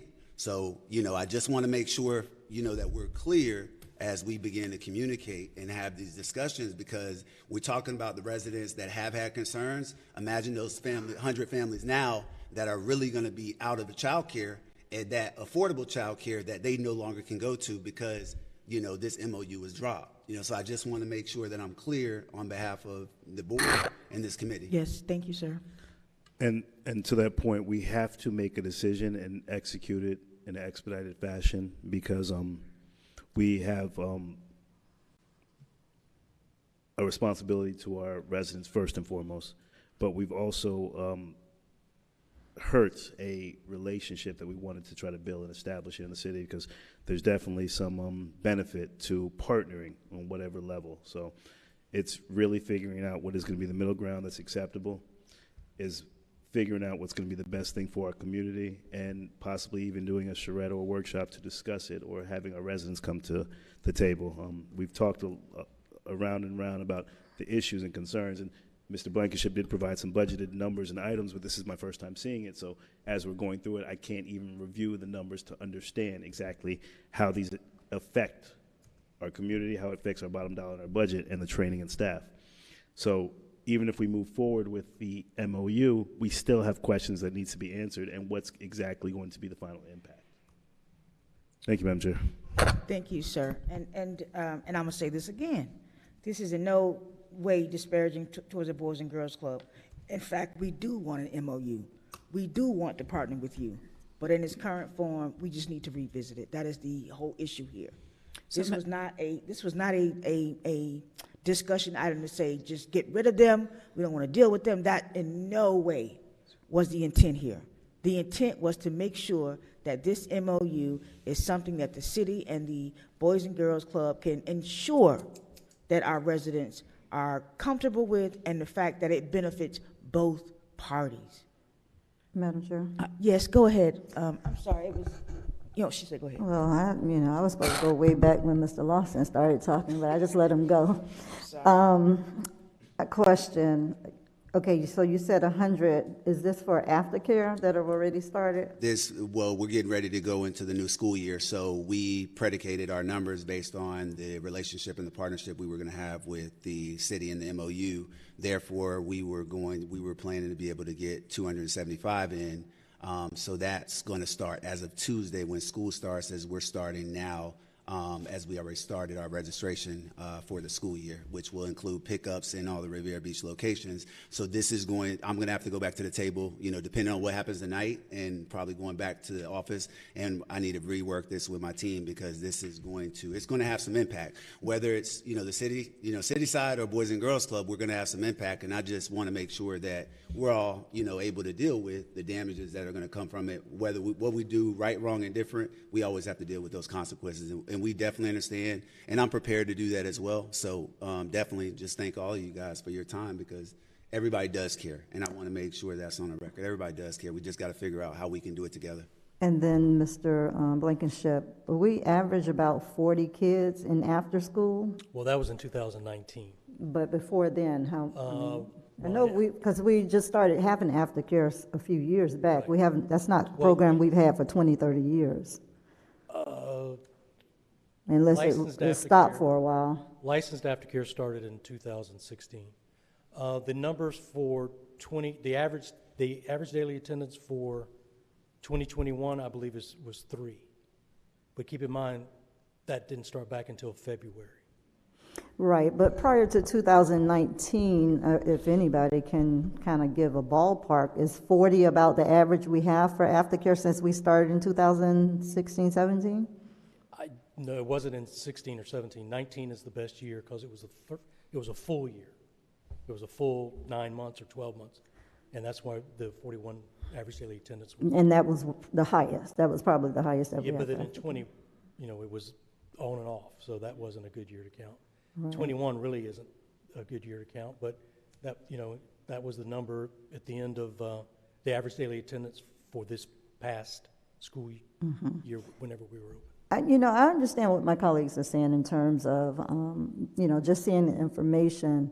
But I do look at, and I get a lot of complaints, and I'm sure you all do too as well, about the programming that we've had.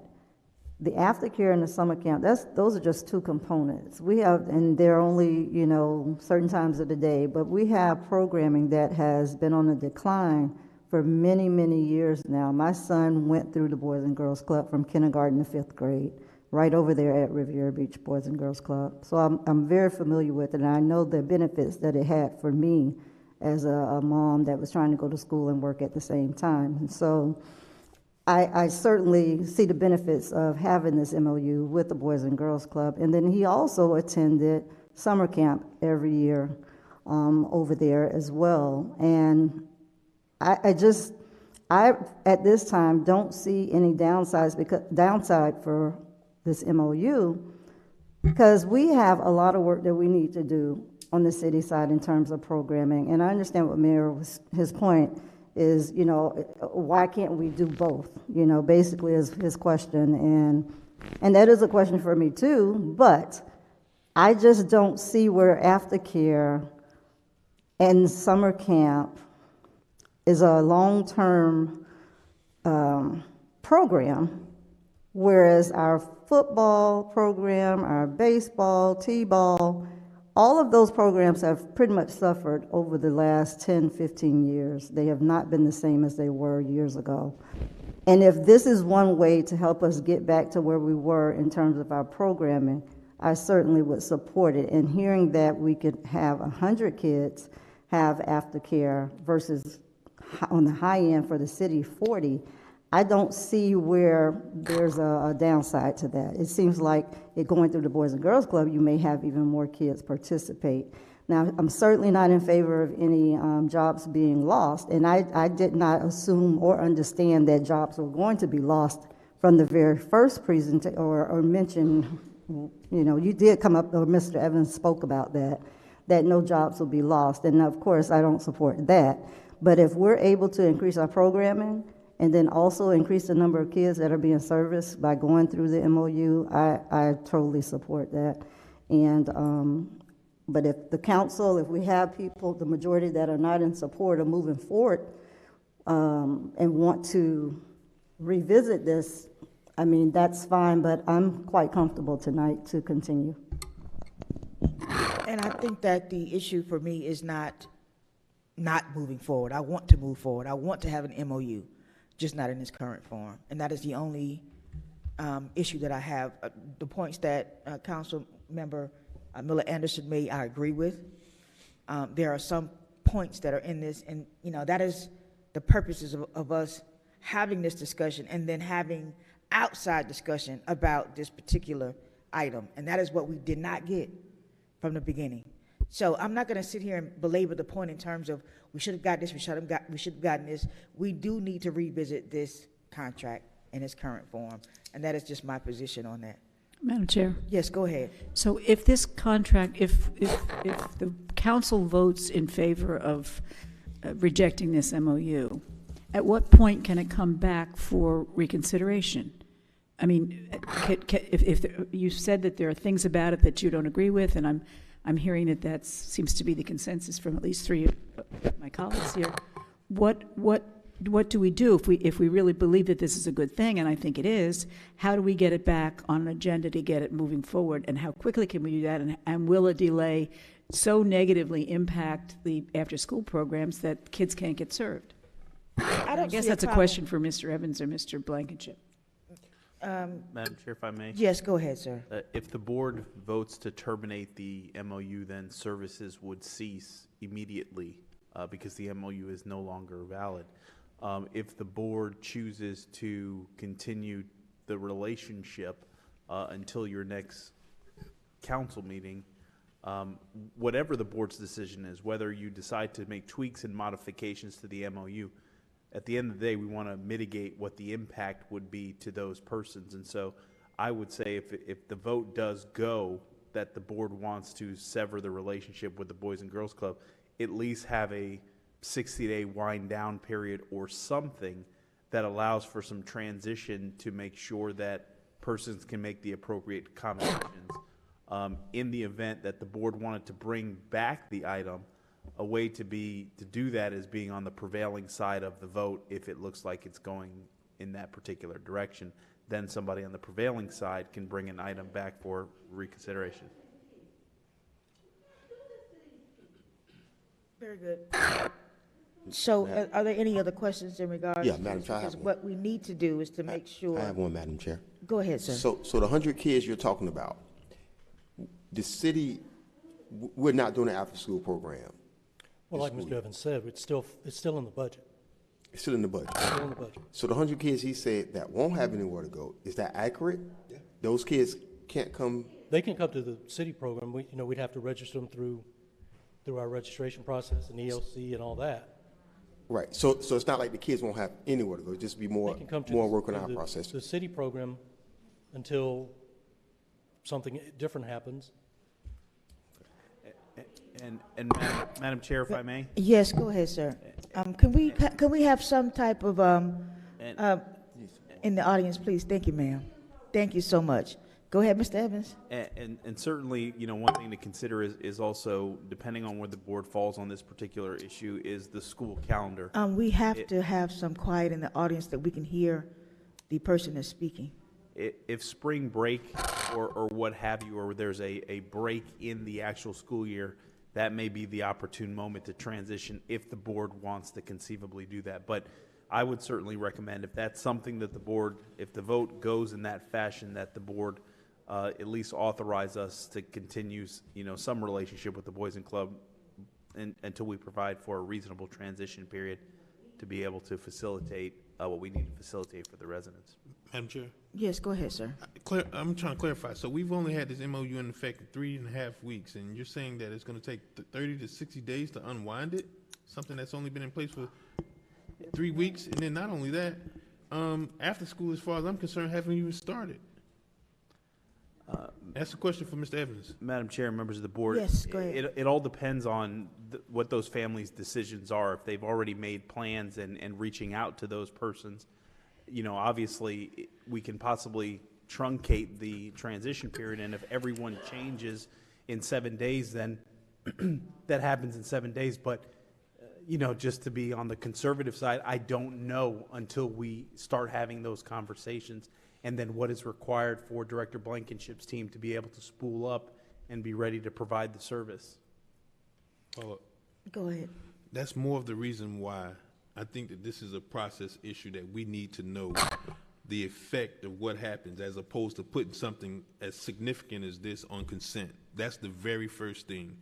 Additionally, this goes back to another one of the auditor's findings, that we have to be routinely made aware of the city's financial position, and that includes departmental revenue and as well as expenses. I mean, quite frankly, this is darn disingenuous to us as board members to sit up here and put something on consent and then tell us, by the way, the program hasn't been making money, when nobody thought at any point since we've been on this city council to say anything about the departments not even being able to break even. I mean, obviously, it was quite clear that we all knew that Barracuda Bay was a true cost center, that it wasn't designed to generate revenue, but to put something on the consent and then turn around and justify it by saying, well, we have to do it because after schools and summer camps are better ran by another organization because, we don't see a lot of participants. That's not the time to tell us, administration. And I don't think that that's really fair for us. I mean, you put us in a really tough spot, and I don't like it. I just think that it can't truly be this hard to legislate.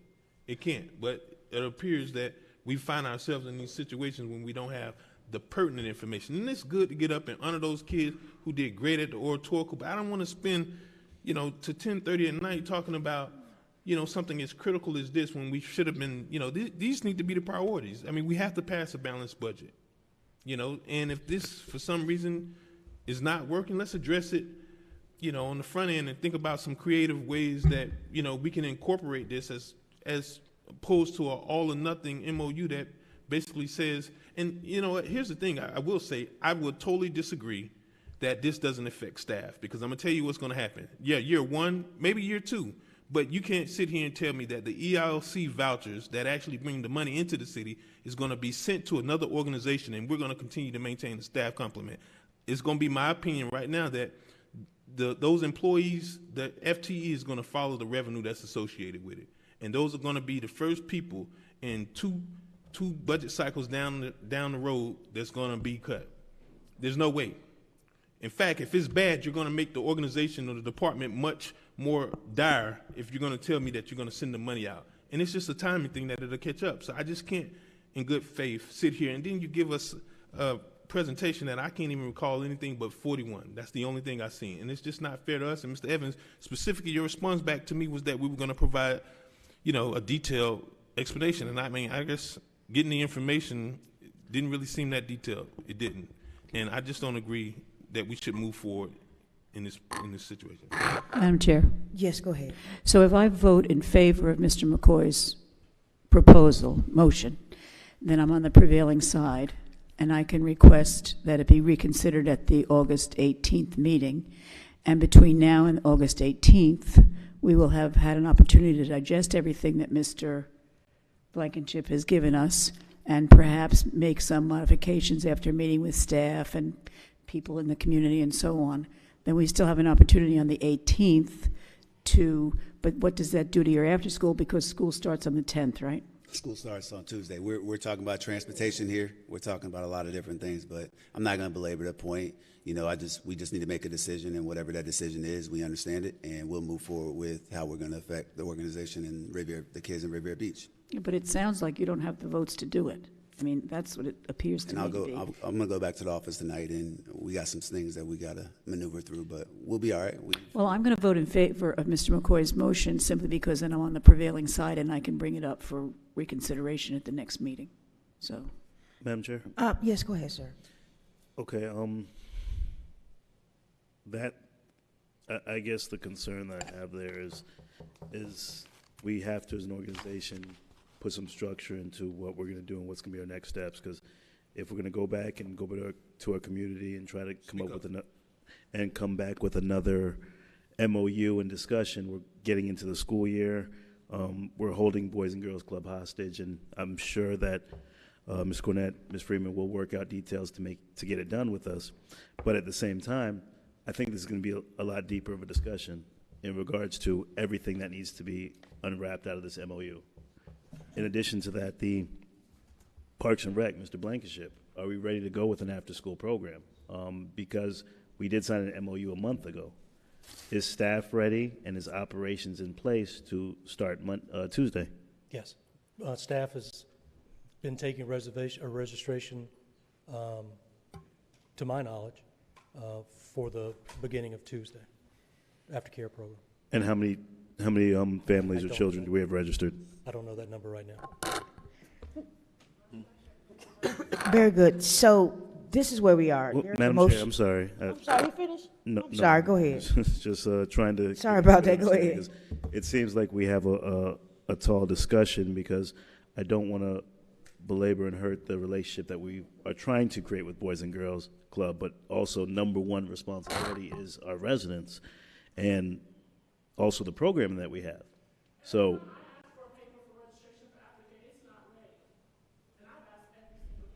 Okay, we're not gonna have the public, I mean, if you're gonna have are we having any public comments for this item? Yes, madam. All right, very good. Then we gotta get the public comment because we have people in the audience that want to talk, so let us stop here. I'm sorry, but you wanna finish, Mr.? We can go to public comment. I'm Madam sorry, Chair. No worries, we can go to public comment. Yeah, let's go to public comment so ma'am. that we can have the public to respond to these issues because we definitely want to be able to hear from the public. Go ahead, Madam Clerk. Andanette Thomas, Mary Bram, Jacqueline Burgess. Andanette Thomas.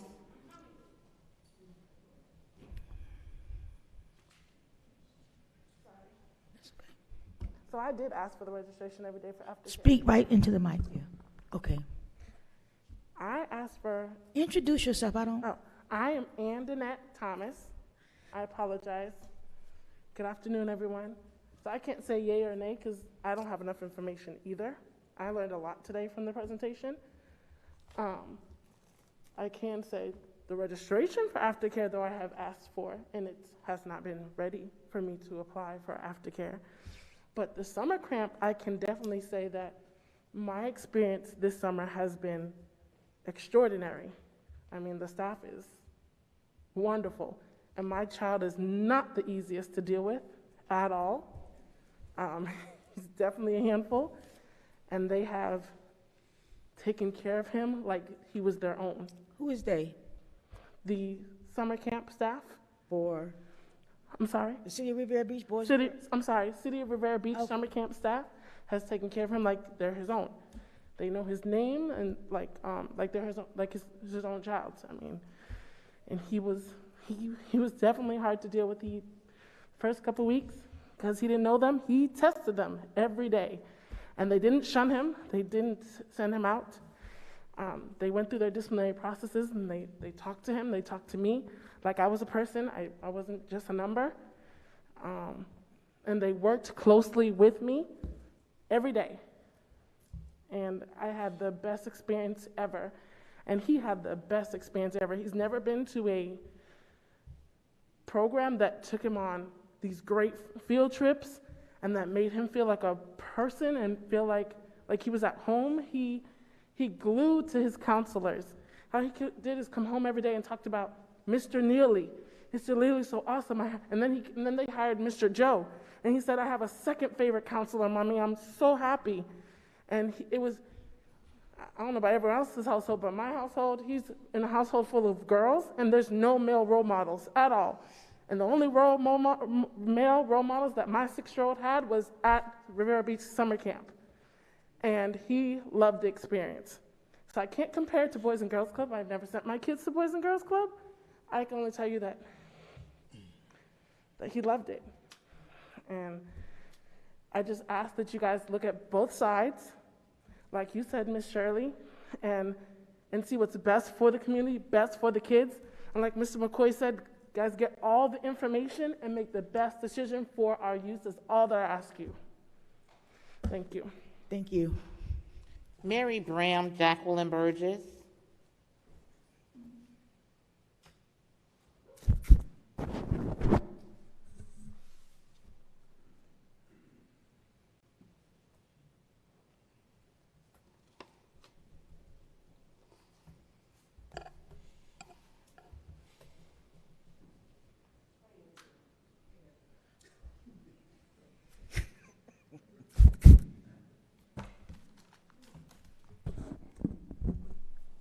Mary Brown, Riviera Beach. We have third graders in this city that cannot even read. Third graders in this city. She's an educator. There's others out there in audience that's listening to me. It's others, residents with their children, have not been able to parlay with programs to meet their children's needs. You all, this is not about you all. This is not about anybody, any employee that works in this city here, because they would have a job. No, I don't dialogue with anybody. When right is right, wrong is wrong. These are our children here. Boys and Girls Club, if we cannot pay, it's a wonder this city is not in receivership. Barracuda Bay was built, we never made one revenue on it. 600 over there, I was over there in their chambers there. Parents didn't even want to pay $5. Liz Wade that board that sit up there, John Lee Wade, I was over there too. I said, if you could pay $25 to get your nails and toenails done, they argued it down. Free, free, free. This is why we shortfall, because we always go into those areas instead of networking what we need to. It's nothing wrong with having 2 programs. Miss Frankens and Kenny Payne, they can still be able to narrate some programs that they can do on that rec side. But the Boys and Girls Club, they're 501c3. Morgan Freeman, Jennifer Lopez, a board just filled with not millions but billions of dollars that can institute us and help we as a city here. But you so look at yourselves, and that's why I'm going to get some of you out of here, not just me. I've talked with these parents because some of these parents are deprived too. We have to do better in this city for these children. They are the next generation because Miss Bram and you are going to fade away.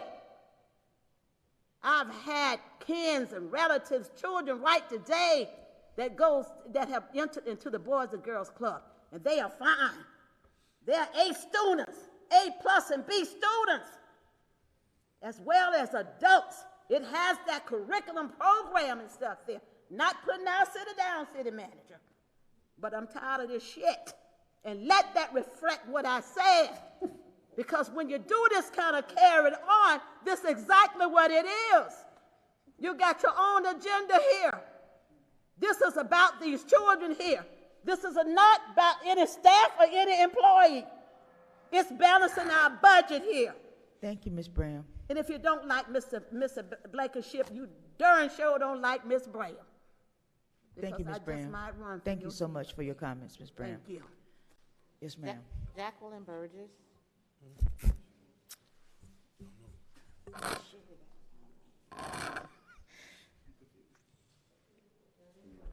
Good evening. Jacqueline Burgess, retired Deputy City Clerk.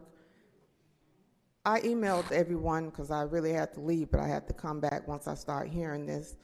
My concern, I would say that you go ahead and approve this. As a volunteer for the City of Riviera Beach Parks Department for over 30 years, if our employees cared about our kids, we wouldn't be in this predicament or even having a memorandum with another agency. If you go back, I heard half of you say the citizens, you haven't spoken with the right citizens. You spoke with citizens that maybe employees have spoken with. Come out there to the field and ask for those coaches that left. I talked to coaches where we have teams up in Jupiter. Their teams are filled with our youth. Our youth. They have 3 teams of just one age filled with our youth from Riviera Beach. And it hurts me because I made a statement earlier in the year where you had a memorandum with the school board where they was out there practicing during election day. I worked for the clerk's office during election day. I also volunteered around that time, and we were not permitted on the field at all on election day. But the non-residents, most of them, even I'm a Suncoast graduate, most of them out there practicing, but our kids, our neighborhood kids, were told we cannot go out there. So maybe you need to check staff before you say, get rid of this memorandum. Because our staff is running our people away. They're running our parents away. They're running our kids away. They're running our program away. So let them concentrate on trying to get our program back. Because I've been volunteering out there for 30 plus years, and it's never been like this. Never. And I'll probably be told later on after this that I can't even volunteer now, because I've been trying to volunteer for this season for almost 2 weeks and been told my background has not been back. How long does it take a background to be back? I've been an employee for 35, volunteering for over 30, been a resident here just about all my life, and you tell me I can't volunteer now? So you need to check not just this memorandum, you need to check the employees and see why we're losing our kids, because we have lost them. We have lost our parents. We have lost the trust of our Parks Department. Allow Mr. Blankenship to do his job, because it can't run off of 2 people. Thank you. Madam Clerk? Madam Chair, members of the board, that concludes public comment. All right, very good. So we are, did you have a public comment card, ma'am? Oh, Only if you got a card. you gotta have a public comment card. I'm sorry, ma'am. I'm so sorry. No, that's it. Very good, thank you. So we are here at our juncture where we have an item or a motion on the floor. Mr. Blankenship, your presentation is done, am I clear? Any other questions for the presenters of this item? None being heard. Madam Chair, I do have a question. Yes, go ahead, sir. Mr. Evans and Mr. Blankenship, we're looking to you guys for advice in regards to recommendation. What is the best approach to move forward in taking our kids into first consideration?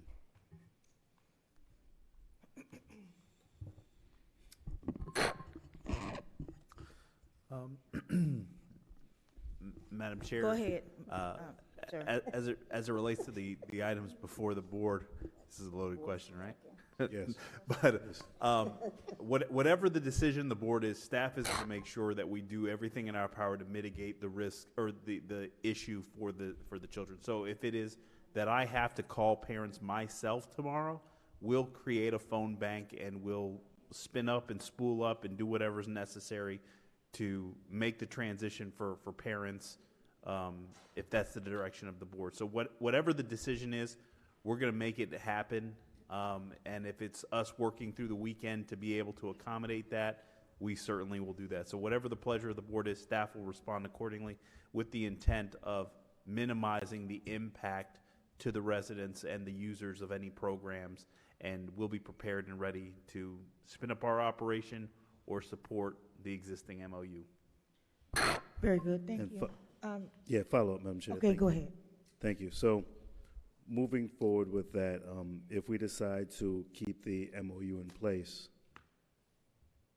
what happens after that? What are we going to do in regards to Parks and Rec program? What are we going to do in regards to working with this partnership? How are we going to build our Parks and Rec effectively? Because there was comments made during this presentation that we're going to build up our program, we're going to work on our football program, and there's different activities. I know that Boys and Girls Club, I grew up in the Boys and Girls Club, and I just know the different programs that they have, academics, STEM, counseling. This is stuff that our city also can have or partner with organizations to build and bridge that gap. I know that we need to put some resources and funding and support and build out our Parks and Rec program to a point where it can operate effectively, efficiently, and we don't have any of the hiccups or hurdles. So there's a lot of work that we need to do, but what exactly is going to happen depending on what we vote on tonight? So if we decide to keep this MOU in place, what steps are we taking? If we decide to terminate the MOU, what steps are we taking? So that will help with my decision in regards to making this vote tonight. Madam Chair, if I may. Yes, go ahead. And I'll certainly defer to Director Blankenship for more specificity, but we are already getting spun up to have a series of community charrettes with regards to recreational services and programming specific to what we heard in the survey from the residents in the community. So we were actually in the process of having community town hall meetings to hear from the community directly what are some of the recreational programming and offerings that we were going to do, and then ultimately bring back that to the board. Director Blankenship, is there any additional information you can add to that and the intent to reconstitute some of the programs that have gone away over the past couple of years? Well, if I may, Madam Chair, yes, go ahead. It's two different. If the MOU stays, then we go into a transition with Boys and Girls Club to transition aftercare to Tate for Boys and Girls Club. Today was the last day of summer, so we don't begin transitioning summer till later on. So assuming that the MOU stays, we transition the aftercare program with the Boys and Girls Club at Tate. Then recreation staff starts working on expanding whatever we've got going on right now, and then focusing on a fall menu of programs, a winter menu of programs, some that we've been conducting and some that we haven't. The Boys and Girls Club may ask us to come in and assist them with some things in the aftercare program as far as wellness, fitness, or recreation type stuff. If the MOU goes away or is terminated, then, as the city manager says, we'll work with, however we need to work with to contact whatever parents are being affected to let them know that we do have an option for them under the city. Now, as far as the public meetings that are coming up as part of the visioning, you know, the master plan process is the point where we've done the outreach. We have the data from that. Now we do what is called visioning, and that's a couple of public meetings to bring the public in, show them the results of the surveys, and then talk about what they would like to see, what their vision is of, based on that information, how the park system will look. What do we need to do? What are the priorities? And that's part of the visioning. Once the visioning is done, then that's when we come back to you guys and say, okay, here's what the citizens have said, here's what their vision is, and here's what staff's recommendation is, and we move forward. But again, if the MOU sticks, then we'll work with Boys and Girls Club to make the transition for aftercare. We don't have to worry about summer until several months down the road. If the MOU is unwound, then we have to work with Boys and Girls Club to call those families that are affected to see if they want to come over to our program or if they want to find another program somewhere else. We would have to, the Boys and Girls Club would take the lead in having a discussion with Early Learning Coalition and their funders on getting our residents that aren't signed up for the vouchers and properly transition that way. Madam Chair. Yes, go ahead, sir. So those 100 families have vouchers already? You have to come to the podium, sir.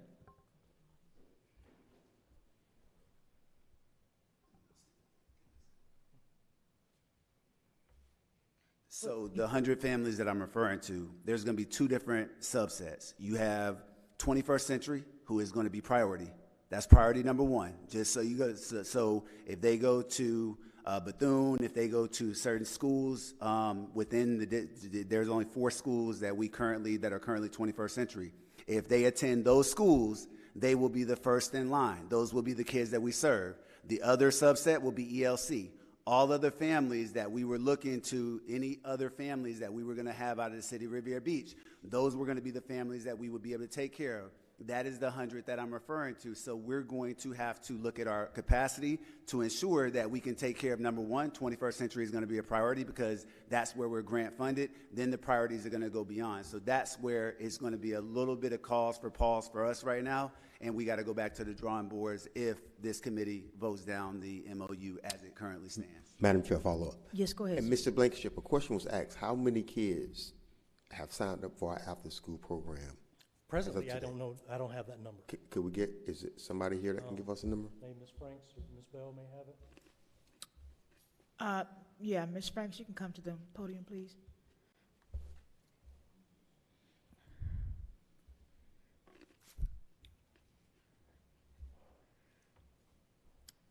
Good evening. Yes, good evening. Could you shed some light on the number of individuals that have signed up for the We were summer program? informed that because Mayor? of the MOU, we are on hold.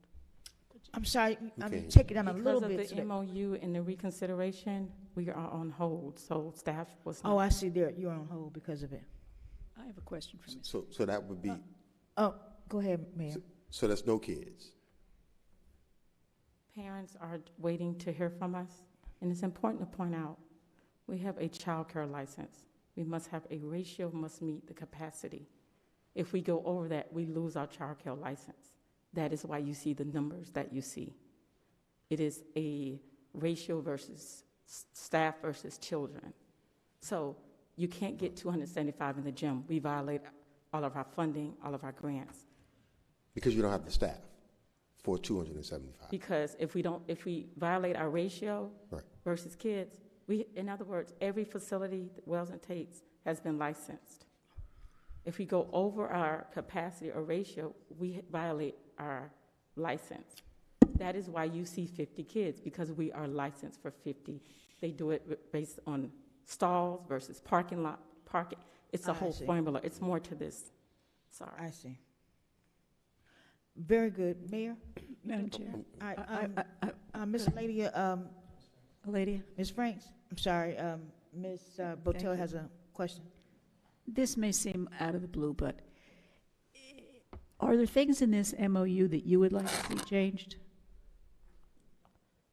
I'm a little emotional too. I'm with Mr. Corbett. I'm sorry. Because Say we it. have passion for kids, so this is bigger than just. Could you just lower the mask? I'm sorry, guys. Of course, we would like to partner with the Boys and Girls Club, but there's a sit-down discussion that a little more detail, because we're facility locked. It's so much to this. Our facility, it's just a lot, and I welcome an opportunity. We, the staff, there's fear and everything. We just need answers, and I think that's most important. Okay. Just put everybody, even Mr. Corbett, you can feel the passion, but we just need to talk. Okay, thank you. Thank you. Appreciate it. Thank you. Very good. One more thing, Madam Chair. Go ahead. And I'm done. So, and I don't know if my colleagues, Councilman McCord, being that we can only take 50 kids in our program anyway, is it something in the MOU we can work out to say, okay, let them go and take 50, at least we know those 50 would be, because if we can't take 100, and it's 100 kids that have signed up for boys and girls, then what are we going to do with the other 50 anyway? Well, if I may, Madam Chair, let me clarify, the 50 is a COVID number. That's a reduction because of COVID. But Madam- COVID in 2019. Right. Madam Chair. Hold on a second, the mayor isn't finished yet. But I thought we just was licensed for 50. I thought I just heard we were licensed for 50. Is that?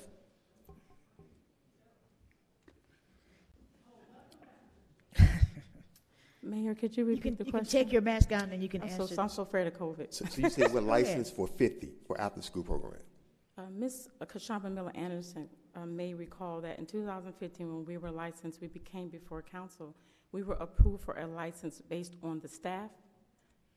And then not only that, there's a formula that the Child Advisory Board comes in based on the number of bathrooms, parking lots. So the license says how many kids we can have. We can't just put 400 kids here because we violate our license. So Ms. Frank, so right now, today, we're licensed for how many? For aftercare, up to 50, based on the staff ratio. 50? Yes. So they signed up 100 kids already, boys and girls. And I know this is going to go back and forth, but right now, the kids are going to be in the middle, right? So if we say, let's give boys and girls 50, and if the city can take 50 until we work it out, I think that the problem will be solved for a little while until we figure out what the MLB, because we can't take 100, we're not licensed for 100. If I could have a sit down with the transition plan, just to figure out what we're going to do. That's important. Okay, very good. How we can make it work. Mr. Lawson? Thank you, Madam Chair.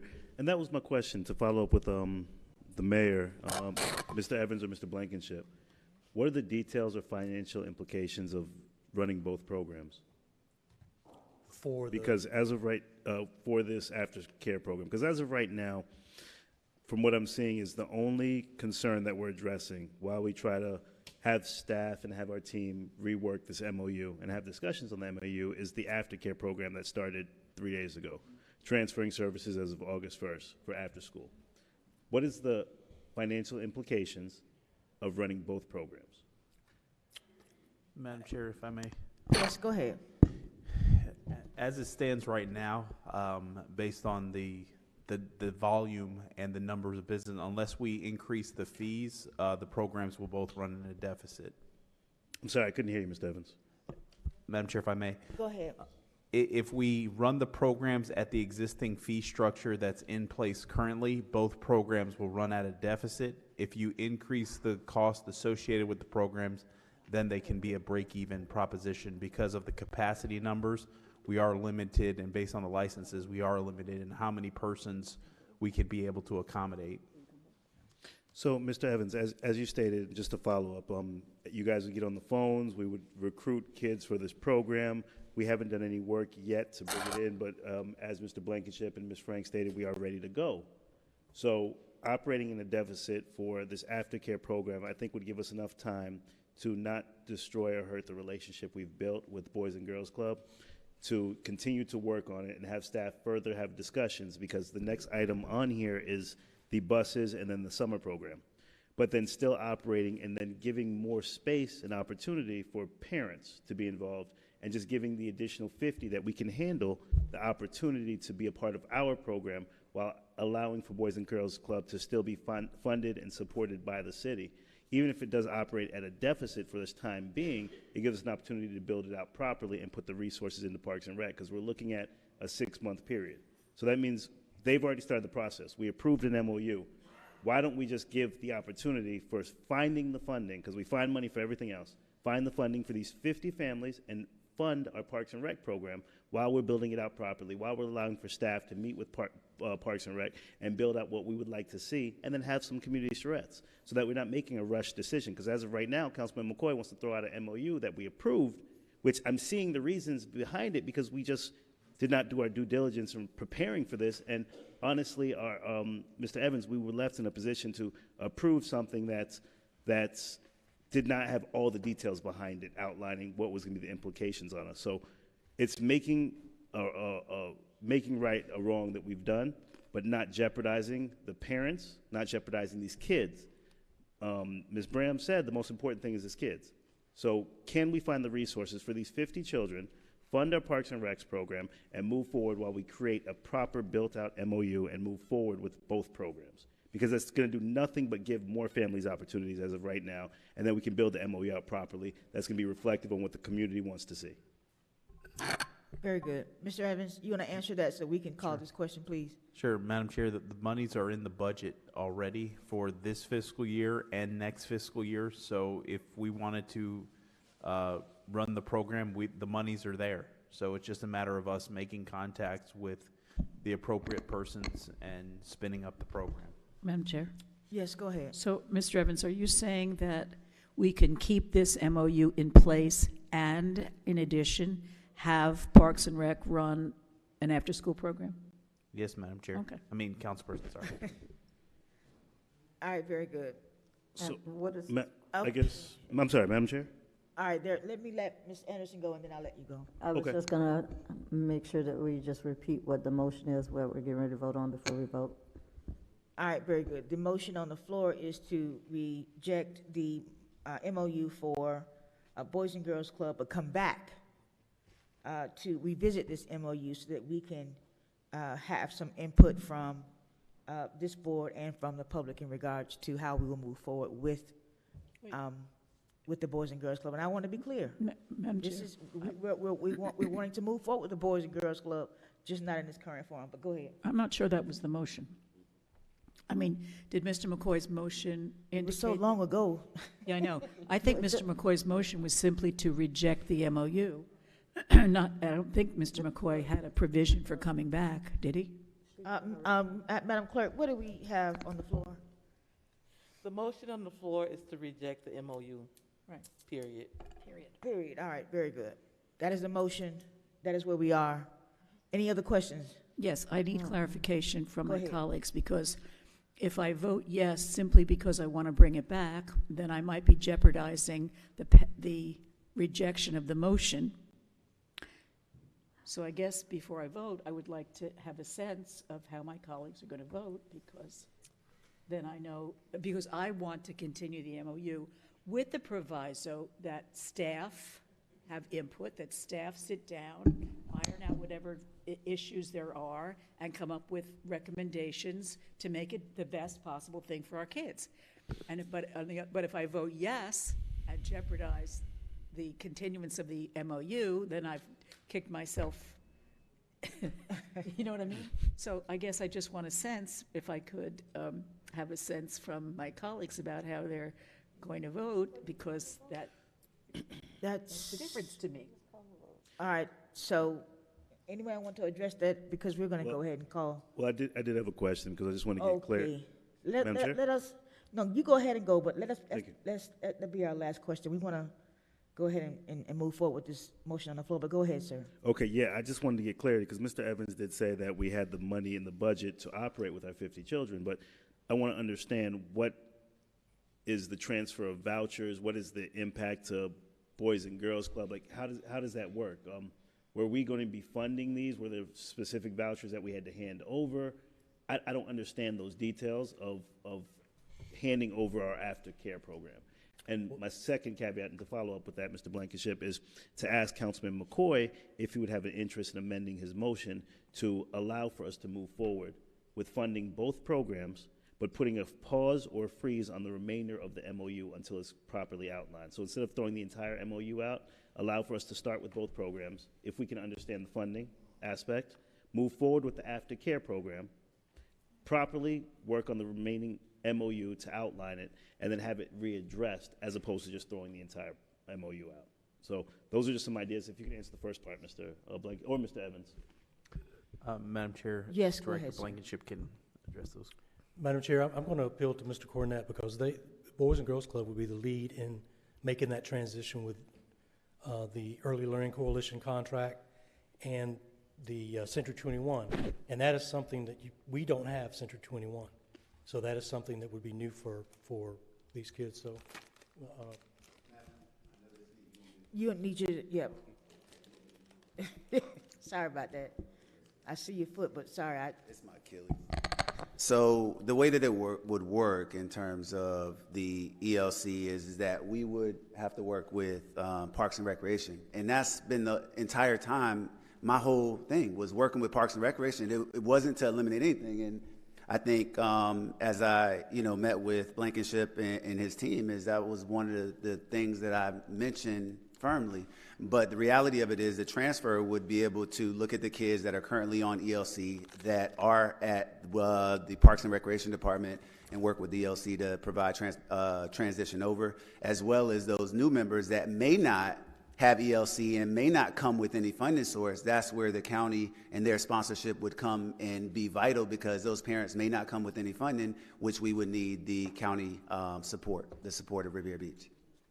very good. So, to that point, Madam Chair, that's why I would absolutely want us to support moving forward with both programs, correcting and fixing this MOU and giving additional opportunities for our families, because that opens up 50 more slots based upon what we're doing. Our staff can work with our directors with the program at Boys and Girls Club, and we can build out exactly what we want the MOU to look like. So I was going to ask my colleague, Councilman McCoy, if he'd be interested in a friendly amendment to his motion, instead of throwing the entire MOU out, giving our staff an opportunity to fix this and adding 50 more slots to this program, building it out with the proper staff in Parks and Rec and working together. Mr. McCoy? Thank you, Madam Chair. I don't have a problem with them working together. I mean, I think that's the whole point and intent. But Councilman Lawson, let's get back to the fundamental purposes of why we are already wrestling over a resolution, not an ordinance, for over an hour, probably an hour and a half at this point. The very thing that you're saying is what should have occurred before this got to us. And, it's a process issue. Let me reinforce that. It's nothing about the relationship. It's just this is a lot of pressure being a legislative officer of this body to deal with something like this. So I certainly would ask that they work together, but you can't make an alienatory contract where we just are asked to vote on something and then it has all these implications that nobody thought it was important. And then I'd be darned, what the heck do we have a cover sheet for that says fiscal impact if nobody wants to put down what the true fiscal impact, if this is something that we're clearly finding out is exactly that. And I mean, that's so not fair. I just feel really let down as a member of this body, and we're basically, again, from procurement to solicitation to contracts with no price in it. What are we doing? I'm okay for them to have a discussion. And I'm in agreement, Madam Chair, with Councilman McCoy. It's frustrating. I think as the legislative body, as the electeds, I want us to try to make it right, because I don't want our parents to suffer. And I completely agree with Councilman McCoy, though. We're in a bad position because Our goal is a fiduciary responsibility, as I always say, to our taxpayers, because now this is going to be an impact on our budget in regards to trying to provide these additional 50 resources, and we're having a discussion that we should have had about a month and a half ago. Madam Chair. I say we, go ahead. No, he can finish. No, finish up, sir. I'm saying that we go ahead and put a freeze on the rest of the MOU, proceeding with the only portion of the aftercare program while creating additional slots for our Parks and Rec to build out the program properly so we can keep our Parks and Rec in place, and having our staff move forward with this program is what I would like to see. And it gives opportunity for staff and for Boys and Girls Club to build our MOU that the community can love and respect and build that partnership. Because at the end of the day, we just want to work together, as we all Part of that, so if you... Hold on one second, sir. 1 second. Go ahead, Commissioner Anderson. I was just going to say, if we could go ahead and call the question, we have to get rid of this, and if he's not going to amend his motion, we can get rid of this, and then we can entertain something else. But we're really like going back and forth, pretty much saying the same thing over and over. And I think the point has been made, you know, and we just need to make a decision one way or the other if we haven't convinced each other or changing our minds. I agree. All right. So if not, we're going to call the question. Madam Clerk, let's go. Councilperson Lawson. Did you want to restate the motion, just so we're The clear? motion about on the this? floor is to terminate the MOU with the Boys and Girls Club of Palm Beach County. Thank you. No. Councilperson McCoy. Yes. Councilperson Botel. No. Pro Tem Miller Anderson. No. Chair Lanier. Yes. Motion fails. The MOU stays in place, and if we want to have another motion or any discussion after that, we should do so right now. Madam Chair. Yes, go ahead. I would like to make a recommendation that Mr. Blankenship sit down with staff and be sure that all of the, and I hate to use the word kinks, they're not really kinks, but it seems to me from what we've heard from the community and from what I have now been hearing from staff is that there are issues that need to be worked out. And I don't want to make it a motion. I don't want to get involved in the weeds of it. I trust our staff to do what's right. It's right for our kids that we move forward with this MOU. It serves the greatest number of kids. It puts into place a program that benefits the community. And so I don't think we need to beat this horse anymore tonight. I have to get up at 4:30 in the morning to get on a plane, and I don't want to be here any longer, and I don't think you do either. So let's just let staff work this out, begin to communicate. We recognize that there were issues with the way this was presented to begin with. Okay, we get that. And this hopefully will not happen again. And I trust that it won't. But I think we have to rely on staff to work this out such that the community understands that this is a good thing for our kids and our families. Because part of the reason we were getting these calls is that the community did not understand the impact of this on themselves, their kids, the staff, and everything. So it's really an issue of communication. So I would hope that that can take place going forward. I'm glad that we've approved continuing with this MOU, but I do really trust that staff is going to work out the issues to the satisfaction of the Parks and Rec staff and the community. Thank you. Madam Chair? Go ahead.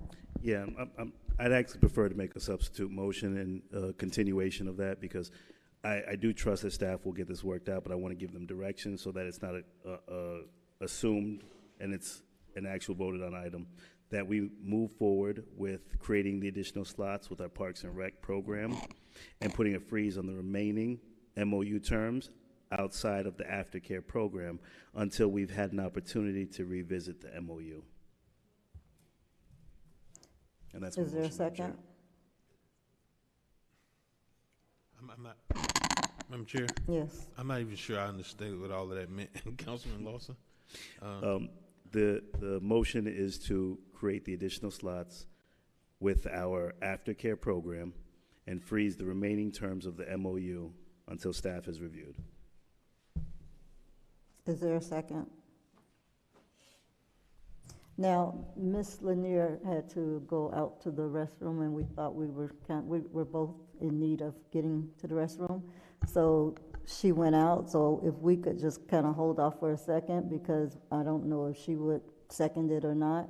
but we thought we were kind of at a safe point to be able to break for a second, but it looks like we're not. So I would ask that we kind of wait, but go ahead. Thank you, Madam Chair, for that consideration. Councilman Lawson, I mean, I don't understand what you're asking. I mean, isn't that understood already? Everything that you said should be already something that staff is having that fluid discussion and conversation on. I mean, I understand you want to solidify it in a motion, but isn't that the expectation of? I mean, how the this is- expectation was because that- that's what brought this MOU, that somebody should have been talking to somebody. But I mean, apparently that didn't materialize in the actual black and white document. That I mean, I don't understand. So that's why I want to give clear direction and have a vote done so that staff understands exactly what we want and not just assumed because it wasn't done previously. And right now we're sitting in a position where we had to make this tough decision.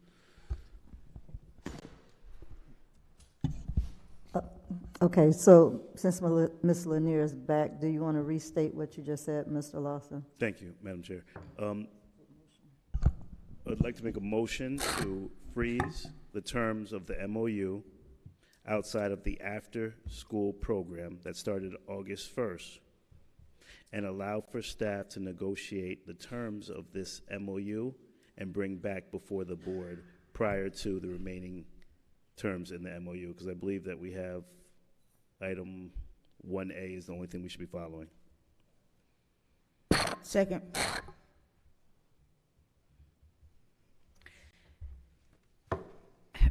Madam Chair.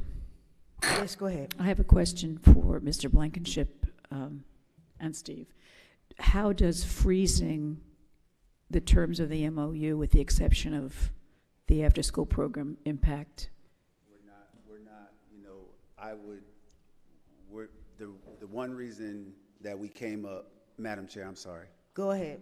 The one reason why we came up with this MOU is to have a clear delineation of our partnership with the city of Riviera Beach. If you are talking about pausing, we are putting our resources up top, up front, where we have 4 certified teachers that come in every day. We have teachers, we have staff, you know, we're facility. We're just asking. Just answer the question, sir. Thank you so much. But we're asking for the county's support. That is the reason why this MOU was created in the first place. All right, thank you, sir. Madam Chair, if I Yes, go could ahead. answer. One issue may be the buses. That's one of the items in the MOU. And if we do the aftercare program, they may need the buses to provide transportation. Now, it's not a given that they're going to want the buses. They need to inspect them first. So that would be the only, you know, if we just, if the direction was to transition the aftercare program, you know, that's doable, pending further direction on the rest of the MOU. But the only sticking point may be the buses, because they may need additional transportation. Madam Chair, if I may? Yes, go ahead, sir. If transportation is the only issue, I think we can resolve the issue. We'll find a way to partner up with a vendor, or if we have to, you know, work with our fleet department and look at our inventory of rolling stock. We can see what we can do and find a solution. So if that's the only issue, I think conceivably we can work through that. Very good. Any other questions in regards to this motion that has been made and seconded? Very good. Madam Clerk? Councilperson McCoy? Yes. Councilperson Botel? Yes. Councilperson Lawson? Yes. Pro Tem Miller Anderson? No. Chair Lanier? Yes. Motion carries. Dissenting vote, Commissioner Miller Anderson. And that item is been beat to death.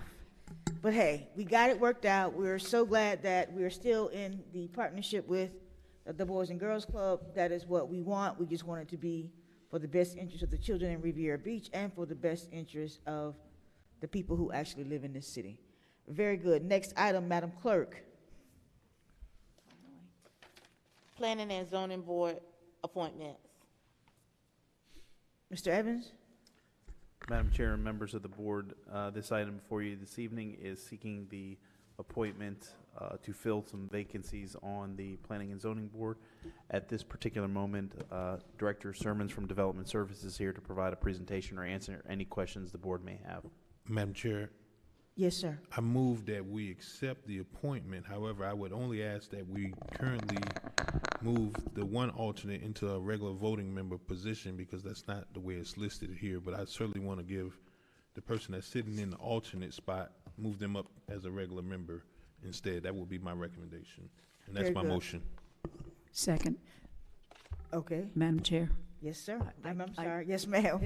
I'm having trouble bringing my agenda back up in front of me, but I think I had some concerns when I looked at it earlier that Mr. Fernandez is on here, but I don't remember, and Mr. Barnes's backup is there, but I didn't see Mr. Barnes in the body of the motion again. I'm sorry, I can't read it here because I'm not getting And connected. there was something about Miss Cruz. I didn't see anything for her name.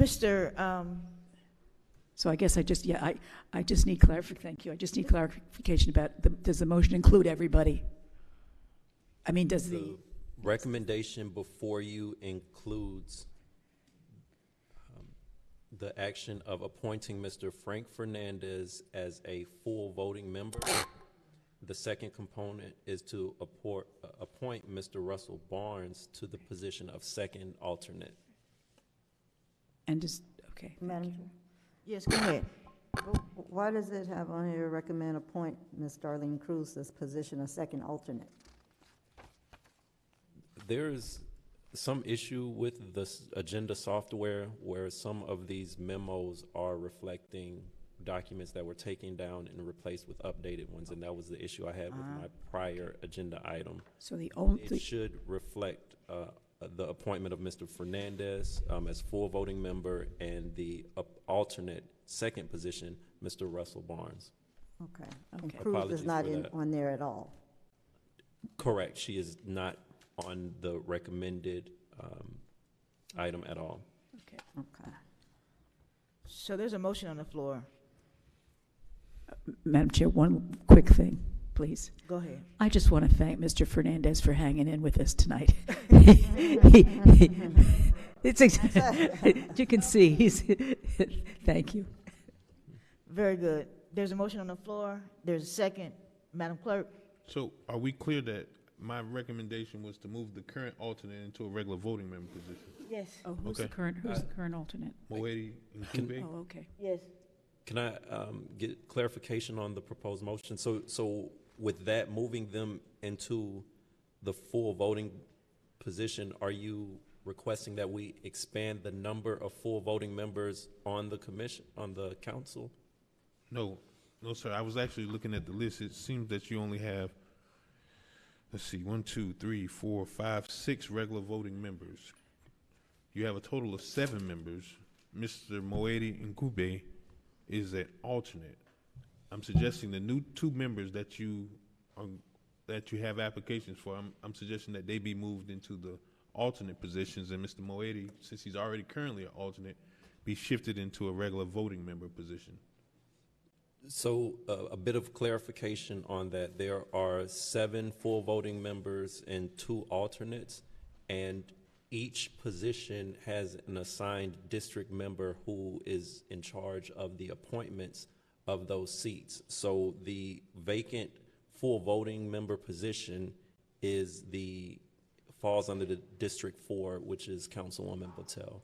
Okay, so I think I spent some time on there, and I'm going to tell you that that's not correct. You're not going to find a resolution or ordinance that dictates that convention that you're speaking of. And Correct. Too often you have members that serve on the board, and you have folks that got discouraged in the process. There's not a rhyme or reason or even a composition that describes that each district has to have a voting member. I mean, they're allowed to participate, but I think the first right of refusal go to the regular members.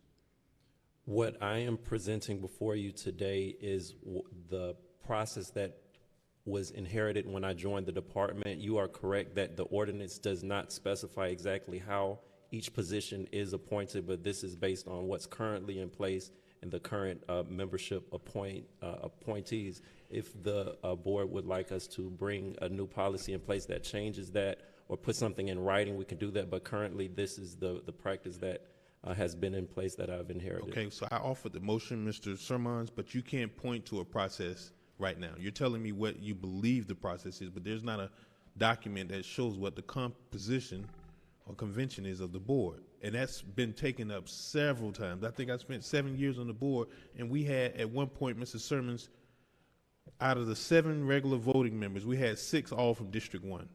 And I guess if what you're saying is true, then we're going to stop the city's business all to appoint someone from District 3 or District 4. I just want to make sure that we're fair in those that actually volunteered the organization.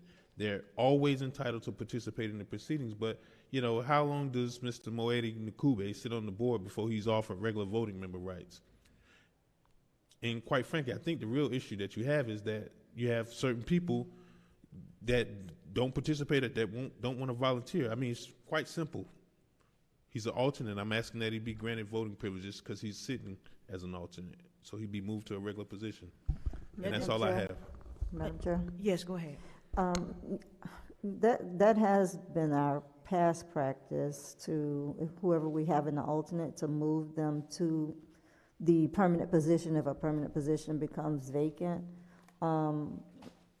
I do recall a conversation, though, about council people being concerned that they didn't have anyone from their district being represented. So that may not have been reflected in a resolution or in writing, but that's definitely something that was discussed in terms of trying to get equal representation on the planning and zoning. And of course, you can't really control it because it depends on whether or not people want to be involved. But we have done that before in terms of moving the alternates into the permanent, not just based on the district. So, I mean, that wouldn't be out of the ordinary. Madam Chair. Yes, go ahead, Mr. Sermons. I can say that the last appointment that was made by this board, that was the case. The council person who was in charge of the vacancy chose to move up the person that was the alternate into the then vacant full voting member position, but it was still, the recommendation still came from the council member that was over that position, and they chose to upgrade, or if you will, that person.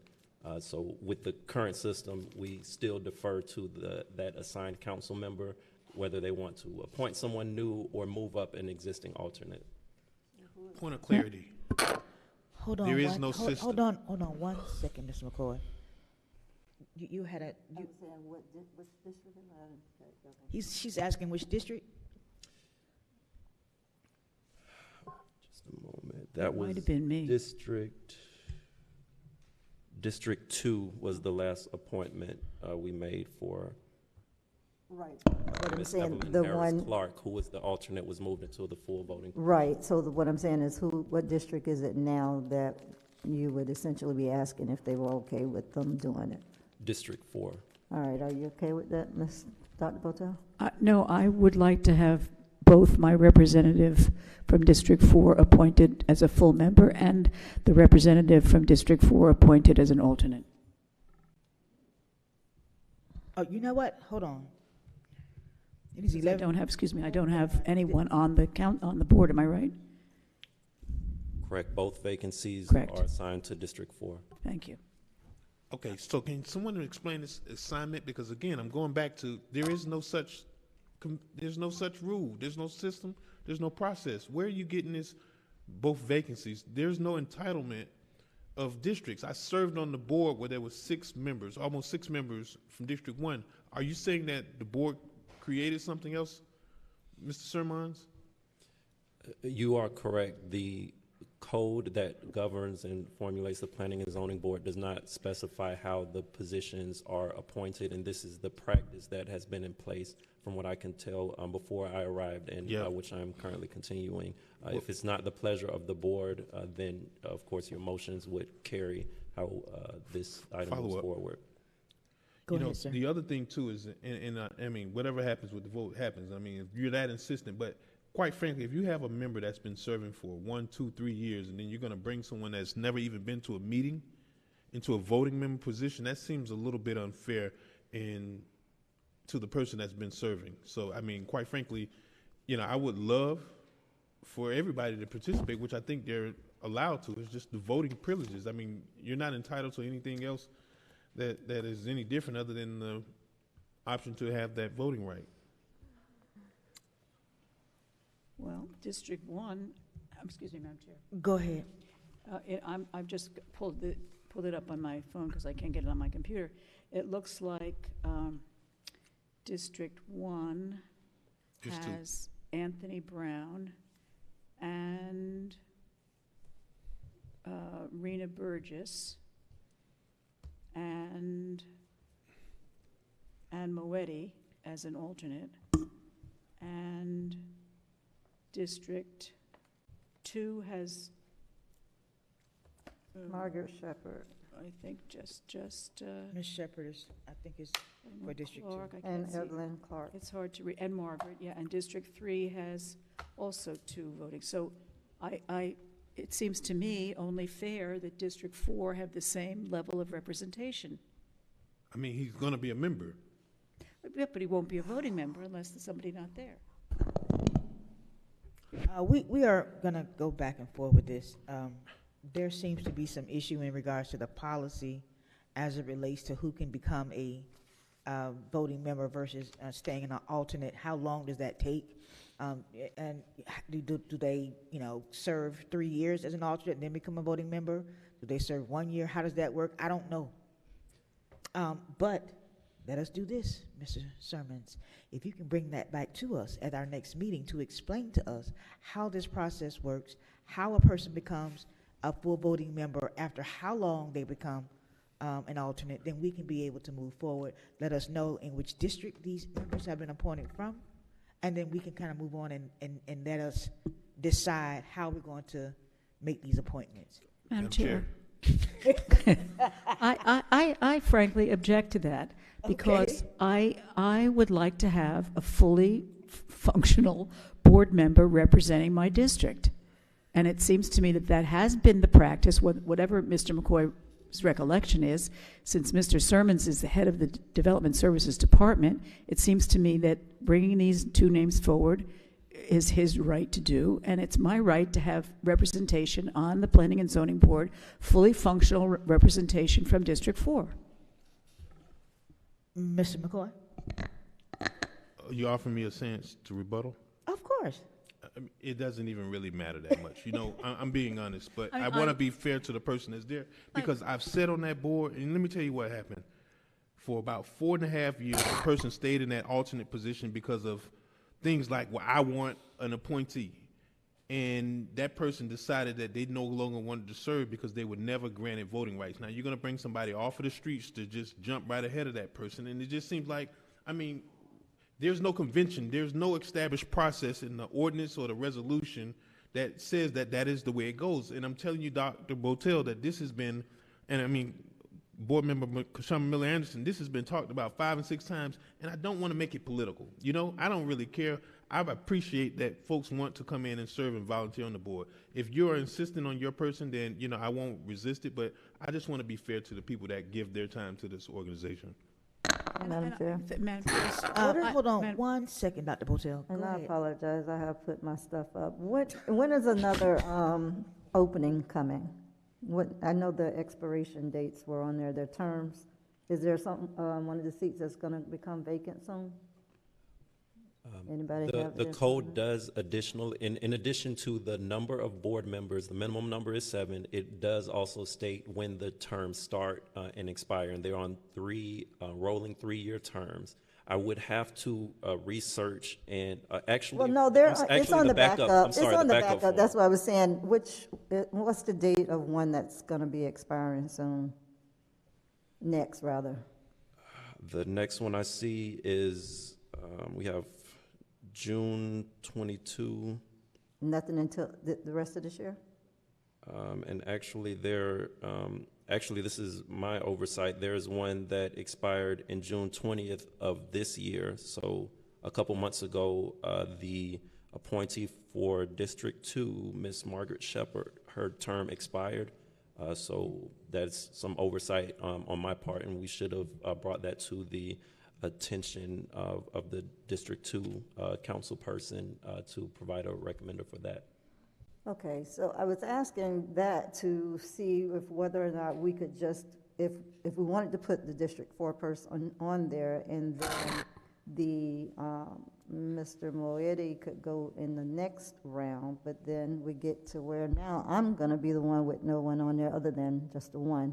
But I guess that doesn't work. But, I mean, I understand moving Mr. Moetti because he was in alternate position, and we have done that before, but I also understand Dr. Botel's point of not having one on there. So, I don't know. I mean, Madam Chair, why don't we increase the number of members to 8? But then that'll be a tie, though. We have to be 9 or 6. I mean, 7 or 9. Madam Chair? Yes, go ahead, sir. I can, with my staff, look into some protocols for appointments. As was stated, currently we've been working on policy and practices. We can bring forth a resolution that governs how future appointments are made so that it's clear to how they will work in the future. So I do offer bringing something forth at a future date that will outline that for the council to vote on. Yeah, I agree with that, because this conversation in regards to board appointments, specifically Planning and Zoning Board, we've had this conversation numerous times, and we still have 30 minutes of conversation about how it works. So having something in writing about how this works so that, you know, the council in the next 30 years will know that this is how it works. It's not an issue of her person not being able to be represented, in her district not being able to be represented, or in Mr. McCoy's district, you have an alternate who's been there 2 or 3 years and never has a chance to be able to vote. So those are something that you guys can work out so that we can have a fair process for how these appointments are made. Madam Chair? Yes, sir, go ahead. And that was going to actually be my recommendation, because I was going to ask to increase the board composition, because District 5 has no representation on the board. So, neither does it have any real estate. So to that very point, District 5 would like some representation. District 5 needs to have some real estate before we can plan to zone it. The entire city. District 5 is the entire city. Then the mayor might want to give him an appointment. So let us have I would love for our development services director to kind of explore possibly expansion of the board and what we could do so that we can all have some representation. Because I know the mayor may even have an interest as well. Madam Clerk, yes, go ahead, sir. Madam Chair. Councilwoman Botel, listen, I want to withdraw my motion. You can put whoever you want. I don't want to make this complicated for anybody, and I just wanted to try to be fair. If you are that insistent on your appointee, I certainly would like for you to have that, but I don't want us to make a whole lot of bureaucracy out of something so trivial like board appointments. And obviously, if that's what you feel, then I mean, everybody should. I don't think it's trivial. Well, I'm telling you it is, because I've had a board member say that they didn't want me on the board because I was the chairperson. I'm like, well, quite frankly, the board decides among themselves who should be the chairperson. And then we're going to essentially find ourselves in a situation that the Planning and Zoning Board, which is the requisite board to City Council for reviewing site applications and amendments to the code, is going to come at a cease and a stop if we have these carve-outs saying we have to have a board that consists of membership from this district, because there was a point in time where nobody wanted to serve. And we found ourselves almost at a point where we went home because there wasn't a quorum. So, I mean, this is what it's going to ultimately end up to. So I withdraw my motion, and I'm almost walking out the door at this point. Do you need a motion to, do you need a motion? I'm sorry, I withdraw Madam the Chair. second, so that there's no motion on the floor. He's made his presentation. What is your recommendation? I don't think we need a motion on this. No, just your recommendation. Yeah, this is my recommendation. All right, very good. That's her recommendation. Do we need a motion? Do we need a motion, Mr. Evans? Yes, Make it official. All right, so Go ahead, make the I move motion. to accept staff's recommendation. Second. Thank you. Very good. Madam Clerk? Is there a motion and a second? Yes. There's a motion and a second. Oh. Councilperson Lawson? Yes. Councilperson McCoy? Yeah, you did. Would you go? Excuse me, popcorn. He's Popcorn. joking. Yes. Councilperson Botel? Yes. Pro Tem Miller Anderson? Yes. Chair Lanier? Yes. Sorry, I had that Scott Evans popcorn in my. Yeah. In my All right, throat. very good, And sir. I think the world of Moet. Discussion by the city manager. I mean, I think he's great. Nothing, Madam Chair. All right, discussion by the city attorney. No, thank you, Madam Chair.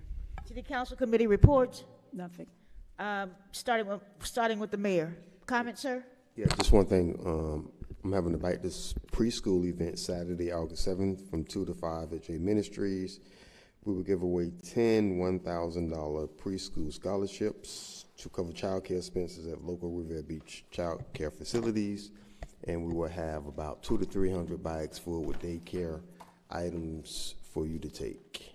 And secondly, Mr. Evans, can I get a chair like Councilman McCoy? Thank you. What was that you said, Matt? We are ordering new chairs. We only had 4, so I told staff just to put one there for Councilman. Oh, wait a minute. Oh, wait a minute. Now, wait, how is that fair? I just noticed that chair. I How need is a that chair like fair? that. All right, very good. Anyway, I should've stolen let us go to Commissioner Lawson. Thank you, Madam Chair. Mr. Evans, I was going to ask if we could look to schedule within the next 30 to 60 days immediate town hall to discuss Parks and Rec, because I think that would be vital with moving forward with this MOU. We're able to work out an agreement where we could have both programs operate, but I think we need to have a discussion with the community. But in addition to that, I also wanted to start off by congratulating Mr. Evans and staff because we were able to actually increase our bond rating from a AA negative to a AA. So, Mr. Evans and Mr. Sherman, thank you so much for actually continuing to keep our finances in order. I have just 2 announcements. Tomorrow is going to be the Congress Corridor Town Hall to kick off a series of town halls that we're going to be doing. It's going to be at the Riviera Beach Public Library starting at 6:30. We're going to address Reimagine Riviera Beach. We're going to talk about Fire Station 88. We're going to talk about the Parks and Rec Master Plan and public safety. On August 28th, we're going to be having another community town hall to be at Fire Station 86 to discuss Fire Station 86, Reimagine Riviera Beach, our comprehensive plan, public safety. And on August 29th, we'll be hosting a mental health forum, which will be Parents' Nights Out. And we're going to continue to talk about normalizing the conversation with mental health in the minority community and addressing the issues of our kids in the upcoming school year. So thank you very much. Thank you, colleagues, for the night. Thank you. Commissioner McCoy?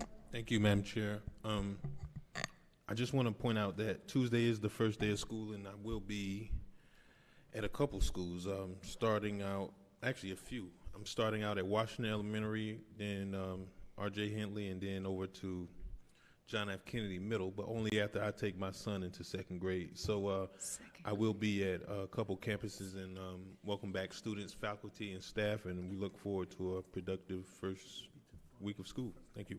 Thank you. Thank you. Dr. Botel? Thank you.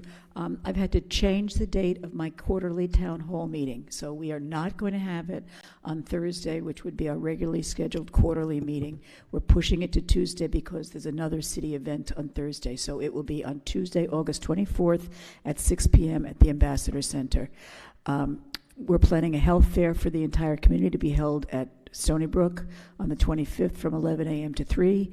We're planning a meeting on August 17th with Logistics and Transportation Subcommittee of the Workforce Development Task Force. We will be establishing a CDL program, a commercial driver's license program here in Riviera Beach, and we've invited over 60 business leaders in the transportation and logistics field, and we're partnering with the Palm Beach County School District. There will be 3 opportunities to learn about the replacement for the Singer Island Fire Station: August 16th at the Ambassador Center, August 17th at the library, and August 19th at the marina from 6 to 7:30. Please come out to one of those meetings to find out about the new fire station. I met with Brother Carl Muhammad, as he mentioned earlier, and school board member Erica Whitfield, and I'll be out of town on Monday, so I can't attend the next meeting, but I encourage my colleagues to attend that meeting. Thanks very much. Thank you. What was, Dr. Botel, you said your meeting that you normally have, is that the 3rd Thursday you normally have? It's normally the 3rd Thursday, but there's a fire station meeting that night, so I changed my quarterly town hall to the following Tuesday. Is that the one that Mr. Lawson is talking about? No, Madam Chair. Yes.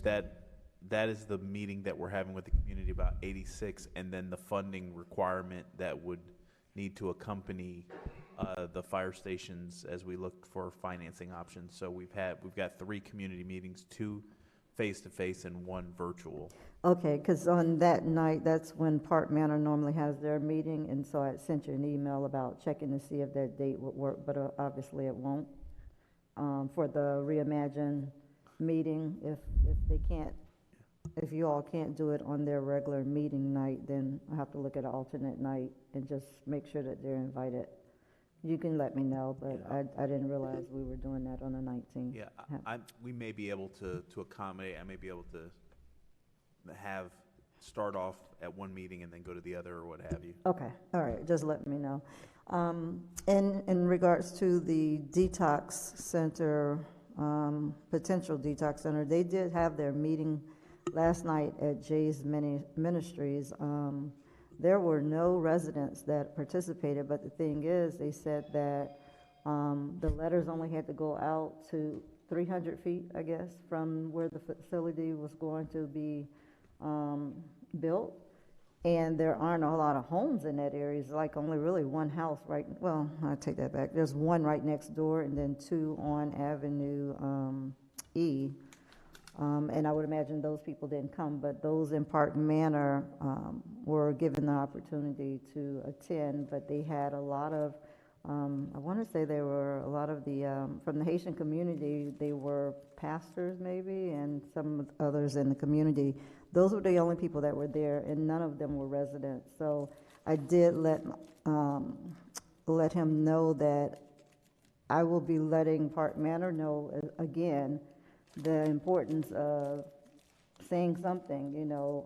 I know we had Ms. Bram that spoke on it, but we haven't heard very many residents speak about it. So if it's something that's people are dead set against, your voices need to be heard because it wasn't heard last night.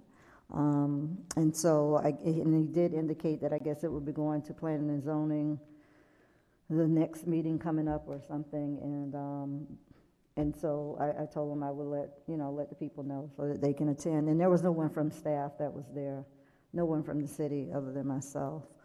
And that's it for me. Thank you all. It was a very tough night, but I know we all, we're very passionate about a lot of the issues that came before us. But, I know Mr. Lawson spoke about, I think it was Lawson, it's a while ago, I don't even remember who it was, but about having our meetings, the agenda review meetings, so that, because staff does put a lot of work into what they're doing, and I know it's a little disappointing sometimes when we may tell them to bring something back, and then we also don't want the public feeling like we can't move forward and get things done. But I understand the importance of making sure that we are very clear on what we're voting on and not just voting on something just to move it forward. But I just, we talked a lot, very long on a lot of the issues, and, we don't want to lose people, and especially the public, because it gets pretty late sometimes. And so thank you all for having us here tonight. Appreciate it. Thank you. Just a brief announcement. Project Clean Start, another great initiative from Office of District 3 has begun. Project Clean Start is an innovative and efficient approach to maintaining the cleanliness of the City of Riviera Beach's vehicle fleet. As the reentry program procures the auto detailing services of the city-owned vehicles, this will effectively reduce the cost of outsourcing the aforementioned service and also provide for training and transitional employment opportunities for criminal justice involved program participants.